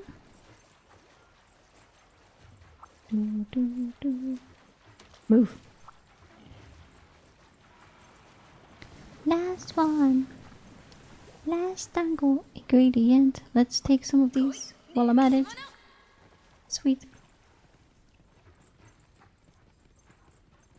There it is. Nom.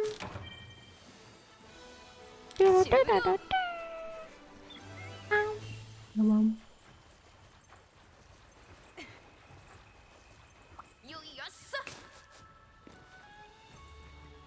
What's this? Fossil. Did it!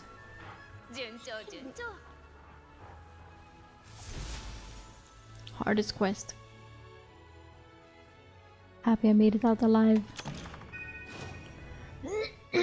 Happy peanut. Happy nut.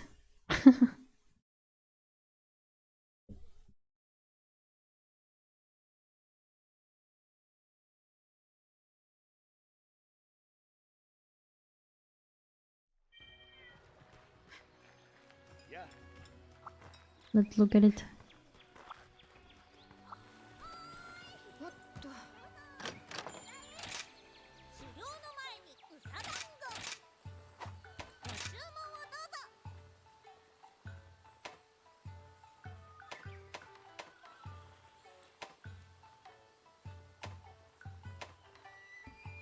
Where is it?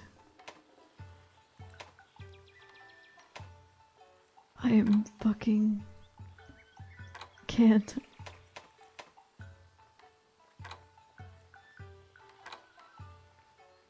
It's not there. I can't see it. Oh well.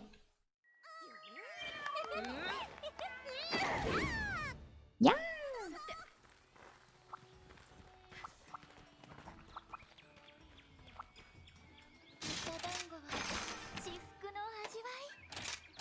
Baroth.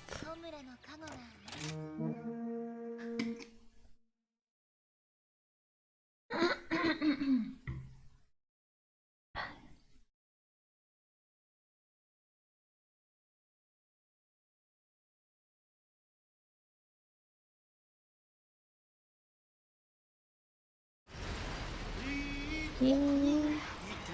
Why did it sound like the start to?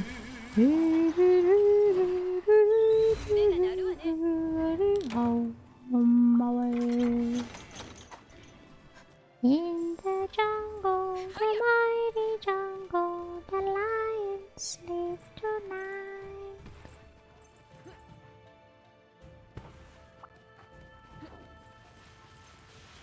Wee, wee. The fish. Oh, I missed it.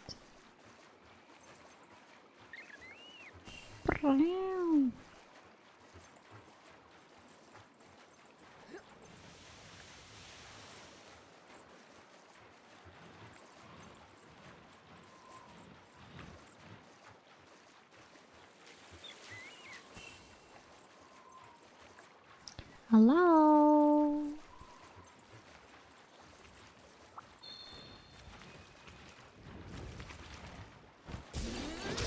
Oh, I activated it in the air. What? Did you see that shit? What the fuck was that shit? Ooh. Ah.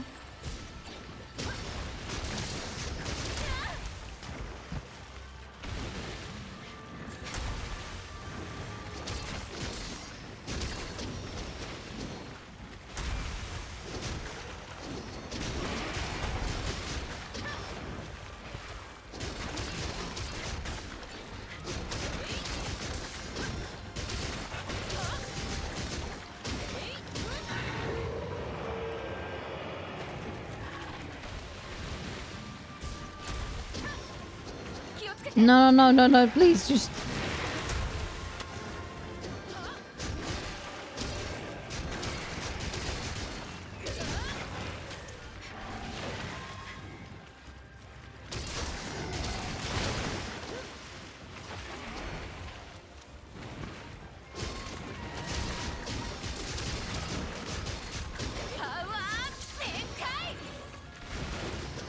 Okay. I am holding on to it. I think I did. I don't know.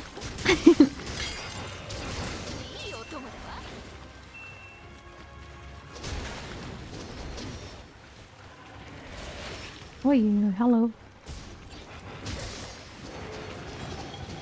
Please leave. It's such a long animation.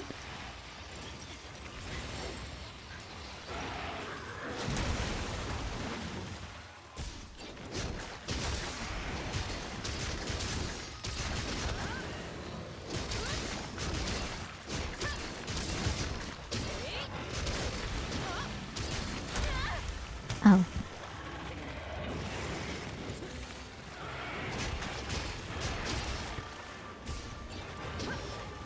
No, I did it again.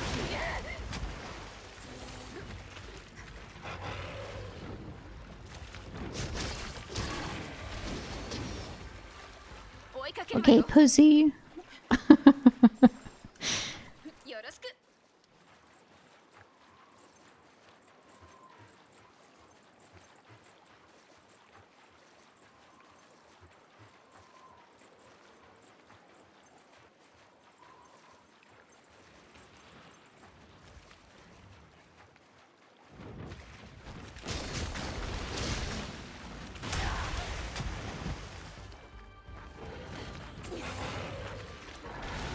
Fuck, my dog is just barking at it. It's like, what the fuck?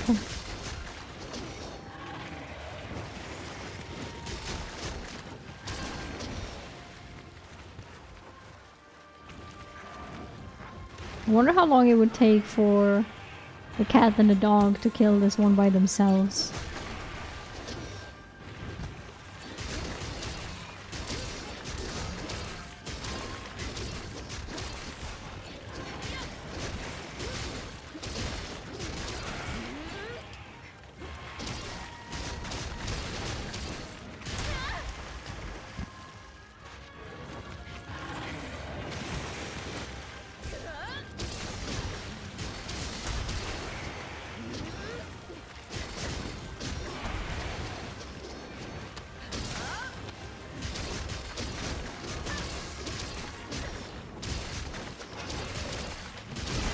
Oh.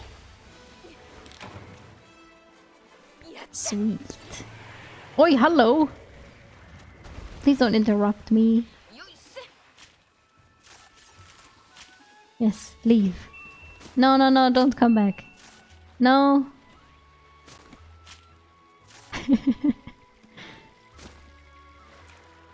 Bye.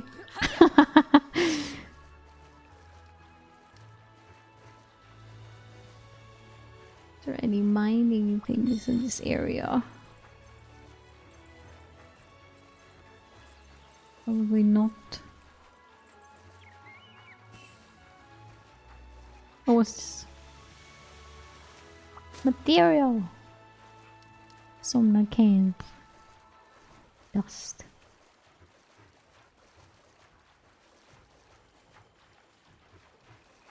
Some extra points. Oh, no.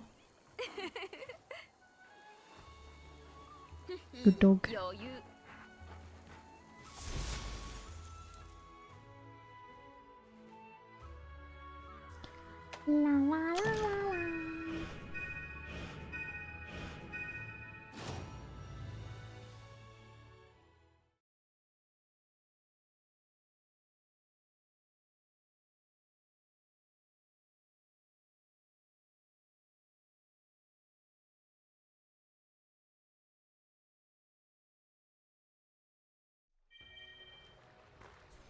Somebody wants to talk to me somewhere else. No? Wait, but it said if I hold it on. From my paws to your pocket. I got a body ticket. Thank you, thank you, thank you. Okay, I will pause here now because my voice is starting to get very tired. There was 2 birds. I don't think maybe that's because of the like there's 2 loading birds there. I only remember that's 1. Maybe it's after the DLC and then I haven't thought about it. Ugh. Big yawn. Oh, but it was nice to come back to Rise. That was unexpected of me from myself. But I'm happy I did. I enjoyed it. I will probably play more. Maybe tomorrow even already. Okay. Now it's the Wawas again. The beloved Wawas.